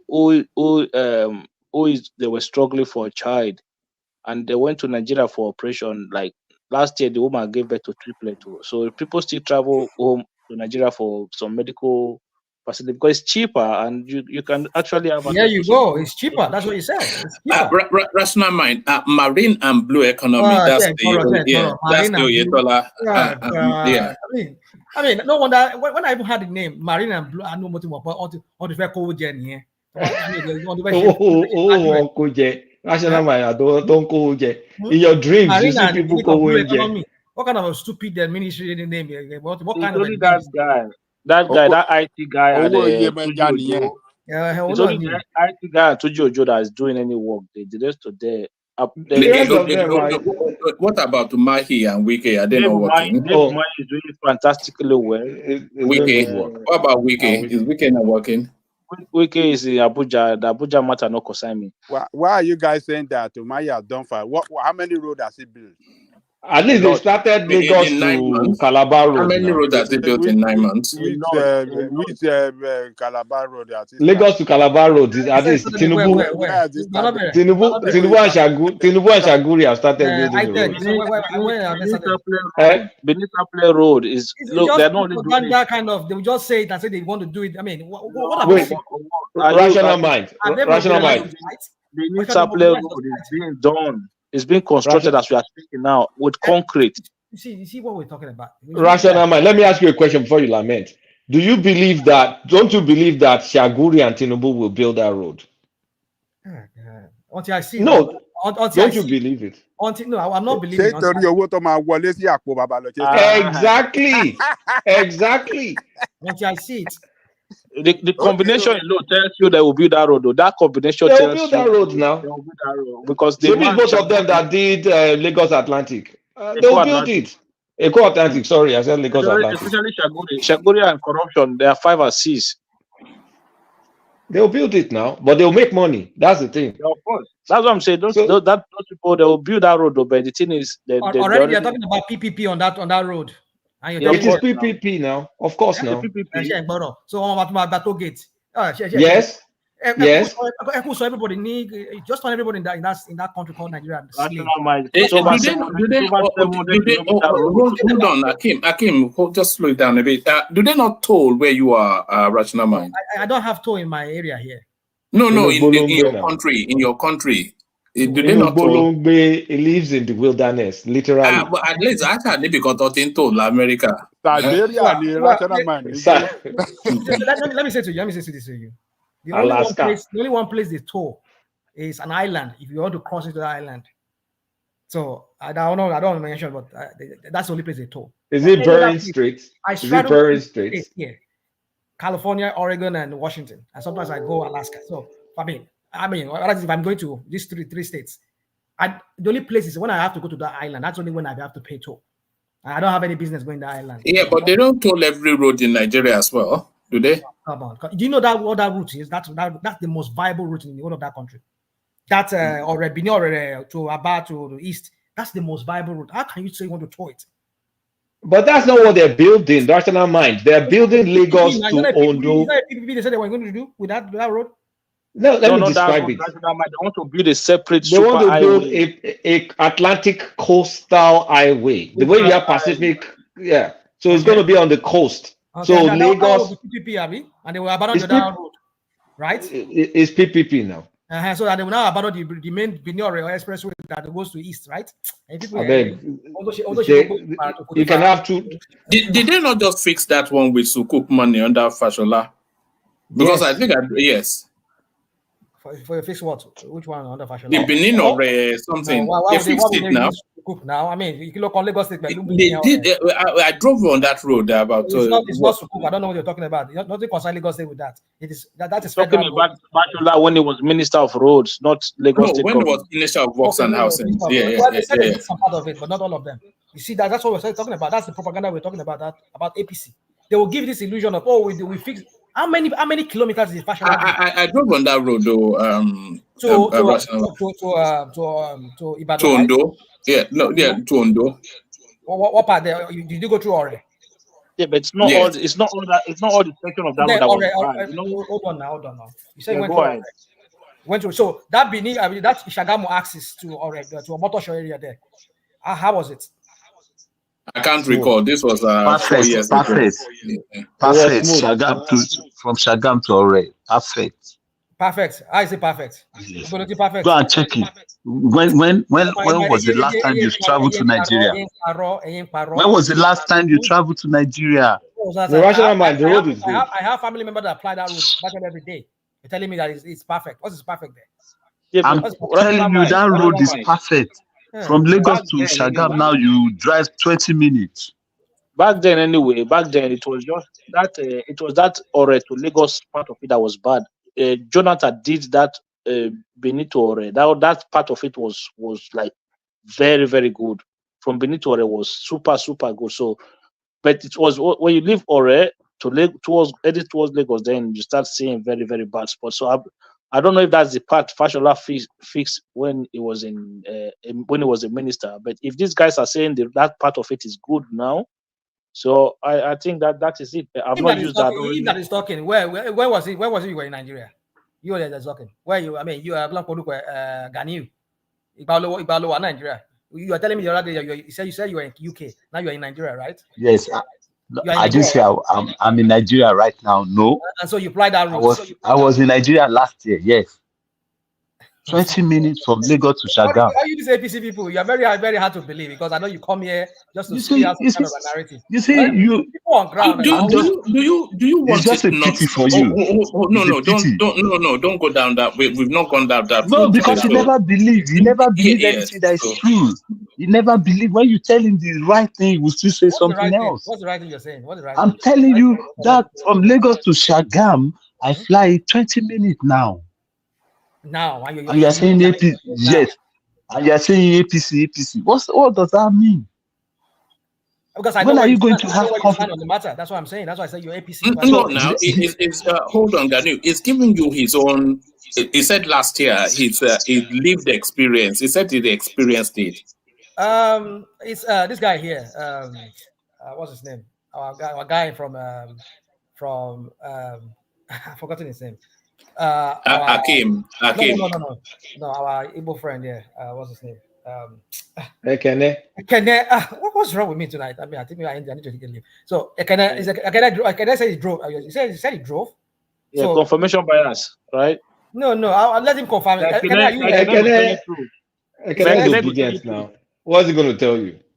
No, let him ask Ekene. Because I have people that apply that road. They say it's very terrible. That's what they say. Ekene is Ekene on? Oh, I don't think he's here. I think it dropped. He got fed up with waiting. That's why I was trying to speak through. But what this guy told you, this guy told you was Lagos to Shagamu. That's what he told you. Okay. Now you want to ask Shagamu. No, I said Lagos to Ore. I mean Shagamu Ore, Motosho area there to Ore. I don't know. The guy said Lagos to Shagamu. No, I don't know of Lagos to Shagamu. I mean, I can't say of Lagos. I'm talking about Shagamu. You see, that's what I'm saying. Shagamu Ore. That's what I said. I didn't say Lagos. I didn't mention Lagos. I said Shagamu Ore. That's a subset. that's a subset of Lagos to Ore now. So what are you talking about? What are you talking about? But what should you no? Do you know what they call the Shagam or road? Do you know what they call that axis? Do you know where I know the road now. So And did you drive through that? so Did you drive when you were going when you were in Nigeria? no, I didn't go to Ondo State. That's what I'm saying. But one man said he went through that road. I don't know. Rational mind. Rational mind. David Umahi is doing very well. Okay, he's doing good. They are fixing. We shall see now. Come on. You continue your propaganda here and start telling us that he's doing this. We shall see. We shall find out as time goes on. Because all the things you say here, we find out to be the opposite later. Don't worry. Because people are really people like me as anti-Tinubu, anti-whatever. We don't want. Anyway, no. You know, rational mind. You can be anti-Tinubu or anti, as you Americans have now changed the language to. You can be all that, but you can't be counterfeit now. Anyway, you be yourself. What is when somebody is telling you that he drove a road and you are disputing, you know that if it's true what he's saying, yes, you know that can rankle. I'm telling you, I'm wearing a black T-shirt and you're arguing with me. If I see you, I won't now. You did you drive on the road? Did you drive on the road recently? All right, let's just leave that road. Let Akulata wrap up that space and then we move on. What was the original topic? It was even the economy bouncing back. That's where we were. Naira holding strength and the reserve increasing. Yeah. They're green shoots. They're definitely green shoots. I think if Tinubu continues with this, with the path is treading, which is like the policies, is going to be the first time we're following recommended policies in a sustained way. We've always complained that textbook economics won't work in Nigeria, blah, blah, blah, because we do the wrong things all the time. So if we do the right thing and is endorsed across the globe and we maintain it, as go through this painful period and we maintain it, Nigeria may well be at a turning point, and Tinubu should get credit for it, for having the balls to kind of like restructure not restructure the country, because if that means something else to people, to like implement tough policies that they've advised us to implement, and we've been doing it in haphazard ways. What is Bill Clinton's most famous phrase? Kulata, can you remember? Bill Clinton? Is the economy stupid? Is the economy stupid? Yeah, Bill Clinton. Is the economy stupid? Yeah. Is the economy stupid? So if things improve, and another thing that can help is, we went so down. So if we even get slight improvement, it will have a lot of impact on people. They'll feel a big relief. No, Akin, don't let him land. I want to move to, Charles has been waiting for a long time. I think Rational Mind just waiting to speak because we wanted to start with, so a lot of people, so let him bring it home. Yeah, carry on. If we get even marginal improvement before the elections, everybody was going, things have started improving. Nigeria, we're very hopeful. We'll say, it will continue to trend positive from here on. And that's how Tinubu is going to beat Peter Obi and Atiku again. And Rational Mind, the third class obedience, they'll start crying. So that's my take. All right, brilliant. It's not Obi leaning. That is it's obedience. You get everything. Rational Mind is halfway house on everything. It's not obedience. If you are Southeast obedient, you are premium here. The second grade is Edo State and maybe South obedient. The third and maybe last are the Rational Mind own, the Yoruba obedience. Because those ones, they'll be looking at obedience abusing Yoruba people and they won't be able to say anything. Anyway, let me keep my mouth shut. I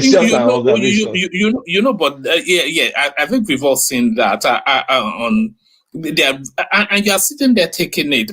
They would not sit here and take. If we try that here, they will reach back, and rightly so. But they will be nodding along. Yes, we are all savages. Yes, of course, you are right. So, you know, these silly, funny people. It takes a special case of stupid to be obedient. Anyway, I'll keep my mouth shut from there. You guys continue. All right, brilliant. So that's of course Kulata. Who doesn't know? Can I ask you, please? We've not been saying word peace. I hope everything is okay with him. I'll check on him tomorrow. Please. Yeah, you know he has his own show though. Yeah, you told me about this, but I don't know when he, what time he hosted. But you know, but I'm just not been seeing. I heard from him like 2 days ago, so it's fine. Oh, okay. That's good. All right, brilliant. So you can put the link to his show in the private session. So maybe I can. Okay, I'll send it. Yeah. All right. Thanks. All right, brilliant. So Charles, share up next. Yeah, what's up? What do you have for me before I go to bed? Yes, so sorry about the long wait. Where do you want to come into the conversation from? Anyone settles FX back. Yeah, go with that. It's a good one. Let me not let them not say I'm an obedience. It's good. I just have a problem with that foreign exchange. It's never really stable. It's 450 now. Next week is 600. So they need to work on digging deep on why it's not as stable as it should. I know they're leaving it to the market forces, but still, they should look for ways of making that thing stable so that it can bring in confidence in the Naira. That's all. All right, brilliant. Short and to the point. Yeah, and to the students' loan thing, your take on that space? Okay. I don't know that this student loans.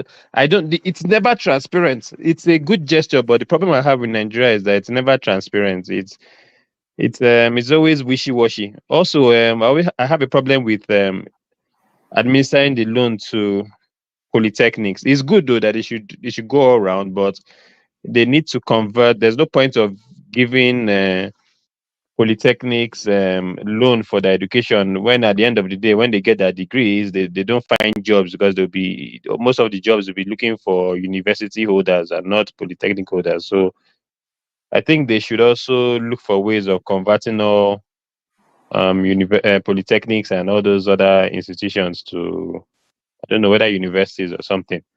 But the gesture is good, but I just have a problem with transparency. They're like, these things, I always lose confidence in them because I just see it as another money grabbing scheme, because I know how it works. Out of the 60 billion they've approved, if 20 billion goes into that program, let us even be clapping for them, because they will never be transparent. You will never see the number of people that actually take that loan. And at the end of the day, to just be you'll be surprised. It just be a waste of money. I also have a problem with how do they want to, all those people that always jackpot and everything. If they do this, they carry the loan. How are they going to track them? Or I don't know. I don't know how they plan on following up with people that leave the country, maybe after school or what may come. But it's a good gesture. But I just don't believe in the transparency. That's just my problem with it.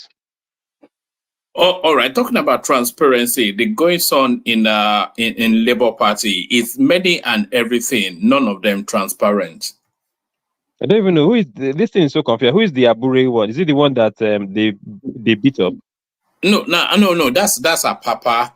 The Abure one is the chairman, the one that wears the cap, the wears the hat. So he, of course, all manners of financial impropriety. Everybody wants him out. So I think it's better you call him Peter Obi's bagman. Wait, yes, Abure is the one that they beat up in Imo State now. Is it not the one they beat up in Imo State? No, that's Ajero. That's the NLC chairman. But so the Labour Party, which is the party that Peter Obi straddled during the election, their chairman, Julius Abure, is actually an acting chairman because it's not been ratified by Congress. So now he's now arranging for a Congress either to ratify him, or he's then able to install his crony to replace him, because everybody wants him out because he's stolen too much money in openly. So even the treasurer of the party tells us that. So his position is untenable. So he wants to quickly organize a convention, ratify himself, probably not, but put a crony in there. But the Labour Congress itself, which is an affiliate of the Labour Party, they are now protesting to try and wrestle control from him to have more input in that convention, so that they can not only get rid of him, or almost certainly probably probe him as well. So that's where they are. But all of it is wrapped around the dollar, of course. Ajero, who is the NLC chairman, the one that got beaten up, he wants part of those dollars that Abure has been gorging on in Labour. Well, if they have the claim that he actually embezzled funds from the party, then he should be sent packing. And if that's the case, even if he puts a stooge there, his tenure will not last long, because it will be quite obvious that he's just a mouthpiece for the incumbent whatever chairman. The other part I don't like is NLC, because you guys are the ones that said NLC, Labour Party, there's conflict of interest, and that NLC is a union and should not be in politics. And now you're the one saying that NLC should. You're happy about NLC kicking him out. So where are you? Is NLC meant to be? Is NLC? Are you accepting that NLC is Labour Party, and that that status quo should remain if they decide that they want to shut down Imo State or want this thing because of elections? You don't have a problem with that, do you? Because that's the problem I have now. You're happy. You don't have a concern if NLC is putting mouth in this Labour Party politics to destabilize or oust anybody. But you have a problem if NLC is shutting down Imo State or one thing because of elections. So you have to tell me where you are. We can't let NLC be dabbling into politics if you are rightly saying that they should be they shouldn't be involved in Labour Party and everything. So for me, I think Labour Party should handle that problem themselves, but NLC really needs to hands off from that party, because the truth about it is that the more they participate in partisan politics, the more that political party loses its credibility, and you're giving APC arsenal to attack that party. No, Charles. No, yeah. Charles. They have a stake in that party. They are the original founder of that party with some other trade union. So they cannot hands off. That is their party. So, and they have a role to play. They've seen people in charge of that party with what's the name of that chairman? Alero, I mean, what is his name? Perpetrating corruption, embezzling money. So they must take step. They must take action to make sure that that party is sanitized and run with transparency and accountability for the interest of the worker, because that is the party they invested in, so that if they can win election, that party can push aggressively the interest of workers, in government. They can push it and ensure that the interest of workers is taken care of. You understand what I'm saying? So they can't hands off. It's just like Labour Party in England is pro-party, is pro-workers' party. So how do you want it's just like Democratic Party in the United States is pro-workers' party. You see the president of the United States, participating in protests with workers that are demanding for higher pay. So it's they can't hands off. Just want you to have the knowledge of that means one man doesn't have any rights to come and say Labour Party is working with NLC to destabilize the polity. Just trolling, man. It's just trying to just rubbish. Push our buttons there. No problem. Yeah. All right, no problem. That's noted. Yeah. One man. Any more news? The headline on the screen, FG reportedly lists 15 people BDC as terrorism financiers. So you were expecting the headline to be a lot more punchy. You were expecting Black Marias to say that they've cordoned off their houses, they've busted through the door, they've beaten them up and they've thrown them. But it looks as though just a financial sanction for people that are identified as financiers of terrorism. Do you have an idea what the sanction is about? Like fines or no, they just lose said their license? They said they will put them on list for. They've identified both individuals and bureau de change, but you see, you expect the response to be a lot more punchy than sanctions. It's quite obvious that you see this whole terrorist whatever that we are just taking, but we are taking it on our head. You see, this whole thing is just politicized because is either one or two things. It's just like the whole Emefiele. Once politics is involved in any dastardly act or corruption or terrorism and everything, there's nothing that is going to be done. You see, this thing that they've just done now just shows that politics, the Nigerian government is involved in every single thing that is happening, especially when it comes to terrorism, especially when it comes to the kidnappings and everything.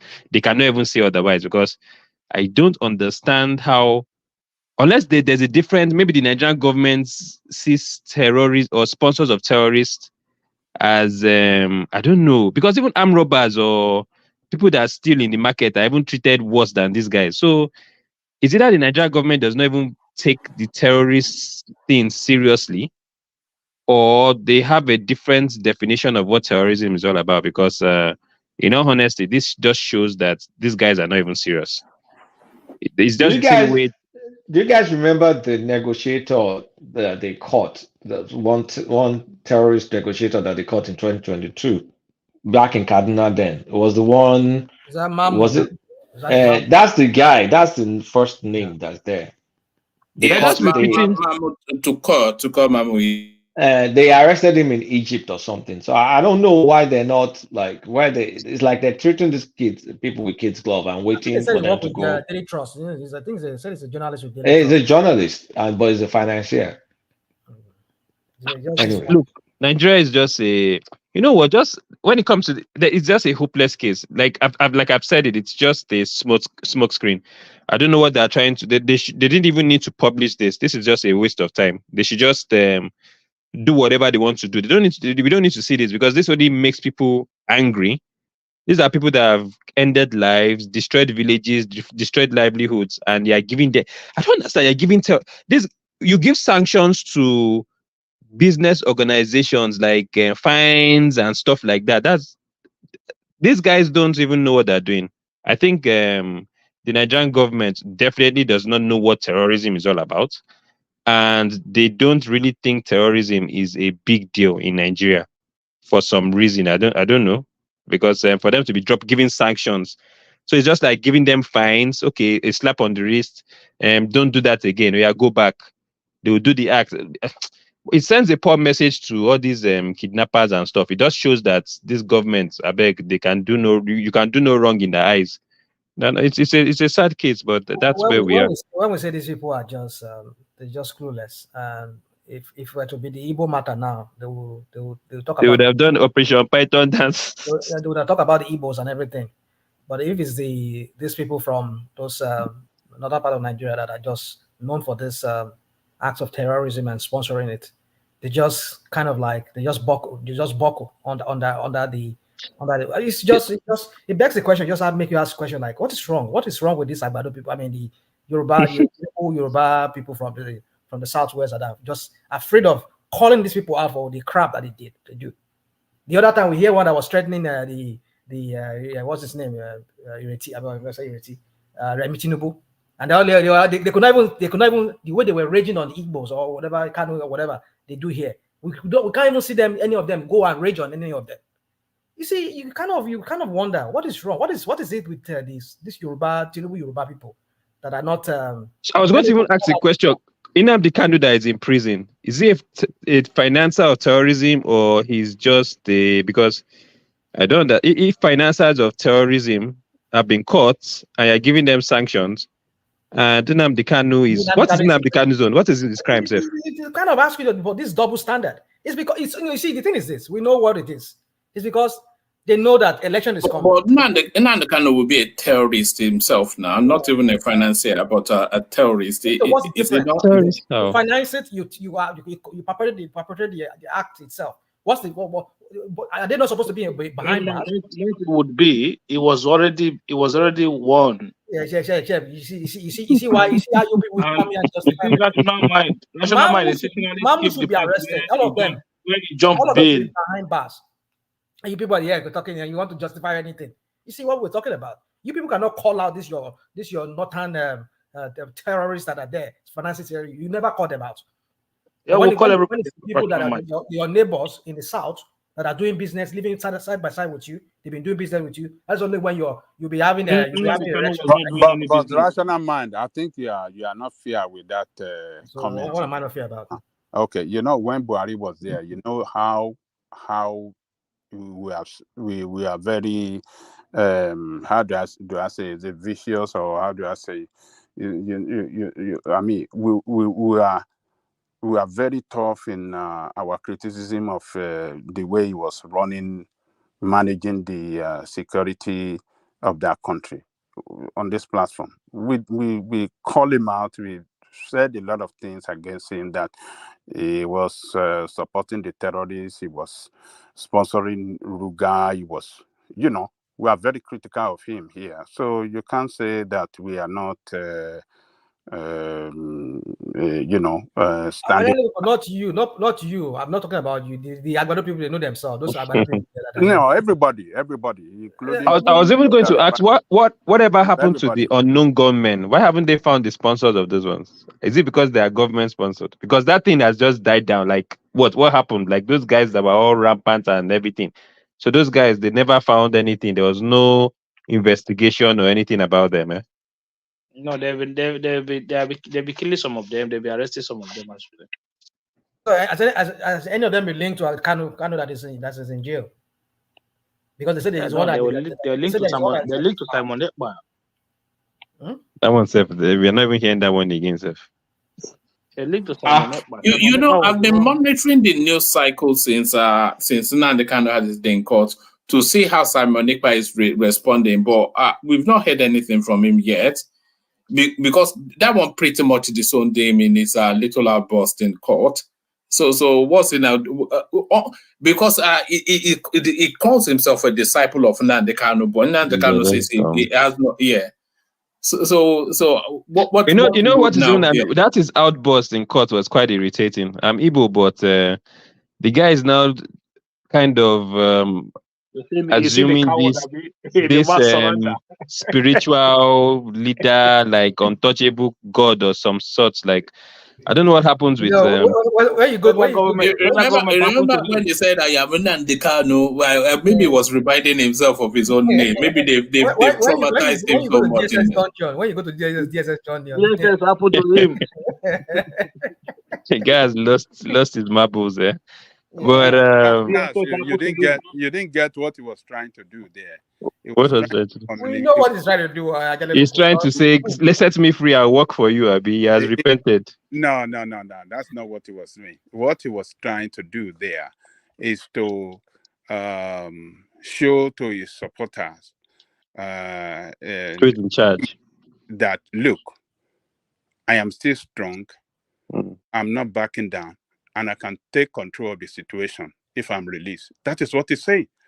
I can take control of the situation. Those that are killing our people, I'm not in support of them. I can take control of them.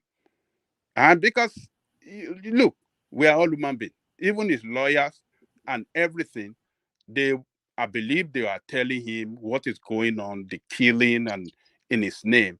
And he's trying to show, look, I am here. I can do it. It's not that he's surrendering, but that right there is some sort of indictment on himself. And the politicians from the Southeast, they will never let him come out for that. Because if he's saying, and which I believe to some extent, that if he comes out, he's able to control the situation because they respect him. So right there, that right there tells them that they have no power. Those he has emasculated the what's it called? The politicians, even the governors. If the governors could not control their people, and he, being a non-state actor, could do that, he has stripped them of their manhood. I mean, their ability. No, rational mind. They will never let him out. They will do anything, whatever they could do to get him to all still be there, because they know that if this guy should say, he could tell who to vote for, who not to vote for. That's what he's saying. That's what. But the thing about it is that since after the elections, the Southeast, there's really been nothing that's gone on in that place. Lesotho is doing well now. What do you mean there's nothing? Like in terms of unknown government, the violence and everything has died down now. Of course. Buhari left there. That's what we should know. That's what I'm saying. This thing is political. Like things like that just don't die off like that without being controlled by a major force, which is the government. Is it Tinubu? No, definitely not Tinubu, of course, but definitely it was more or less like the federal government's ploy to give unknown IPOB a bad name now. That was the idea now. And once they achieved that was the end. It was the government that were harming people. Is that what you're saying? I don't understand. Is it not the same Nigerian army that is killing innocent people on the road? Why are you doing as if you don't know what your government can do? Isn't it the same Nigerian army that's right? Is it not just last week that killed innocent civilians? Charles, to what end though? Like if they start, they want to give. They were discrediting IPOB, trying to make sure that they were named as a terrorist group. The support, they wanted to kill that support, give them.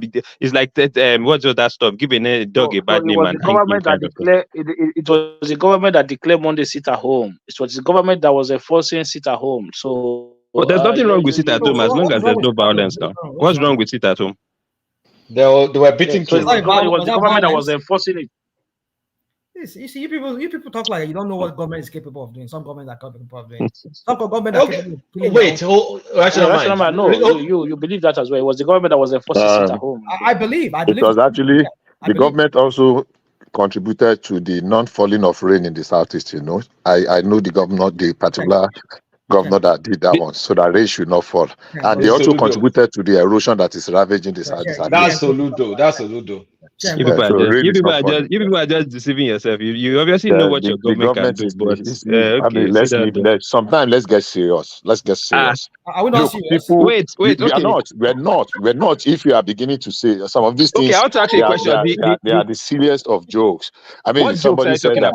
I said your Nigerian army just last week killed innocent civilians. What do you have to say about that? Hold on now.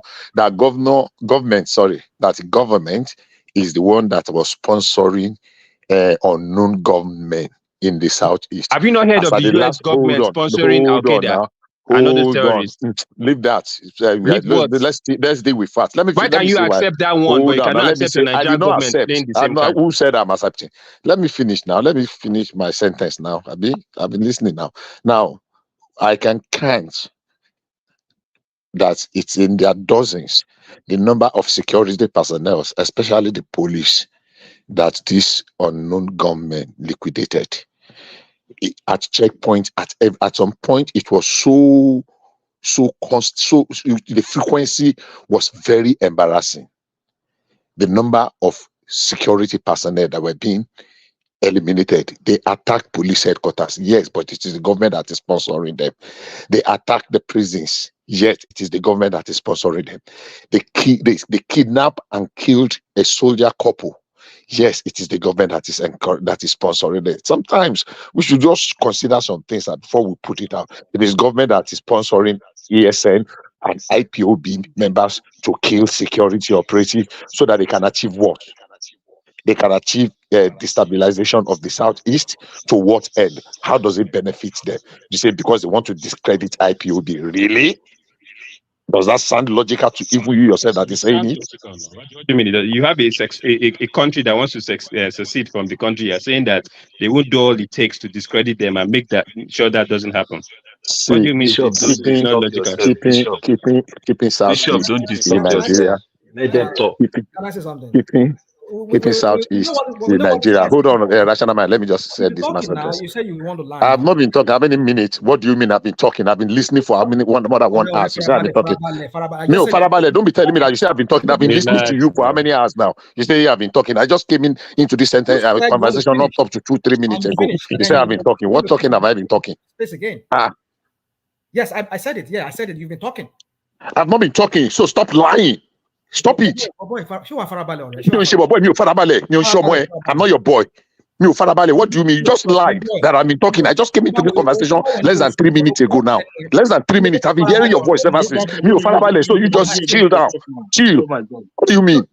You just talked. I've not been talking. You are the one that I've been talking. You've been talking for longer than I have ever. I just came into this conversation less than 3 minutes now. Come on, this guy. This dude. When you come, would you just all right, gentlemen. No. Everybody hold. Everybody hold. Let Bishop land and then come in after him. Bishop. Oh my God. I've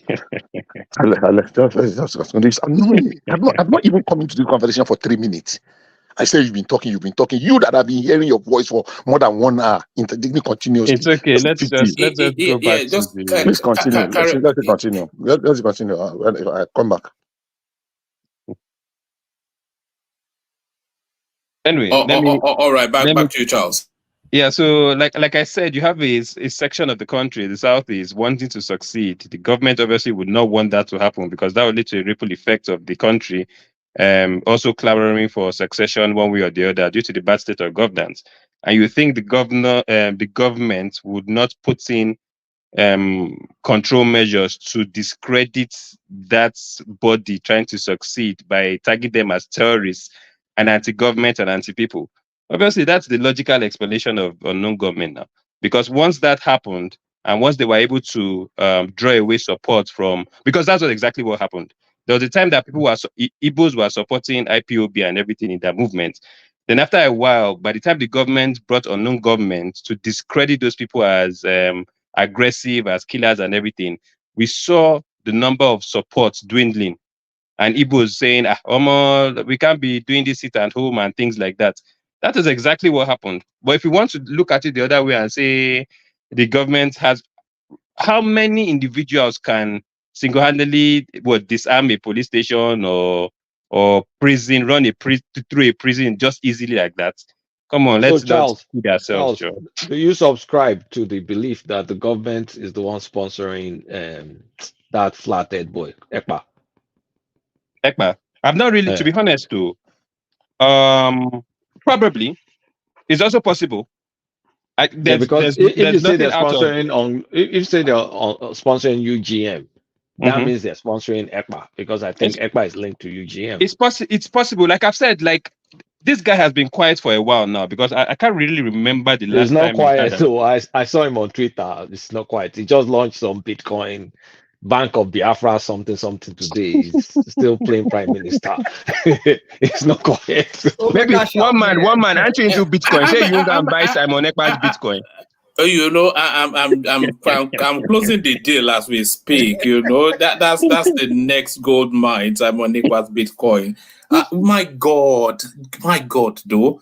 I don't know. You know that people calling enough to fall for this guy. No. There's a problem. So much money. So much. There's something wrong here because this guy, I think in any other same country, should have been extradited by now because he's really causing some kind of instability.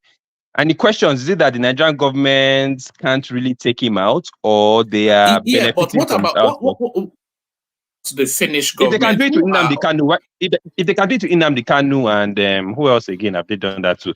Why can't they take him out? Because Umaru Diko, they did it to Umaru Diko. That was what I was trying to say before when I was having the back and forth with Bishop. That you see this guy called Buhari. Under him, we've seen so many crap that he did. In 1984, 84, when he jailed some people and they do some trump up charges against them just to have them jailed, just to pin something on them. That guy is known for, this kind of how do I say? That's why I won't put it past him that this unknown gunmen are just an invention of himself or the government. This is the same guy who went to a country where you live one man, and he went to kidnap Umar Diko. I was trying to put him into a diplomatic bag to bring him to Nigeria. And the same thing he did again, he repeated in Kano's case. So this guy is known to always do things that are not, that are illegal. Illegally, he does things, illegal things just to, so I won't put it past him.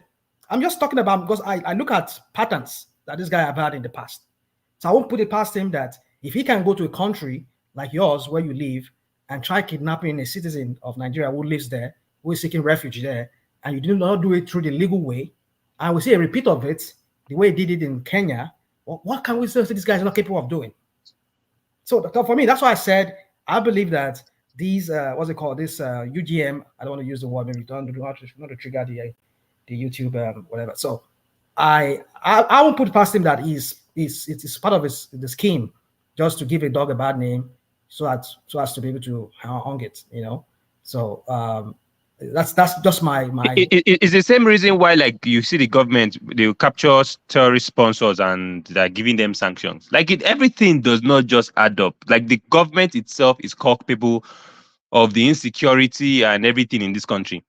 Like, the Nigerian government, there's something obviously wrong with it because it's meant to serve and protect and everything, but it doesn't, when it comes to people instigating violence or people like Simon Ekpa, just letting them just have a free flow. The inaction of all these things is a bit suspicious. I'll be honest about it. I think that country, there's obviously something wrong about it. Either some other foreign power is actually dictating, because any other country would have, sovereign country would take its sovereignty seriously. Nigeria does not take its sovereignty serious at all. When it comes to terrorists, people that are trying to destabilize the country, nope. When it comes to unknown gunmen, they let it slide. When it comes to people like Simon Ekpa and everything, maybe he's under their control. That's why they're just leaving him be. But people that go out of their control, like Nnamdi Kanu, that just went wayward, they now put them in check. That's you're saying what you are telling us now is it's like government is behind Samuel Ekpa. Is that what you're saying? Well, why haven't they done anything to this guy? There was a time I know there was a time they were in Finland or something. They were trying to get an extradition notice, and all of a sudden that has died down. Is there any reason for that? Like, Finland government rejected that government move for his extradition on the basis of freedom of speech. Do you know that? What is it different? What is different between what Ekpa is doing from what Nnamdi was doing before he was? So why can't the same rule apply to Nnamdi Kanu? Why can't the British government? Hold on. What I'm saying is that they were all fighting for Biafra homeland. It was because Nnamdi Kanu traveled to, how do I describe it? He traveled to a place. He was in a place at the wrong time where he was captured. Have you seen, what do you call it? What's the name of Ekpa? Has he ever traveled out of Europe? Has he stepped into any African country since he has been championing this thing? When Nnamdi Kanu was in, you don't know now. You don't know for a fact if he does. Are you trying to tell me that anybody that is like a British or US citizen, once they're out of the US government, and they're arrested or whatever, the US government would not follow suit, or they're not of the interest of US government, so they just let them be, or what? I don't understand. How does that work?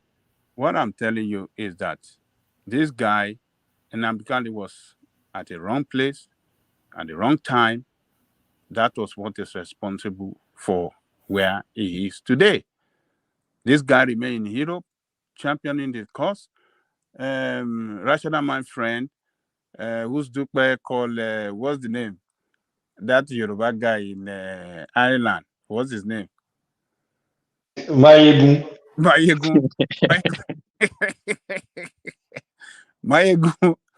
Mayegun General. Mayegun General is there. they cannot grab him. So I don't know where you guys are coming from with this. What are you guys trying to say? Oh, government, you guys saying that government is behind EPA, sponsoring him to destroy them, to destroy the image of Nigeria. Is that rational? Government that is struggling hard to package the image and market a good image of Nigeria, at the same time will be how is government packaging the image? Is it not the same government that is giving terrorists sanctions? How is that improving our image? The government itself is culpable. What you guys are saying doesn't make sense. That government is sponsoring NEPA. Can you make it make sense to us that they just sanctioned? It's not making sense. Hold on. Can you make it make sense to us that Tinubu's government they find out that there are some sponsors of terrorism that has been like an albatross on the neck of, that has been like a noose on the neck of Nigerian people, daily killings that we see, and some people were caught in the act of sponsoring terrorism. All you do is just to give them a slap on the wrist. How does that make sense? I don't get what you just said. What did you say? You say you are trying to say that government could not do all these things you said. Government did not sponsor EPA. That's what I'm saying. You said they could not. And somebody said that the government does not care about the image. Sponsoring him. Hold on. You said they don't care about. They care about the image of Nigeria. So how would they care about the image of Nigeria when they're only giving a slap in the wrist to people that were caught in the act of sponsoring terrorism? How do you reconcile that? How do you reconcile that? Adani Koko and Rational Mind, let me say something on this. You see, what has happened might not be satisfactory, like I believe it is not, but it is different from before. I'm not catching any aspersion. They told us that there were 400 people of 100 names or 40 names that were sent. And Malamik himself came out to mention them, but he did not mention anybody's name. Now, this government had released names of individuals, and they told us some of them are actually standing trial as we speak. So it might be a very narrow, small shift, but it is still a shift that somebody had mentioned names of people. And we don't know whether those people have been arrested or they have been arrested or something. But they told us that one that is very famous and popular among them is actually standing trial. Was arrested, detained, and is standing trial. It is a little. It might not be completely the whole thing what we want. Standing trial for what? For sponsoring terrorism. Now. No. I don't think that's what. You read it now. Talk on my no. Let me just carry on. Okay, you read it out that Tokomamu was standing trial for his involvement in enabling terrorism and in the train something kidnapping. You read it yourself. I listened to it here that he's standing trial. Terrorism charges. You read it. So let me just round up and say, it is a shift. Yes, you're right. It says amongst the individual names in the document was Tukur, who's currently being tried by the federal government for allegedly aiding the terrorists who attacked the Abuja-Kaduna train. But it's walking about. So how do you? No, you did not know that for a fact. You did not know it's walking about for a fact. Was released as a point. By who? Yeah. By who? Let me go and dig it. Go and dig it. Go and dig it. The man, the Mieti Allah leader too, is still being held. So it is a little shift where it's not. You will not see the whole step or the staircase before you begin to climb. If now they have the boldness to announce their names, we don't want little shifts in battles. We want big steps. Well, what do we do when there was nothing? When there was an announcement that there were 400 names that were submitted, and we did not even hear one of the names mentioned, not a single one. Now they have mentioned. Now they say someone is standing trial. Maybe the next one they will arrest. I don't know whether they have arrested those ones or they have not. I would not believe. I would not want a situation they've not arrested them before announcing. But there was. They told us they're going to be put on a list and sanctioned. That's what I'm saying. I mean, we don't know what that sanction is. I don't know. Is the economy? See, I am not saying it is or it is not. I said I don't know, and there is no error. I mean, there is no offense in saying I don't know. I am not happy that they said they are going to be sanctioned. I said that when I made my submission, but it is a little shit from where now it is up to you to say, look, it is either this or it's better we don't have anything. They say somebody did stranded trial. What I'm saying is that it is a little bit different from where we were. Now, a minister told us there were 400,000, 400 terrorism sponsor, and he did not mention one for almost 3 years. He did not mention one. They did not arrest one. Now, the Mieti Allah, whatever his complicity, he's still in detention. Now, this Tuko whatever his name is, he has been arrested and he's standing trial. I believe among those other people too that were mentioned, the 15, maybe one or two of them are standing trial too, or maybe they have arrested them. Investigation have not been completed too. So the choice of word sanction, I wanted to ask you, was that the release of the government statement, or the person that wrote the report? Because sometimes we read a report that a journalist put together and we take it word for word. I mean, it verbatim, like it is what the government is saying. Sometimes it does not. The government might just, and some people write reports in different ways. So maybe that sanction, I'm not saying it is not government word, though. I don't want anybody to comment that, but maybe it is just the word of the reporter that wrote the one you read. It is a possibility, but I believe they deserve more very fierce. I don't want to use the word sanction now. I mean, the heaviest weight of the law that is applicable is what they deserve. Let me give you 2 paragraphs, Bishop. It says, the newspaper said NFIU documents showed that the Nigerian Sanctions Committee met on March 18, 2024, and specific individuals and entities were recommended for sanction following their involvement in terrorism financing. The Honorable Attorney General of the Federation, with the approval of the President, has thereupon designated the following individuals and entities to be listed on the Nigeria sanctions list. So the punishment for terrorism in Nigeria is sanctions. Well, in the first instance, if you have not tried someone and you find him guilty, and it is even wrong, even for the Minister of Justice and the President himself to pronounce people guilty of an offense that they've not been tried of, that's even wrong. So it is illegal. The President has no right. It is the court of law that can say, okay, this person is guilty. There are appropriate sanctions by the court. So for the President or the Minister of Justice and the General of the Federation to unilaterally, and what's the other word now, pronounce sanction on individual, they are Nigerians. They have the right. The law says it is innocent until it is proven guilty. So because somebody just mentioned their name, they have not brought the evidence, they have not given them the opportunity to defend themselves, we just say we not sanction them. Whatever the sanction may be, even if it is don't eat your morning food, or don't eat afternoon food, or don't go here, or don't go there, it is only court that have the power, the prerogative to say that. How about that? Because the president cannot just declare somebody guilty because he's been accused and say, okay, impose any sanction, no matter how lenient the sanction is. It's not right. That's not the kind of country we want. Let them take them before the court of law, competent court of law. Let them prove that they are guilty, or let them, the accused person, prove that they are innocent. And Bishop, Nigerians don't want to hear the word sanction when you're talking about people sponsoring terrorism. What they want to be hearing is arrested, paid, all of these sort of words. The word sanction is almost as though they're trying to rankle us, to rile us up. What you've put a terrorism suspect on a sanctions list. What does that even mean? That's just the totality of a nonsense, that. One last thing. I ask you, what are the synonyms for sanction? Yeah, you tell me. Where are we going? I don't know. Yeah. I'm not in the position to check my Google.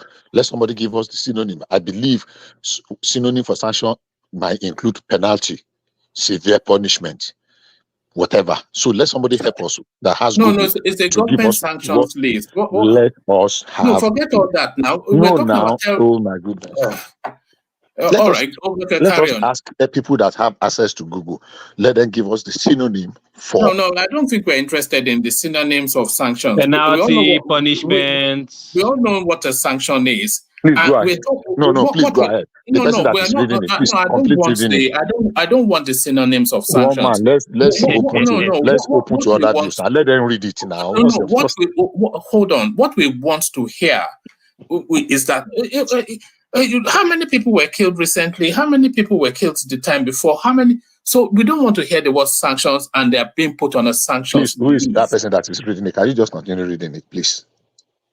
Just penalty and punishment, deterrent, penalization. Penalty, punishment. Okay. So I will go with the word punishment.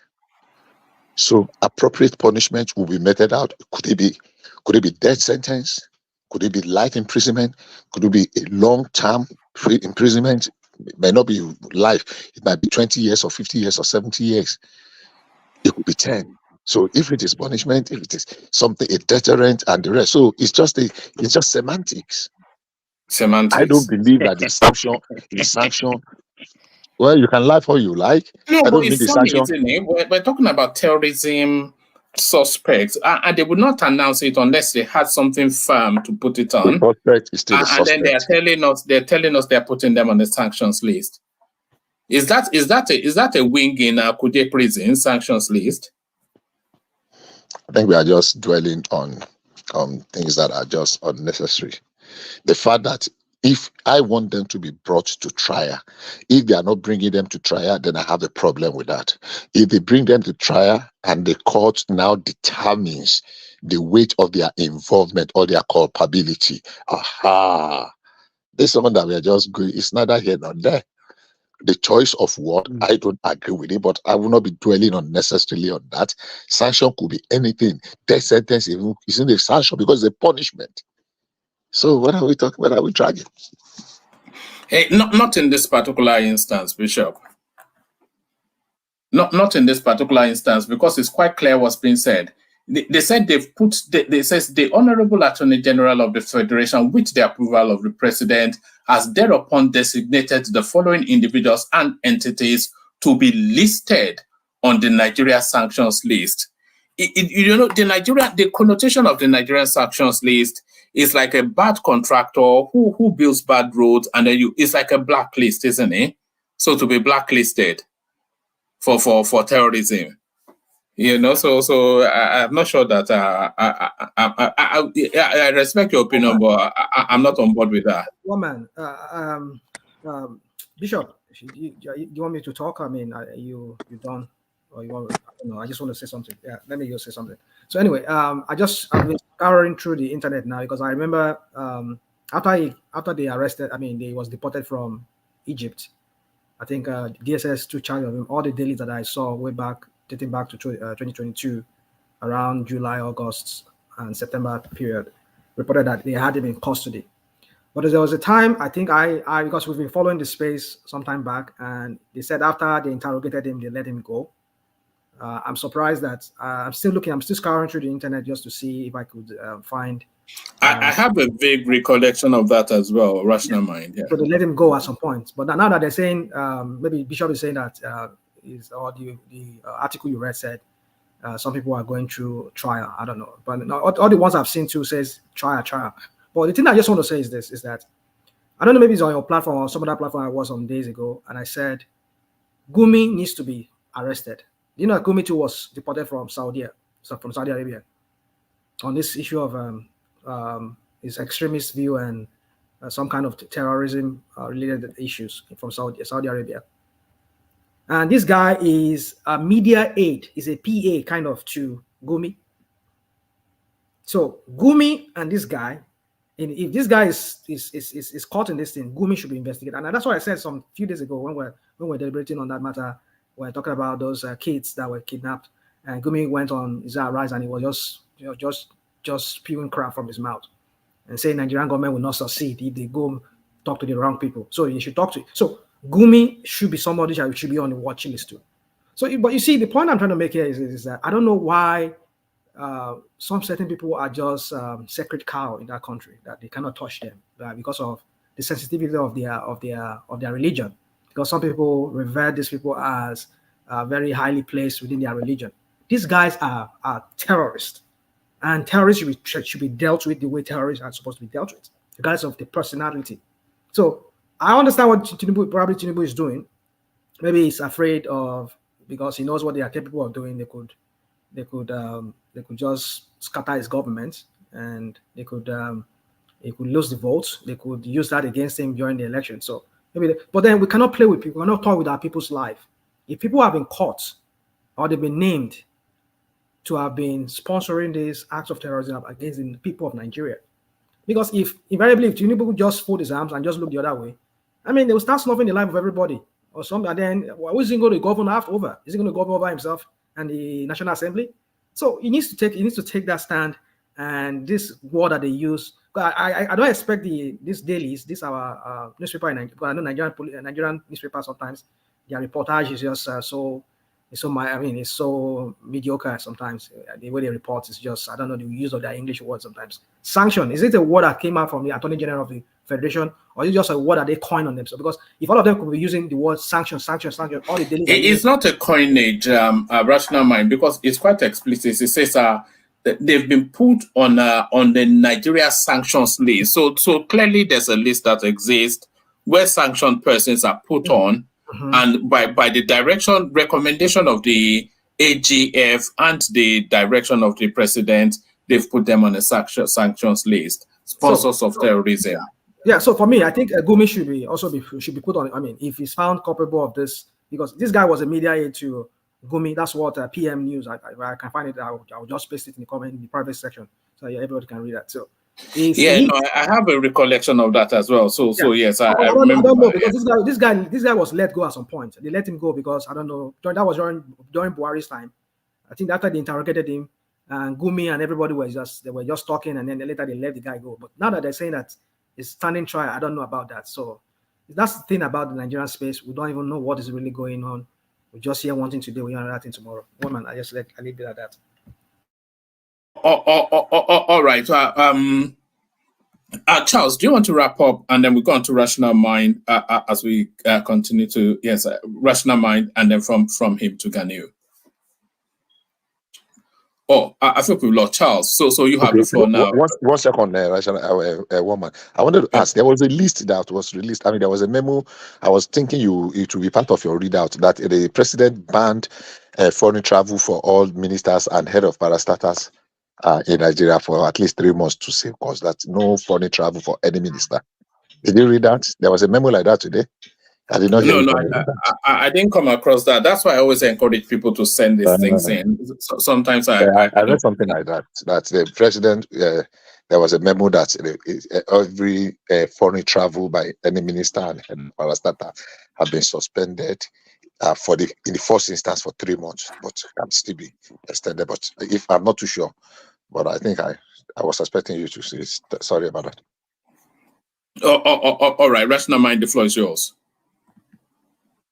Yeah, woman. Yeah, because I need to be going very soon. Let me I'll just be rapid about this whole thing. Yeah, so me, I think I've said a little bit about the terrorism. Tinubu needs to get serious with his government and should not play with the life of Nigerians. Just imagine we lost 16 or is it 16 or 17? They said now, military guys that were lost. They were in a space they were not supposed to be. I don't want to go and dig into that. I mean, the other day we talked about it here, that there's something more to this whole thing than is being reported, even by the Nigerian. When we say propaganda, we say, why should we be saying that? Nigerian military too, they are involved in propaganda, either by knowingly or unknowingly they are doing it. Because what we're hearing is that they were involved in some extrajudicial killing of people. They killed some people. That led to the reprisal that we saw, whereby some group of guys who were fully armed to the teeth, they had to come and and who knows, maybe some other things involved too, maybe because the thing is this, that how could you put it on these people from that village, when they said the Nigerian military has their presence in that village already. According to Olorogun, what's his name, that was interviewed on channels some few days ago, when Shogun Kobaloye talked about, because it's somebody in the, he's one of the leaders of the community of that area. He talked about it. So it's just, we all know, let me not bore of us with the story. But the point is that they've been there, they've always been with these people there. But it was because some people, other people, the Ijaw part of the Ijaw clans of the other village, maybe they seem to be more influential, maybe because I don't know, whatever. And they said they even came with the question we should be asking again is that these people from the other warring village, they came with these military guys, but they said these guys, they left untouched, unharmed. But the police, I mean, the army were so there's something much more than we're hearing from this guy. So why would Tinubu be tolerating when we have this kind of criminals among us, and we find out that there are some people who are sponsoring these criminals? Why don't you just arrest all of them, and then just don't care about, because you're doing what is right. When Nigerians see that you're doing what is right, Nigerians will rally around you. That's my advice to him, to President Tinubu. Let me call him president at this point. So he needs to act right and do his work. And because you see, one thing about me, is it no longer the idiot in Aso Rock? I thought that was his official designation now. When the time comes for me calling him, I will call him that. Forget it. All right. I want him to act as in his that capacity as take this security serious. Maybe you're not taking. Maybe because his own kids are not involved, or any family member of his is not involved. Maybe that's why, because all of them, they get state protection. I know they will all get. So the point is that what goes around comes around. You never can tell. So who knows who could be next? So if these people have been figured out, they found out that they are sponsoring terrorism, do not just give them a tap on the wrist. Jail them if they are found to be guilty of that. Woman, give me another topic, please. All right. Before I give you another topic, Rational Mind, let me signpost Dupsey's session. So Dupsey, as last Sunday, will be on this Sunday to talk us through all matters life related lifestyle. I was going to say lifestyle, but it's not lifestyle. So that's Dupsey's session there. So she's going to the moral maze of African parents having to contend with their rich son wanting to marry a single mother. Is this something you would accept? Come talk to Dupsey about all that this Sunday coming. So that link in the comment section there, click on it to bookmark it. She'll also be speaking to the Folorunsho Alakija divorce as well, which seems to have gripped the nation's attention. So all that and many more topics are join Dupsey this Sunday coming. So this Sunday coming. Rational Mind, take us to the economy then, and the green shoots of recovery that we are seeming to be starting to experience. Well, man, it's a good thing if the dollar Naira is doing well against the dollar and other foreign exchange, other currencies rather. For me, I won't. You see that's one thing I don't like doing. I'll never do that here. I'm not a Tinubu praiser. I'll not come here and praise him for anything. I will not do that, because it's something that he cost himself. And if it's seeming like, I said it on this platform, they will cost it, but they will cost kata. They will not, create this facade of, oh, we are solving it. No, you are the one who caused it. So bring us back to how it used to be. If possible, take us back to 2015. Well, I doubt if that's going to happen, but at least take us back to when we know. That's when we know that, yes, you're really working. So I won't allow this, because we know we've seen this kind of drop and then a shooting up. We've seen this ebb and flow of this Naira. So it's not something we should be. So that's one thing, because if I come here and sing praise and tomorrow some other thing happen, and then we start looking at it. I don't want to start looking stupid like the Avado people. Some of them look stupid on this major platforms. They will come here and sing Tinubu's praise, and the next day we see another thing happening, and then it was like, so I don't want to be that. So I would say it's a good thing. That's what I would say. But until I see a real major deep in the Naira, what I mean deep, I mean the other currency deeping to the Naira going back to like in the hundreds, like in the 800s or 700s, that would be what I would say. Okay, well, good. At least it took us back to when it took over from the bubu that just the one that came from Naira. So I would say that's for me for that. Then on the NLC issue, I just see some extra, how do I say, some people playing behind the scene here, trying to scatter this Labour Party. I don't think it's for any good of Labour Party. I think it's just for some people acting.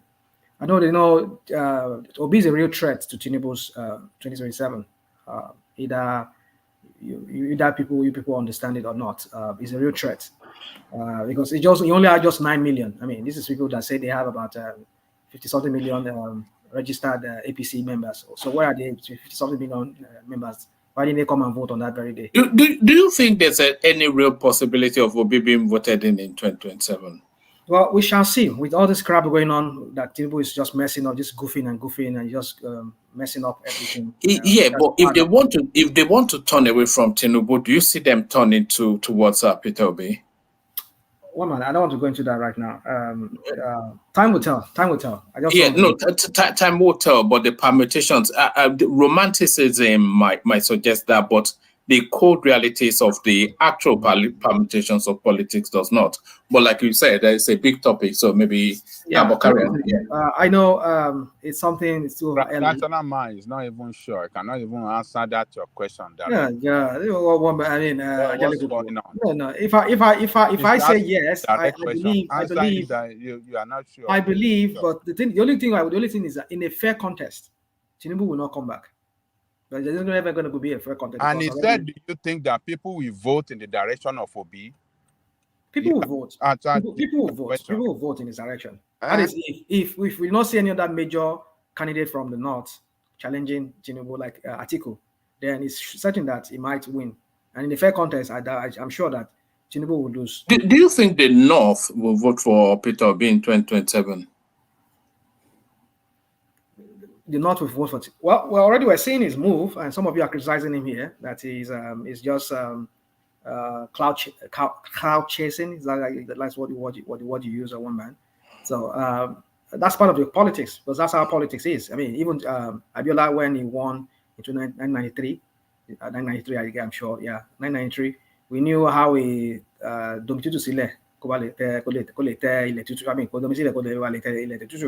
at least we saw what he did, how he always gives scholarship, he does stuff for people from the north. That was what won him into the heart of the Northerners back then. And he was known as a very good philanthropist. He did for everybody, but I know he did more for the north in terms of giving them scholarships and all of that, helping them. And he sent money to them during the festive period to buy stuff. Right. Do you think the North, they'll be happy to be out of power for 12 years?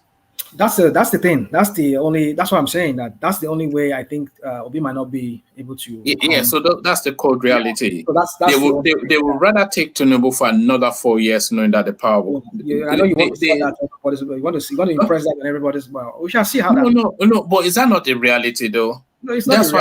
That's what I'm saying. The cold facts of reality versus our fantasized. It is the possibility that might the eventual possibility that might. Let me use the word eventual possibility. Yeah. That's how I put it. The eventual possibility that is that what looks like might likely happen is that, because I know. You see, 2027 does not open up for Peter Obi at all. In any way that you look at it, if people want Tinubu out of power, they will not come to the south. They will go to the north. You know, I don't see anybody in the north that is even at this point. In fact, for me, I don't even want. 2027 is a long time now. There are big players in the north now. No, forget it. Tinubu might not even get the ticket of the party, but it probably will. But if there's going to be a shock change of government in 2027, it won't be to the south. The realities of the politics don't.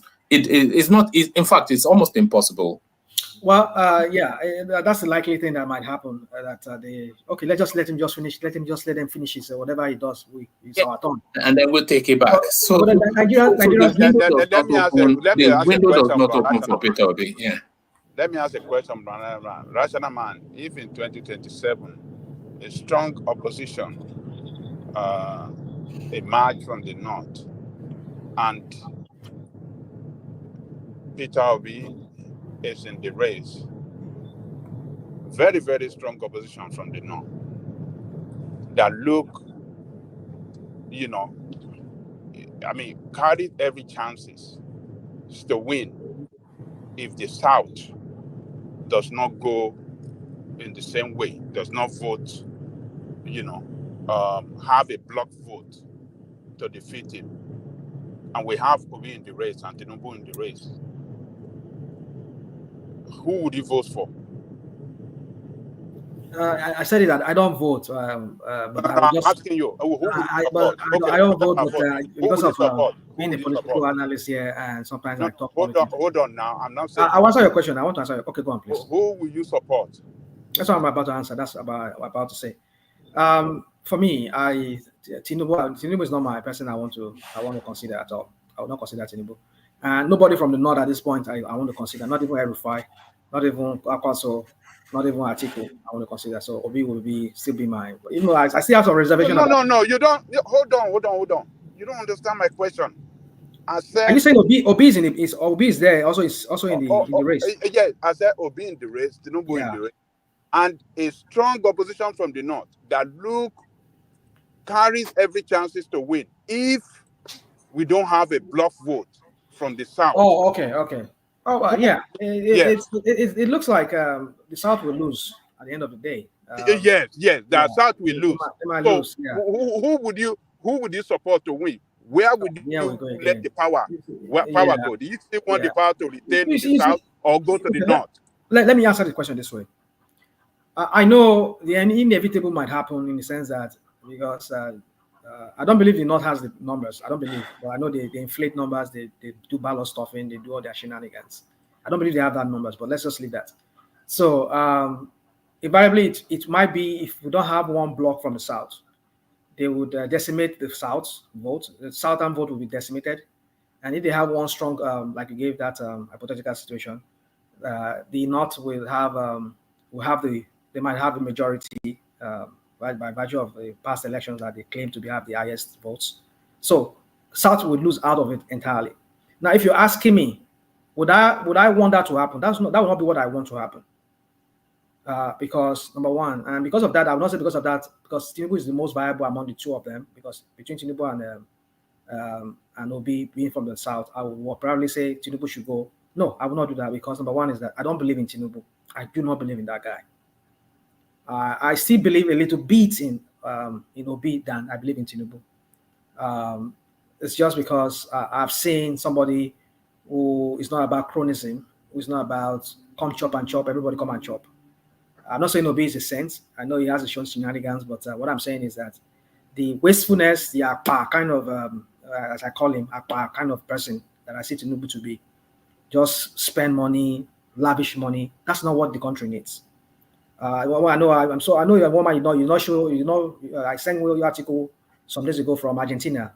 The Argentine president that just got in there is doing wonders already. He cut down on expenses for himself and his cabinet. He even recently fired one of his cabinet man.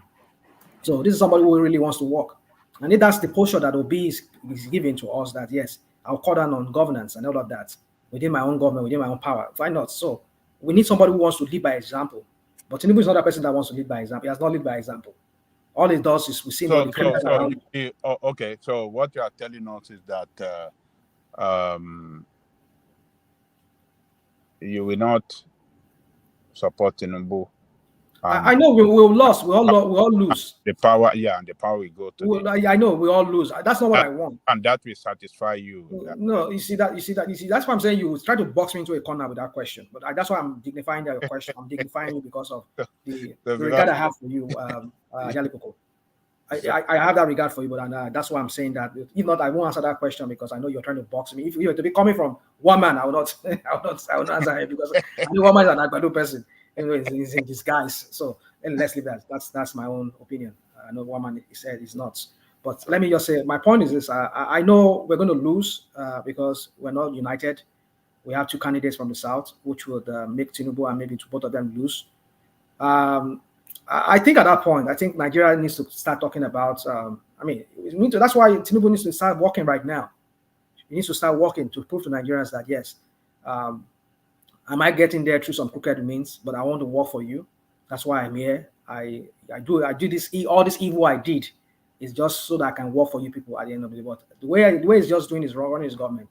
It's all about chronism for him. It's all about making money for himself and his family and those people who helped him into governance. That's what I'm saying. Sorry, Rational Man, what exactly do you want Tinubu to do? What exactly? How do you want him to work? Can you tell me? Like I said, it's very hard. So he should kill himself. No, it's a question. Yeah. Can you just answer that? I answer that question. Hold on. How do you want him to work? To kill himself? Let me answer your question now. You've asked me now. Okay, are you not done with your question? Are you done? Yes, I'm done. Just okay. Yeah. So I've said it many times here that Tinubu cannot give what he doesn't have. He doesn't have it in him. He has always surrounded himself with trade fingers, with sycophants, with people who are criminally minded like himself. And Obi is not criminally minded as well. Obi is a saint. No, don't call when you're talking. Yeah, you should just think about what you're saying. You should look at what you're saying. No, you're not. No. Let me tell you. Hold on 1 minute. Don't get personal with him, though. You asked him a question, so he can respond. Hold on. He doesn't have to give you the answer you want to hear. He will respond in how he understands it and how he views it. Yeah. So, you still want to say something, Daniel? Go on. No. Continue. I don't have to argue with you. You can just say whatever you want. You don't have to argue because that's my opinion, and I think you are asking for my own view on this matter, and that's why I'm asking you. I'm answering your question. Let's forget about the beef you and I we had in the past, but I just don't want to go by that. So my point is that I don't see Tinubu giving what he doesn't have because the way he got into governance and everything, it's all about criminality around him. Enriching himself, and eventually he got whatever he said was his lifetime ambition. We know how he started his lifetime ambition with how he got into governance in 1999. Let's forget 1993, 1992 time, 1993, starting 1993. I got in there.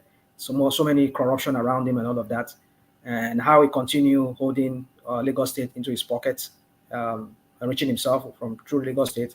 And eventually he used the money to launch himself into national space and eventually became the president. So now it's paytime period now for all the people that helped him. Because the last election, I will not say it's only just his money that brought him into there. There were also donors who no doubt gave him money just to make sure that he becomes president, because he knows that when he comes there, it's chop by chop government for them. And that is what's going on. But that is at the detriment of the people of Nigeria. Nigerians need to see that the governance is working for them and not for some few people. All we've been seeing, the budget that we've seen so far, it's all about those people in government, the National Assembly, the people in parastatals, different parastatals, they're all making money from it. This idiot from Ogun State, your state, there was his name, the senator that used to be senator from Lagos State.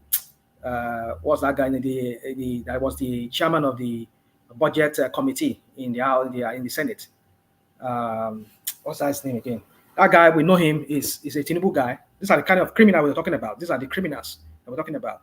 Budget, your padded budget, and you saw these things and you allowed it to go. All because you see, my friend, governance should be about the people.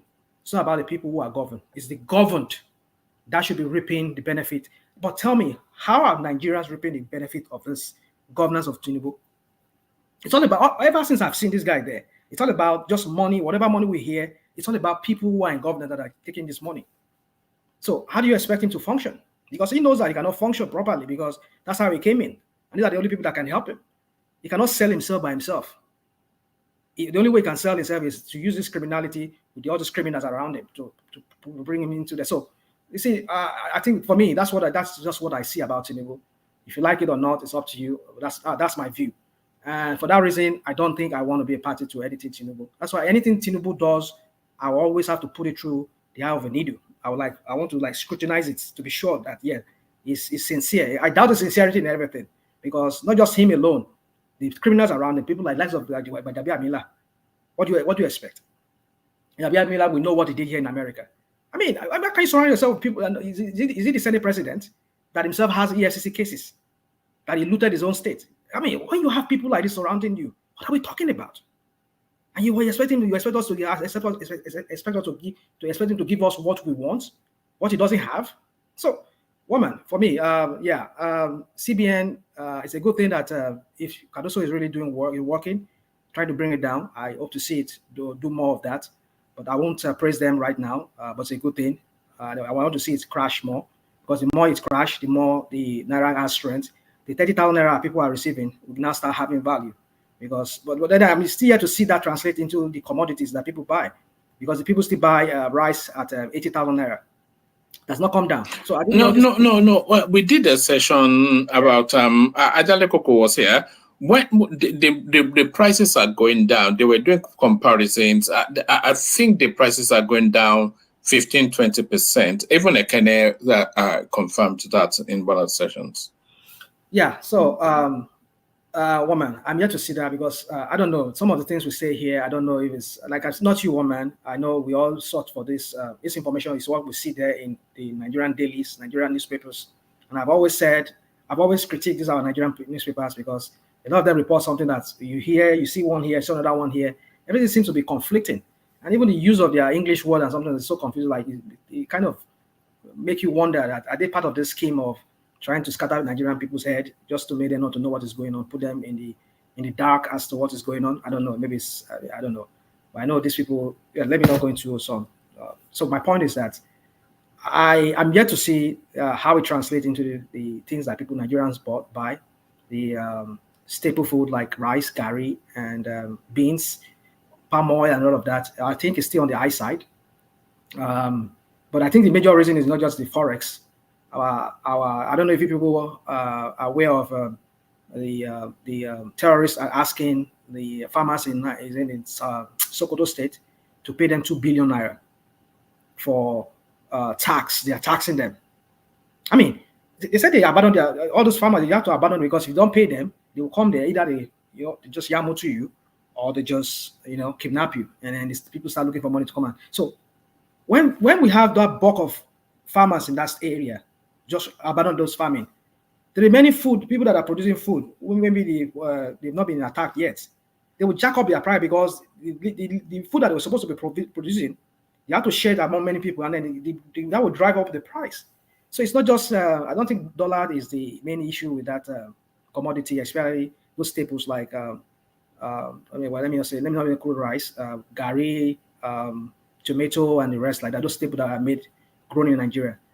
I think it's just terrorism and insecurity that is just what is behind it. So if Tinubu can fix that, along with this dropping Naira, this dropping foreign forex, I think that we should go a long way in being able to reduce. But you can't that's why I'm saying I don't believe in what these people are doing. It's wanting to fix the forex, which is good. I'm not saying it's bad. But the other aspect of it, you're failing to give attention to, which is the security of these farmers who are producing staples for the Nigerians, like tomatoes, gari, cassava, those things that we corn that we need, that are staples. If they can't go to farm and produce this thing and harvest them, so the ones that are able to do that, I mean, it's going to jack up the price. They want to jack up the price. So you need to fix that too. Give attention to that too. Along with this, so we know that yes, you are really serious. But if you only all your attention is just forex, and then you leave insecurity, I don't know how that is going to work then. So for me, I don't think that food is. I don't know where you're getting that information from. From people back home, they're telling me that the price is still, it's just a little thing if there's any change, but it's just still the same thing.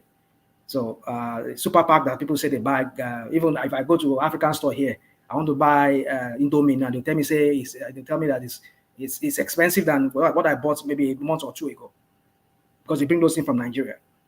You're jacking up the price too. So woman, I know there's inflation everywhere, but the thing is, Nigeria one is just way out of this universe. So I think that's all I have to say. And finally, woman, real quick, the issue of that student loan for me. I've said it. I think I've said what I need to say. Maybe I didn't say it right. But my point is that Tinubu should not focus on just money, because I think, you see, that's what I'm saying. I can go on and on. If you ask me, give me time to go on and on about Tinubu, why I don't like this Tinubu of a person. I mean, I don't like him as a person. I don't like his policies. I don't like what he stands for, the way he governs, his governance style, and his policies. Let me ask you, does Tinubu stand for anything outside of what every other Nigerian politician stands for? is it better, worse, or is it especially so more than the rest of them, or is it just have we just identified him as the poster boy? Or how is it different from? We've gone through Peter Obi. You know he's a looter. Atiku is a looter. But Abiamila is a looter. Even Fashola will be a looter. Everybody, they are all looters. So why especially him as opposed to anyone else? Why is him right now? Is because he's the one is the one there who is the president. The same way I was attacking Bubu when he was there, when we were all here, when Bubu was there. I know you started this channel. I was one of those people that was here with you, if not early, one of the early guys, members of your platform. Well, always, I mean, Tinubu wasn't in play. If I ever commented on Tinubu or maybe support of Bubu was the only time I just attack him. But I always talk about, so somebody should tell me that people like Gani should not be saying that. Why do I hate? No, I don't hate Tinubu. I hate the APC and what they stand for. Their policies, their propaganda. They're not there to help the people. They are there just to enrich themselves and their cronies and go and just put Nigerians, impoverish Nigeria, put them in more misery. That's my point. So Tinubu is just one of those people too, one of those politicians. So it's no difference from them. So if anybody is there, even though it's, what's his name? Obi, that is there, he does this crap, I will come here and be one of those people that I will call him out. I will go hard on him the way I'm going hard on anybody like Tinubu. So not specialists like Tinubu. I've known Tinubu's antecedent from Lagos. All the crap that he did in Lagos, and then he tries to make it look like it's something that he did. It's not something. You know, going back, looking back in retrospect, I realized that Tinubu was just for himself, not for anything. It's all about just making money. How to make money. You don't just make. That's what brought me to this issue of this loan. It's a good thing if you're having like money given to people to go to school. But the point is this: he's the same guy who said some few days ago, when people were talking about restructuring, he says, no, we cannot talk about restructuring without doing the groundwork. Now you realize that there's a need for you to always have something planned first before you just go out and just make any policy statements. He said it, which I agree with him. We're having that deliberation on some other platform. And somebody brought that up. I said, yeah, that's a point to make. I mean, that's the only one about the only thing I see that. I know he's just said it because he just wants to say something. Does it look like he has something upstairs to give? I mean, yeah, but if really what he said, he meant it, that's how it should go. You don't just go make policy, just say it like that without having done any groundwork for it. Give Nigerian false hope that, oh, they were expecting this thing, we'll be paying 30,000 naira. You're not done the groundwork.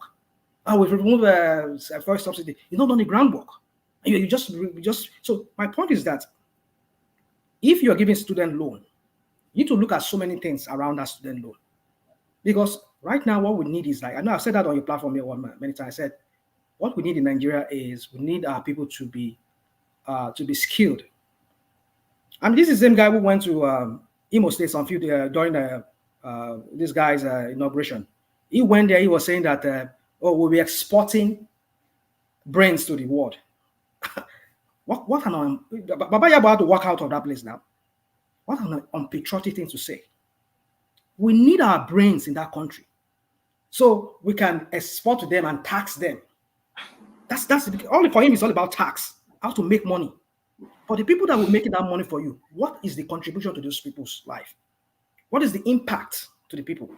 So my point is that if you want to like create some kind of an economy that is like 1 trillion economy, your people should be up to the task. It's like within that, because when you're having this brain drain, like you say, you'll be shipping brains outside. So who are going to create that 1 million? You see, when we say these people say one thing and they do another thing, and you wonder, how are you going to create 1 trillion economy when your people are not skilled? You don't have skilled laborers. This is the same guy who was like saying a few weeks ago, we were taxing all the expatriates. He just said it without even doing any groundwork. Now they already reverse it again. They reverse it.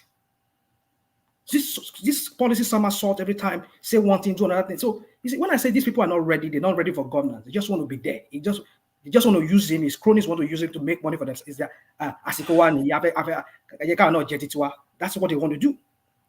So, woman, for me, in conclusion, I know we need to go. Everybody needs to go. For me, in conclusion, is that train our people, give them some form of training that would, in a local economy, like in their locality, they can be like electricians. They can start doing plumbing. But another thing is that where is the plumbing? Where is even the water for them to even do plumbing? When in Lagos State, they don't even have all the homes. They don't even have water going to any home. So where are the plumbing you're going to do? You see what we're talking about? So you've not done anything. So now, and you want people to go to tertiary institution to go and learn. How many of them? How many of our engineers are building construction building in Nigeria? Rational, 1 second, if you don't mind. Go on, please. Do you know there are up to close to 10 technical colleges in Lagos State alone? Do you know that? I know of about 2 or 3. No, you don't know. There are more than 2. If it's not up to 10, it will be 8 at the very minimum. And they are running. Federal in and they are churning out people. I cannot mention. Technical school, you said? You say what? Technical colleges, yes, technical colleges. And they are taking in people every year, and they are churning out tradesmen in different handiwork and what have you. I don't know if this thing you're talking about. There is always a Chinese. There's a Chinese adage that they used to teach us many years ago, that the journey of 1,000 miles begin with a step. According to the book, according to Saint Rational Mind, if it is not a 1,000 miles at the first step, then it is not a journey at all. Look, there are cynists. I know you are a cynist and a pessimist, but there should be a line, even if you are being very cynical about everything. I'm sure you'll be cynical about the air that we breathe in Nigeria. That is not Tinubu has contaminated the air that people are. Yeah, that's the truth.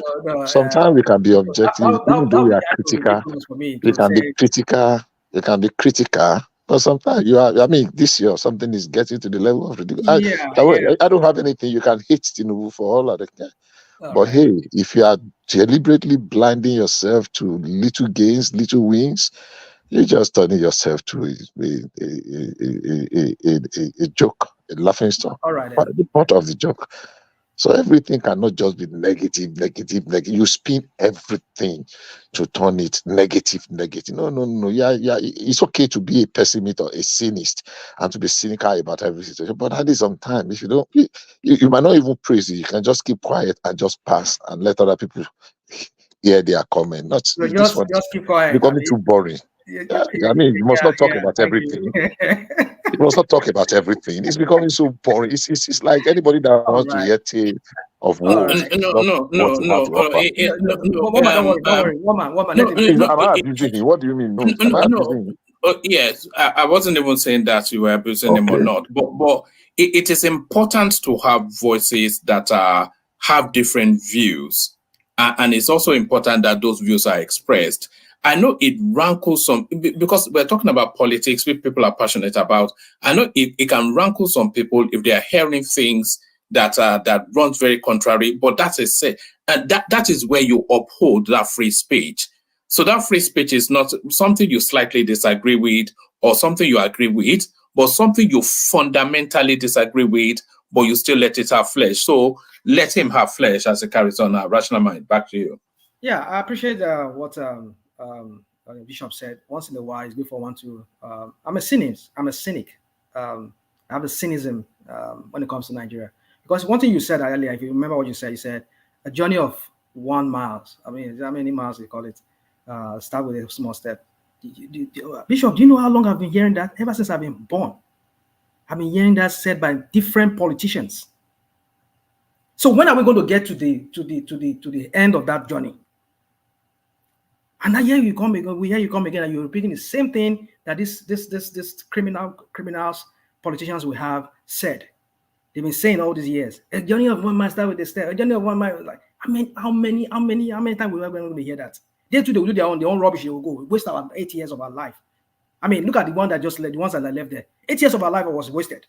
And this one too is on the same trajectory, and you don't want me to be angry with them. You know what it means for Bishop. It's just because you and I, maybe we are fortunate to have gone out of that country and maybe start a better life for ourselves. Do you know how many of our people, some of us who are our age mates that are back home, some of them, they are just stagnant in one place. Not because due to any fault of their, not as if they are lazy, but there are no opportunities like you and I. We came here, we see opportunities. There are no opportunities back home. These criminals there, they just keep taking the money, mopping up from the system and bringing it here, buy homes, buy estates here, and our people are languishing in poverty over there. And you keep telling me a journey of 1 mile start with 1 step, and you don't want me to be angry with them. I'm hungry because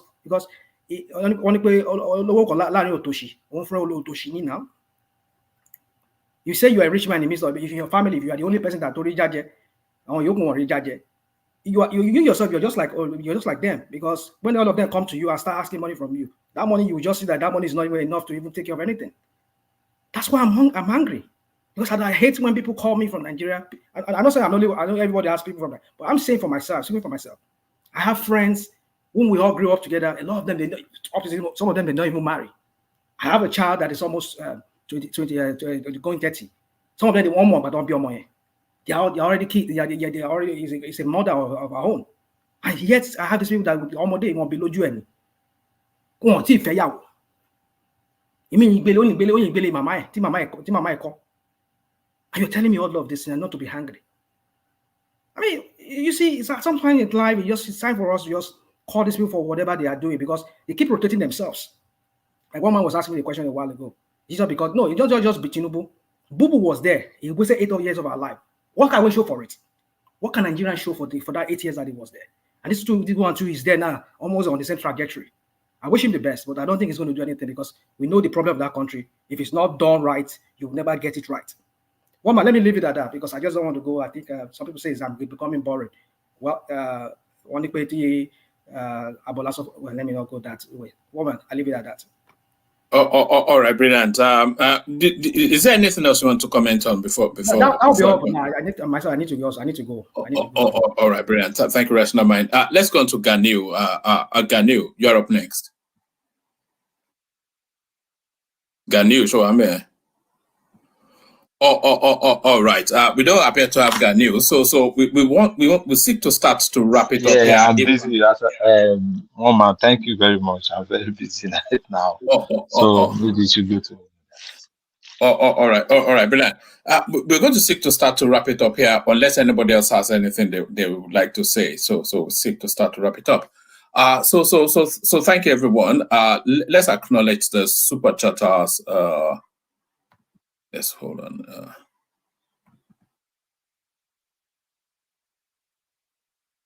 Yeah, so let's acknowledge the super chatters. Ayo, of course. We always mention Ayo anytime we're talking about super chats. So that's Ayo right there. Choma immediately backs him up, and then we have Abdul in that space. We have Olaposun, Oshunlete, who regularly does as well. So he does in this instance as well. Crown is there as well, with the super chat, saying whatever it is that he just said there. And then Ola rattled off a series of super chats because it couldn't really be in the studio. So there's Ola right there, engaging with the conversation with super chats. This is Rotimi. So that there he is right there, listening to us actually on Twitter. So well done, Rotimi. That's Ola Tumbosun still doing as he often does. That's Ola still as well. So well done, Ola. And then that's Solly, who was I'm not going to, yeah. So thank you, Solly. So thank you, Solly. Thank you, everyone. Thank you for all that. So let me flash up our Dupsy session on our way out. So Dupsy joins us on Sunday. I think I've sent the link in the comment section a couple of times. Let me send it one more time. Just so the people that have not yet had the chance to bookmark it, they can go bookmark it now. And then I'm going to play you on our way out. I'll play you the music that I've been using as the intro music. This is a genre of Yoruba music that I've just come across. I never even knew things like this. I was just researching what could replace some of the songs that we've been playing, and I came across I typed in on Google genres of is it Dopolo or something? What's it called again? Let me just check genres of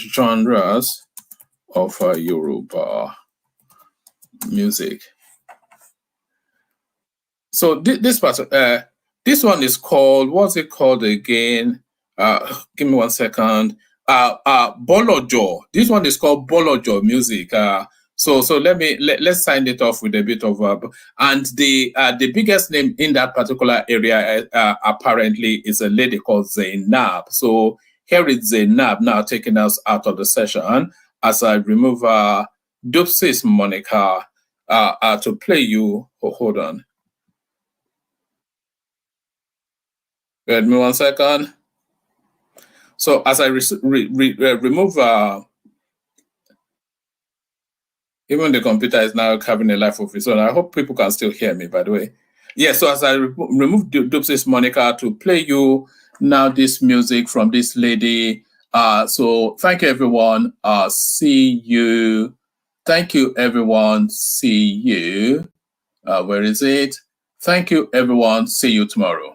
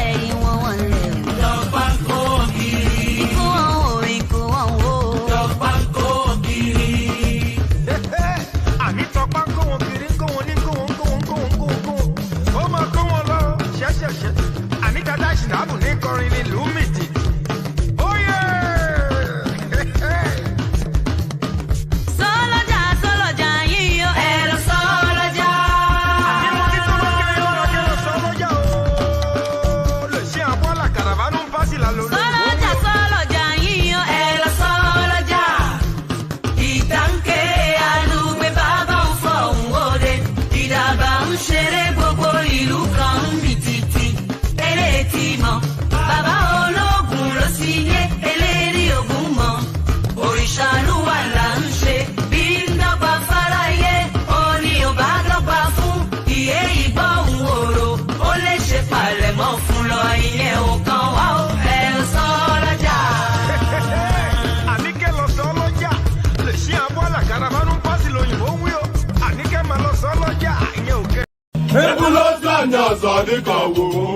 Okay now.